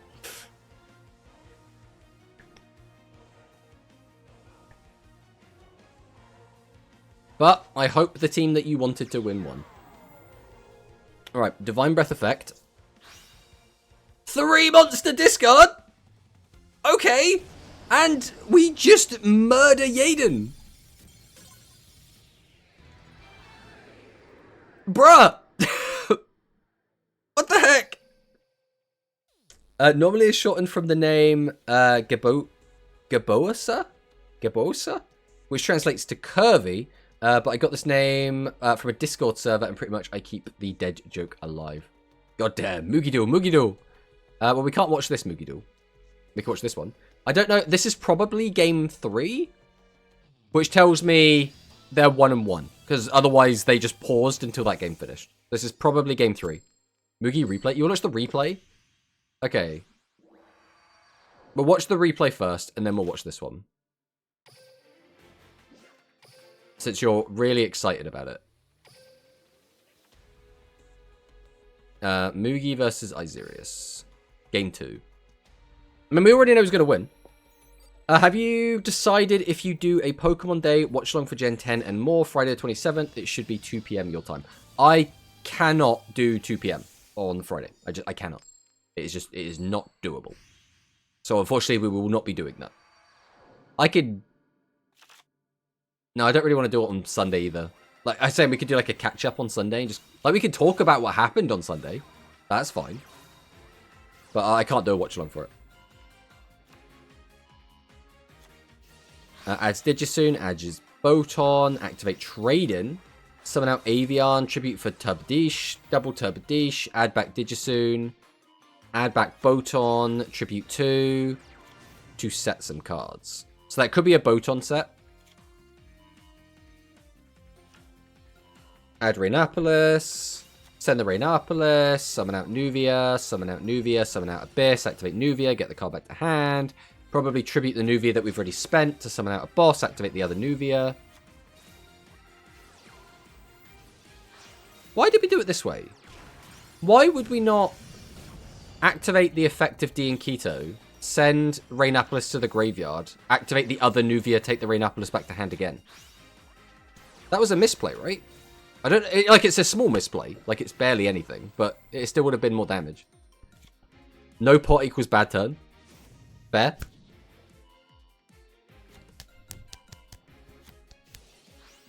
Horn Knives. We do mill a monster, so we do get Avian back to hand. We're going to activate Fusion. Go into Action Melody. Activate its effect to reduce the attack and defense of the monster by 2,000. Kinda scary. I mean, if we just go... Yeah, I was going to say, if we just go into Divine Breath and we have 3 monsters, we could see exactly what just happened to Yaden. No, there's no way he has 3 monsters in hand.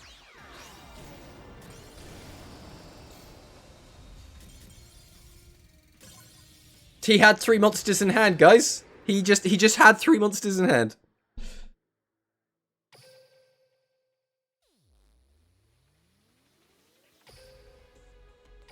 Alright. Last chance. Is Mugi going all the way, or will Isirius stop him in his tracks? It looks like Isirius is going first, which is not great for music, or for either of these decks, really. No, neither of these decks really want to go first. 4 a hand, though, is not bad. Only 1 monster, kinda yikes. And we do manage to flip up the Nuvia. We're going to activate Breath, reveal Digisoon, add the fusion to hand. We're going to Tribute 1, summon out the Digisoon. We're going to summon out Horn Knives, activate the effect. We did not mill a monster, so we do not get an extra value piece. We do slap Isirius down to only 14. It is unlikely that Isirius can kill here. It is possible, but it's unlikely. We basically would need, like, an Abyss Soldier play in order for this to work. We're digging. We're going to summon out Tutumus, activate Rhinopolis. Second, finally, pot turn 1 for the 5th time. Twice he didn't hit with Horn Knives. Oof. I mean, it's one of those things where Horn Knives is more likely to hit than not, but it's, like, in no way guaranteed, right? Plus, I don't know if it would have changed a lot here, unless that set card is shady, right?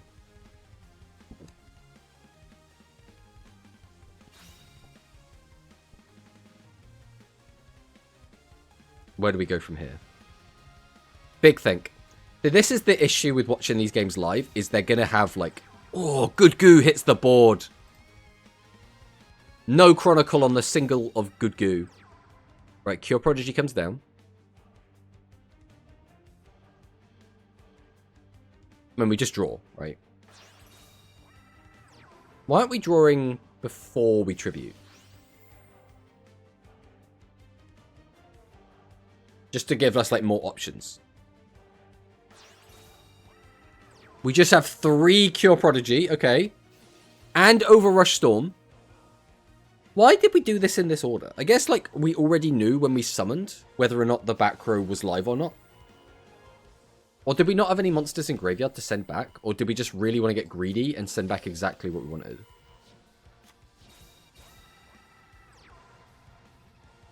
We set 2.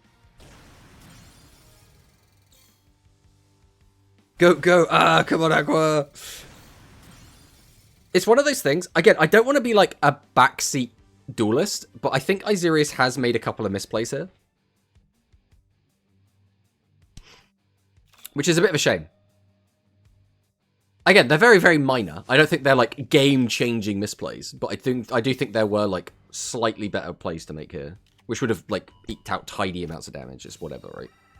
Fundamentally, it doesn't really matter. Double Boton. Okay. So what is going on with this? That's so bright, bro. I can barely even see the art. Alright, Shiny Shady early. Okay. So we do not want any value to be gained off of the Tabadish. Tribute to set. So we know we've got nothing else going on right now. Right, well this threatens lethal on board. So Mugi needs to have negate attack or slime, or he's just dead. We'll get draw 1, draw 2, draw 3.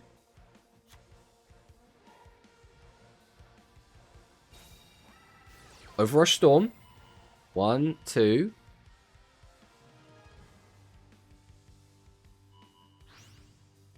There goes one of the back row.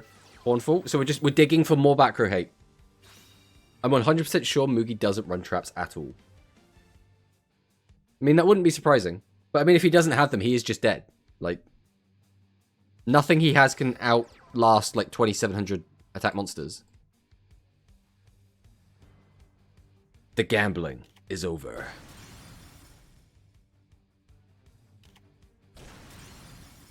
So, that means Isirius is going to dethrone Mugi. And that also now guarantees we will have a GF versus GF final. Which is pretty exciting. Finally, I don't know what any of that means, so I'm not going to say it out loud, just in case. I also can't pronounce that. Alright, let's watch Cosmo versus Yaden. So this is the last game of the semi-finals.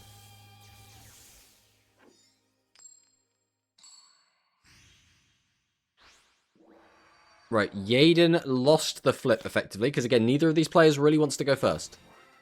Although, that is about as good as it gets for Aqua. Warrior Returning Alive is going to add back Digisoon. Music Princess Breath.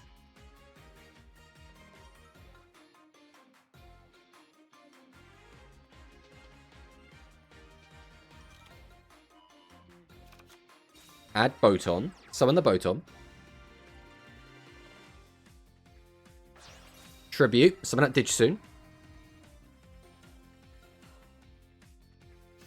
Activate Digisoon. Boost its attack to 32. That's not bad. Set. Set. Set.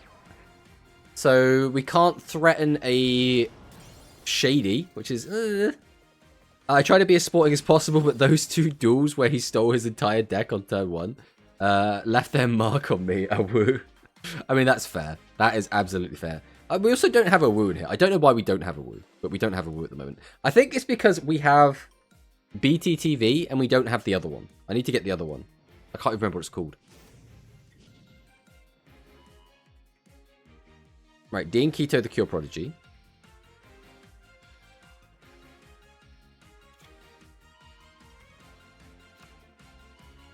Well, at least we have that. Although, again, I think that's from BTTV, which is the weird one.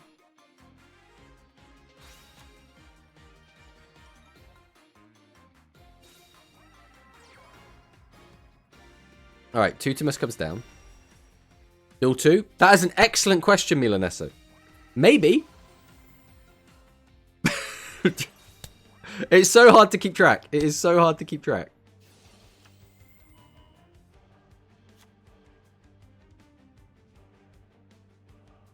We know Cosmo won at least one of the games. So this is either Duel 2 or Duel 3. And we know that Cosmo has at least one win. So if Cosmo wins, we know that Cosmo has won regardless. If Yaden wins, it's up for debate.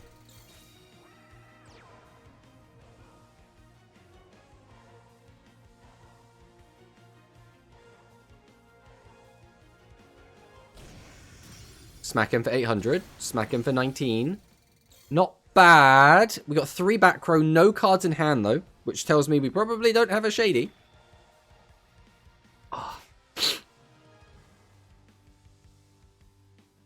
Oh, apologies. My nose just will not stop running today. Ugh.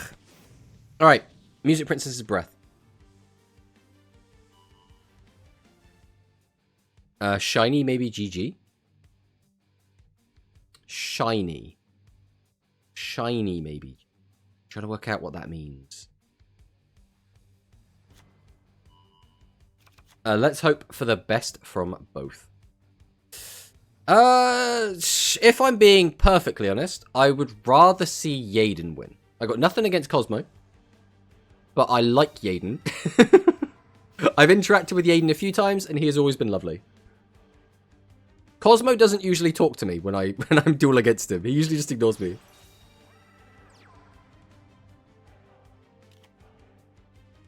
Sorry, I mean, no shiny, maybe GG for Yaden. Ah, I see, I see. I mean, fingers crossed, but we'll see what happens.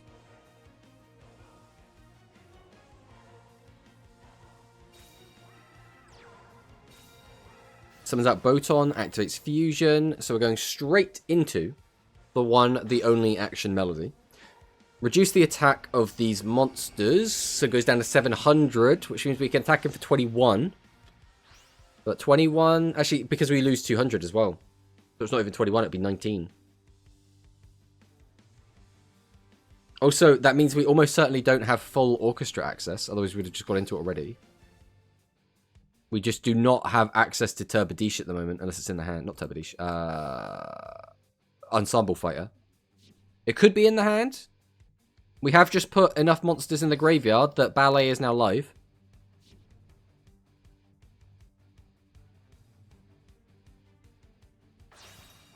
Tribute for Digisoon.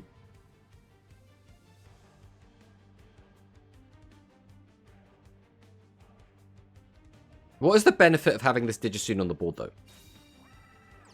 Then Avian. We're putting these face up, which means we must have a plan. Another Digisoon.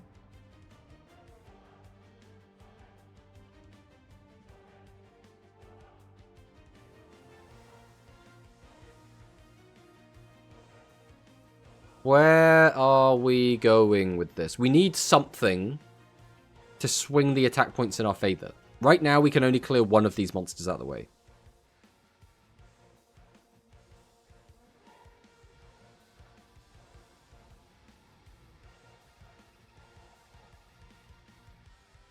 Straight Pierce. I mean, that would make the most sense. We have got 5 in the graveyard. But if we had Straight Pierce, wouldn't we use it before Action Melody?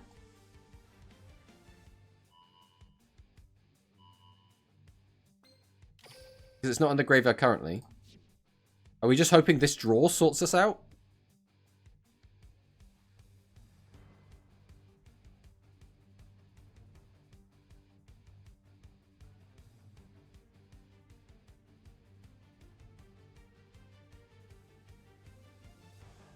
It kind of has to be Straight Pierce, right? What else would you even play that would help in this situation? Alright, well, Ensemble now doesn't do anything.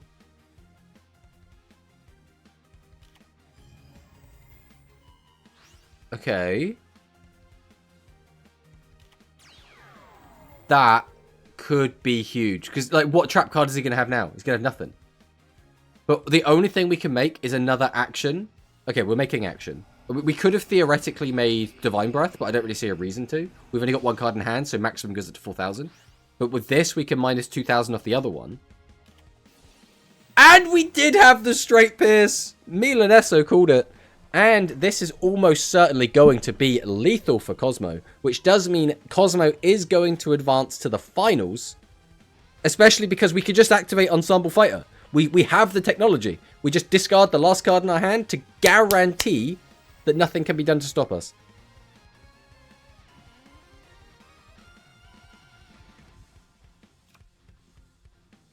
And also, we get an extra draw, because why not?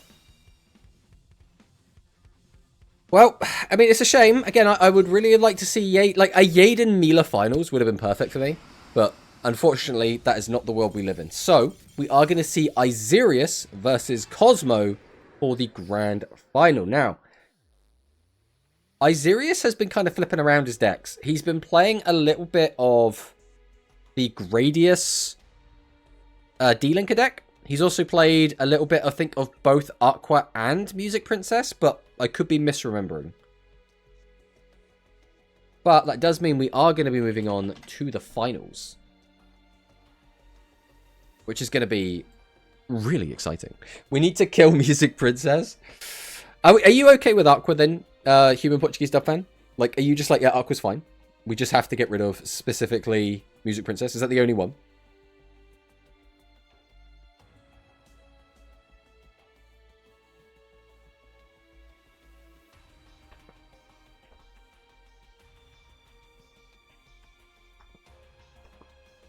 Yes. What about some of the other Degen decks? Like, did you think like Gaia Matarian? Did you think that could stick around because it wasn't Music Princess? Or I don't know. Were you playing when Noodles were a big deck? Because a lot of people hated that. I would constantly get to like top 8, top 2, yeah, as in like the finals or the semi-finals in a tournament. I would be paired against Soramiya. And I would just get messages from Soramiya like, stop playing this dog shit deck. And oh god, I've got to play against this crap again. And it was never like a really mean message. It was always just like, oh god, please. And I always got a little chuckle out of it. Turbo Niche Limit 3 Thursday? You think that's going to happen on Thursday? I mean, usually it's what? The week after KC Cup, the ban and limits get announced, and then they go through 2 weeks later. So yeah, there's a chance. GF Fidos. I mean, it's a shame, Yaden. I wanted you to win.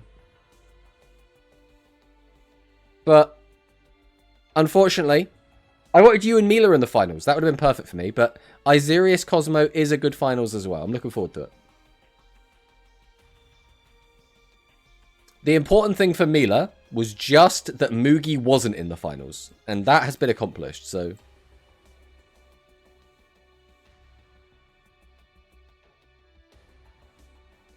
I started playing right before Asana. Right before Asana.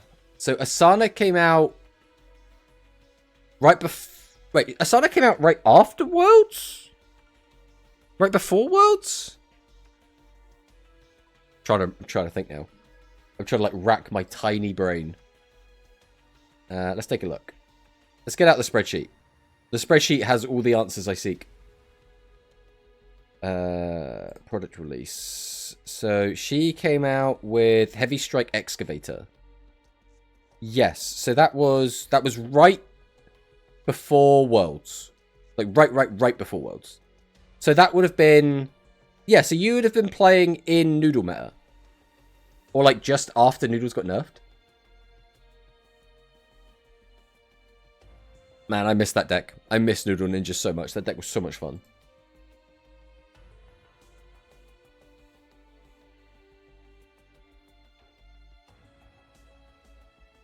Right, now we just wait for the game to start.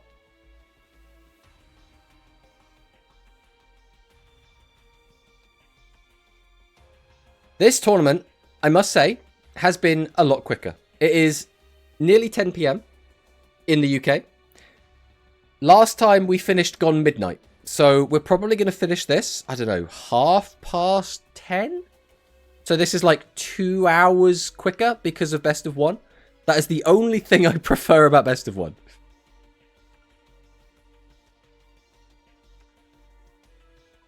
But I'll take it. We will absolutely take it. This has only actually been a little bit longer than one of my regular streams. So this has been working out perfectly for us. Cosmo has sat at the table. I repeat, Cosmo has sat at the table. We are getting ready to hop into the finals.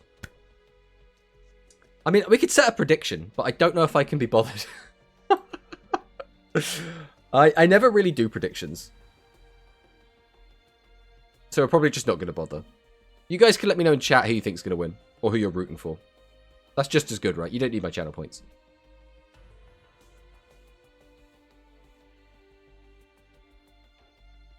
Right, here we go. Cosmo versus Isirius. GF versus GF. Galactica Force face-off. And it's going to be the same 2 decks we have been seeing this entire tournament. The one that doesn't use Music Princess. Well, right now, that is Isirius. With the Dark Magician Girl mat and sleeves. Officially over 100,000 channel points today. Whoa. Well, now you can't spend them. Because otherwise you'll go under 100,000, right?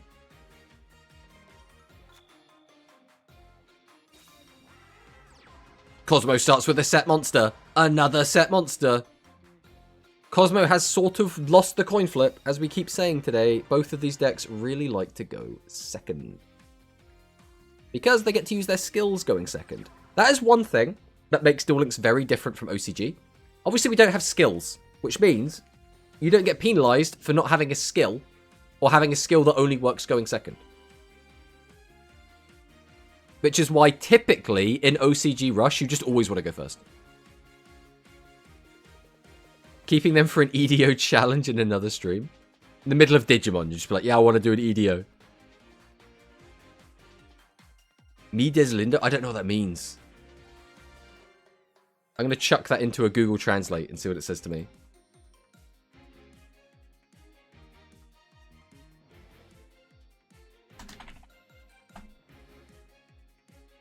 I disassociate myself? Oh no. The truth is, Tomato Zero stopped being a GF a long time ago due to unsportsmanlike behavior. I tend to like stay out of the like the drama. Like I don't have to worry about it, right? It's nothing to do with me. So, in which case, I guess we're rooting for Cosmo. We're all in on the Cosmo hype train. Unfortunately, that means everyone in chat is against the human Portuguese dub fan because he's rooting for Osiris.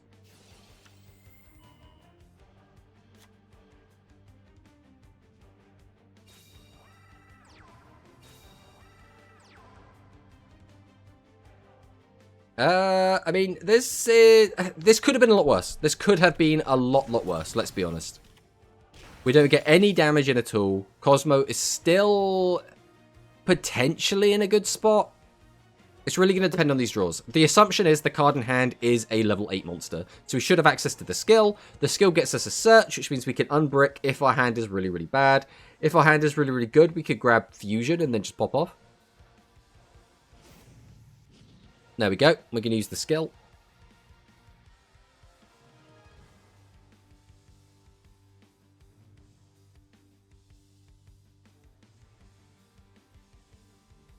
I love how we're even pausing to work out which card we want to reveal. Me against the world. Right, we're going to reveal Digisoon. We add Boton. So that's not very telling of anything. That could be to unbrick, because we got so many bosses in hand. Or that could be to use as fusion material. Ooh. You never like to see a set immediately.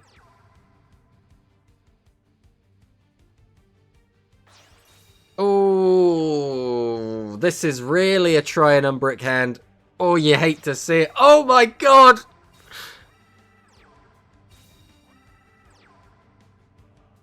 Cosmo Bros. I don't feel so good. What was that hand? There were so many tributes.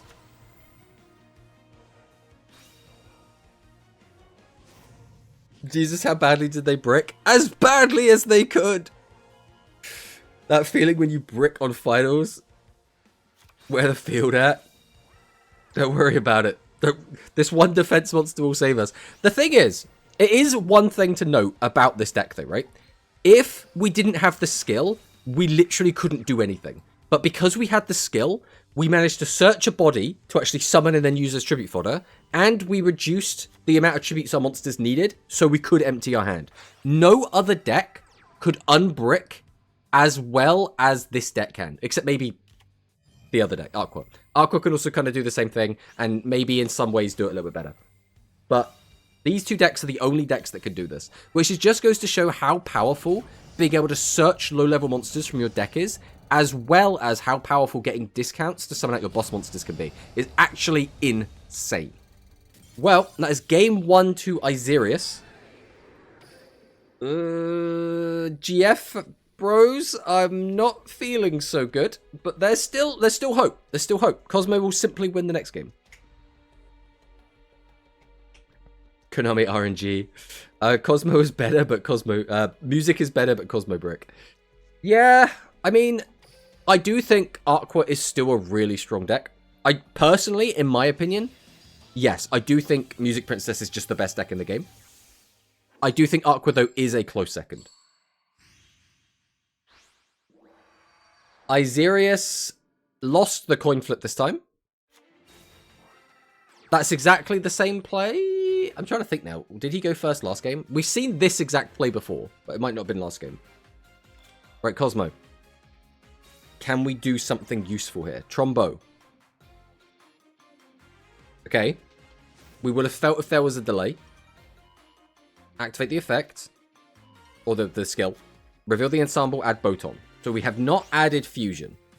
We have just milled some awful, awful cards. That is Trap Hole in the bin, and that is Music Princess's Battle Ballet into the graveyard. Really not what we wanted to see there. We flipped up our opponent's Abyss Soldier. We tribute summon ensemble. So at this point, we will definitely know if our opponent has a back row that is live. We add back Trombo. Summon out Trombo. Activate Trombo.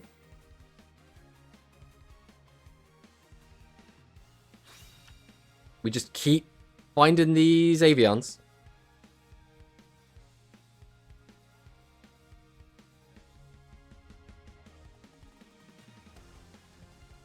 What are the last 3 cards? We have no information on what they are at all. Oh, it looks like they are not particularly helpful. So we're going to set all 3 and just go to combat. This could be kind of scary. Because Isirius could kill through this. It's unlikely, but there are ways to get enough attack points to just kill through this board. Actually, without Abyssal... No, yeah, I guess you still could. You'd have to... It's going to be really tricky. You'd have to get enough cards in the graveyard or use Triple Threat Thunder or Talismanic Seal Array. Because we already know we don't have access to the Abyss Soldier. Activate Cornfall. We haven't activated the... Oh, we have activated the skill already. We added Nuvia and Tutu. Why did we send Good Goo? Sending Good Goo seems a bit weird, doesn't it? Because couldn't we have just used this?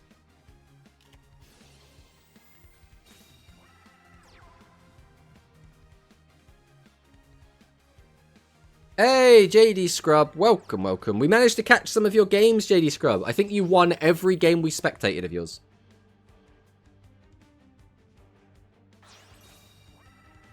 Summon out D and Keto. Activate the effect.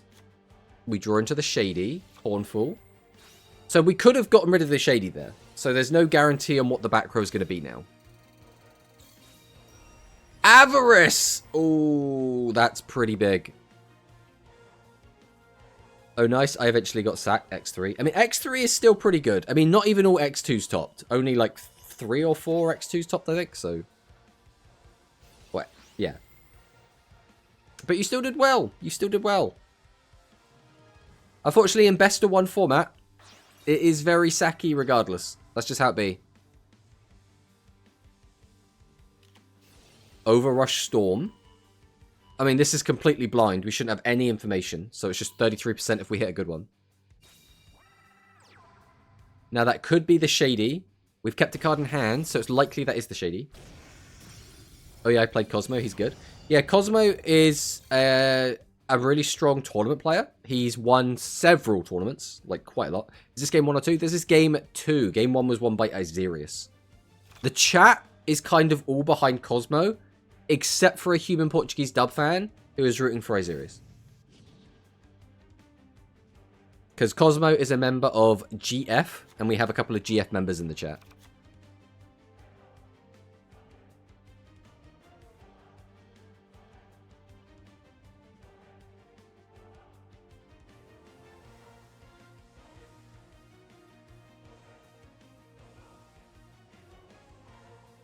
What we're going to do here. So we've added Fusion. That is a good sign. If we're adding Fusion, that means we already have Boton. That means we have something to do with the Fusion. If we're adding Boton, it's kind of 50-50. You never really know what's going to happen with it. Anything to see Music Princess lose. I mean, fair. Right, we're going into full orchestra. So this should immediately force out the back row. Because we know it's Shady. We don't know it's Shady, but we have a good idea it's Shady. There goes the Shady. God, going up to 8,100 life points. Bro is playing OCG Rush. Hope we actually get to see a reveal of full Overrush rarity in the next few days. Yeah, would be cool. I mean, anything Rush related, anything Rush news I'm excited for.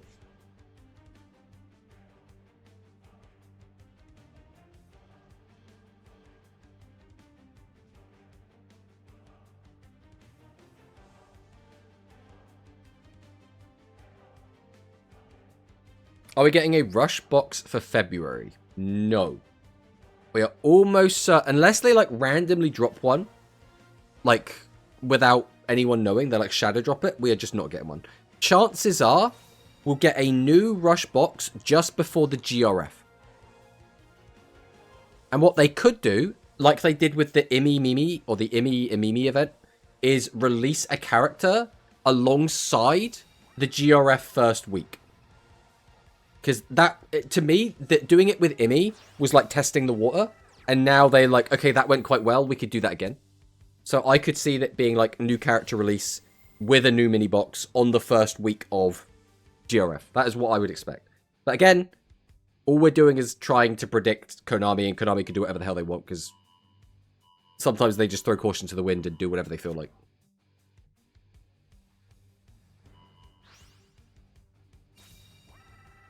Well, that is 4,000 piercing damage, which is quite nice.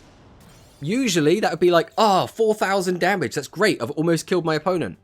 Not when they're at 8,000. So, we still have another 4,100 to chew through, and that's probably going to go up even more.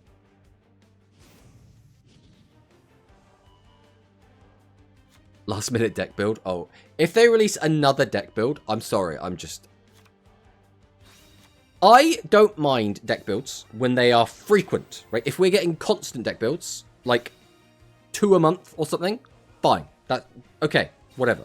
When it's like month deck build, month deck build, month deck build, I'm like, we got to stop this shit. We got to stop this shit. Again, deck build. We're almost certainly not getting a deck build, but again, we can never really say for sure. We have to just wait and see what happens. Well, we're gaining life points again, back up to 51. Set 1, set 2.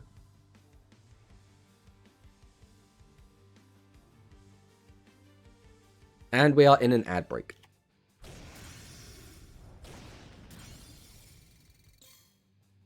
$1,000 life points left for Cosmo.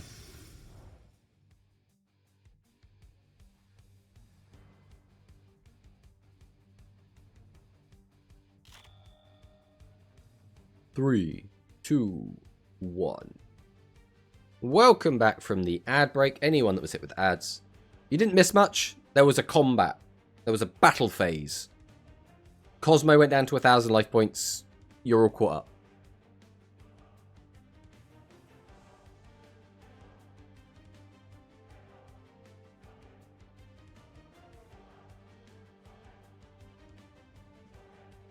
All right, Cosmo, what have you got for us?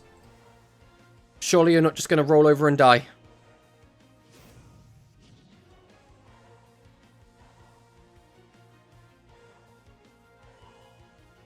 We reveal Ensemble. We add Boton.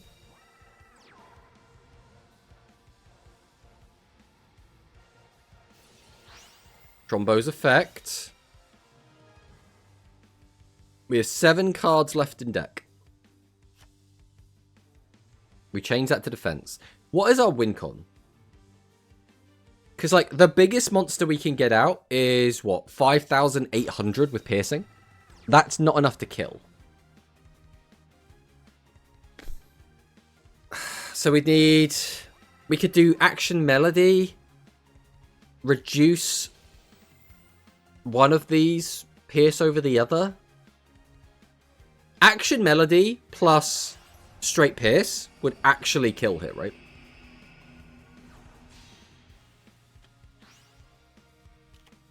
Oh, no. I think that might be the final nail in the coffin. We're going to have to wait and see. We have a chance.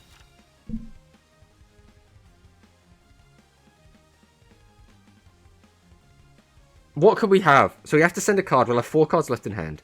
We have to get to Action Melody. So we have to summon Tribute to summon out Turbadish. Turbadish effect gives us 2 cards back. So that will put us back up to 4 cards in hand. Then we could summon the Boton. But we don't have Fusion anymore because we've used it. So we'd have to Ballet. How many Ballets do we have left? 1, 2. We've used 2 Ballet. So we have 1 Ballet left. So if we've drawn into it, we could go Ballet into Action. Action, put Fusion back to the top of the deck. Draw into it. We'd have to also have access to a Tubadish. How many Tubadish are in the graveyard?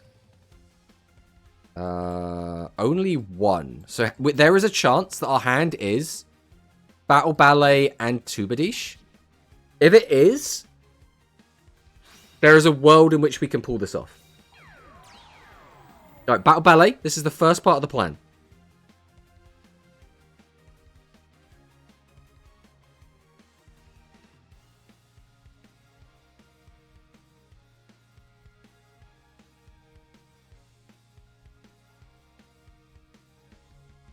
We can't afford to go Divine here. I think we have to go Action Melody.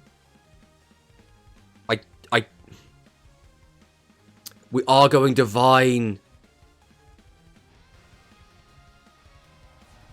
Okay. Where are we going with this, though? Divine in defense? No! What is this hand? We've got 1 boss, 2 boss, 3 boss, and we just put 1 back in the deck. So that'd be 4, 5, 6, 7. Did we really draw out all bosses? Did we really draw out all bosses?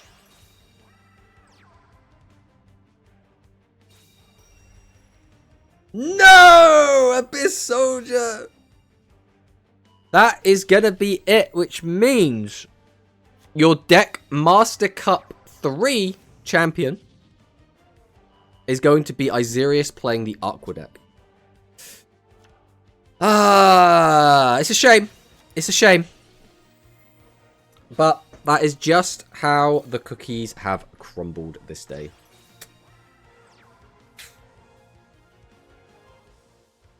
Well, congratulations to Isirius. He has managed to take a fat W. BM? I mean, yeah, but it's Rush, everyone. BMs. And there we go. That is the tournament all said and done. I mean, that was pretty fun. I mean, let's be honest. We watched a lot of Music Princess. We watched a lot of everyone's favorite Aqua deck, which ended up doing quite well. But, again, I liked hanging out with you guys. I think this was pretty cool. We are going to go ahead and raid into Icy. Icy is playing in the KC Cup, but spoiler alert, everyone's playing in the KC Cup. So we're going to jump over there. Please, everyone, you know, be nice to Icy. Say hello. Do what we're going to do. We do love Icy. Icy is a big friend of the channel. But thank you guys for watching. We'll be back again on Tuesday with more Duel Links. It's going to be a Duel Links Tuesday stream. So thank you guys so much for watching. And I'll see you next time. Goodbye. We're just going to hold on this because some people are a couple seconds behind. And then we'll click raid when we're good and ready.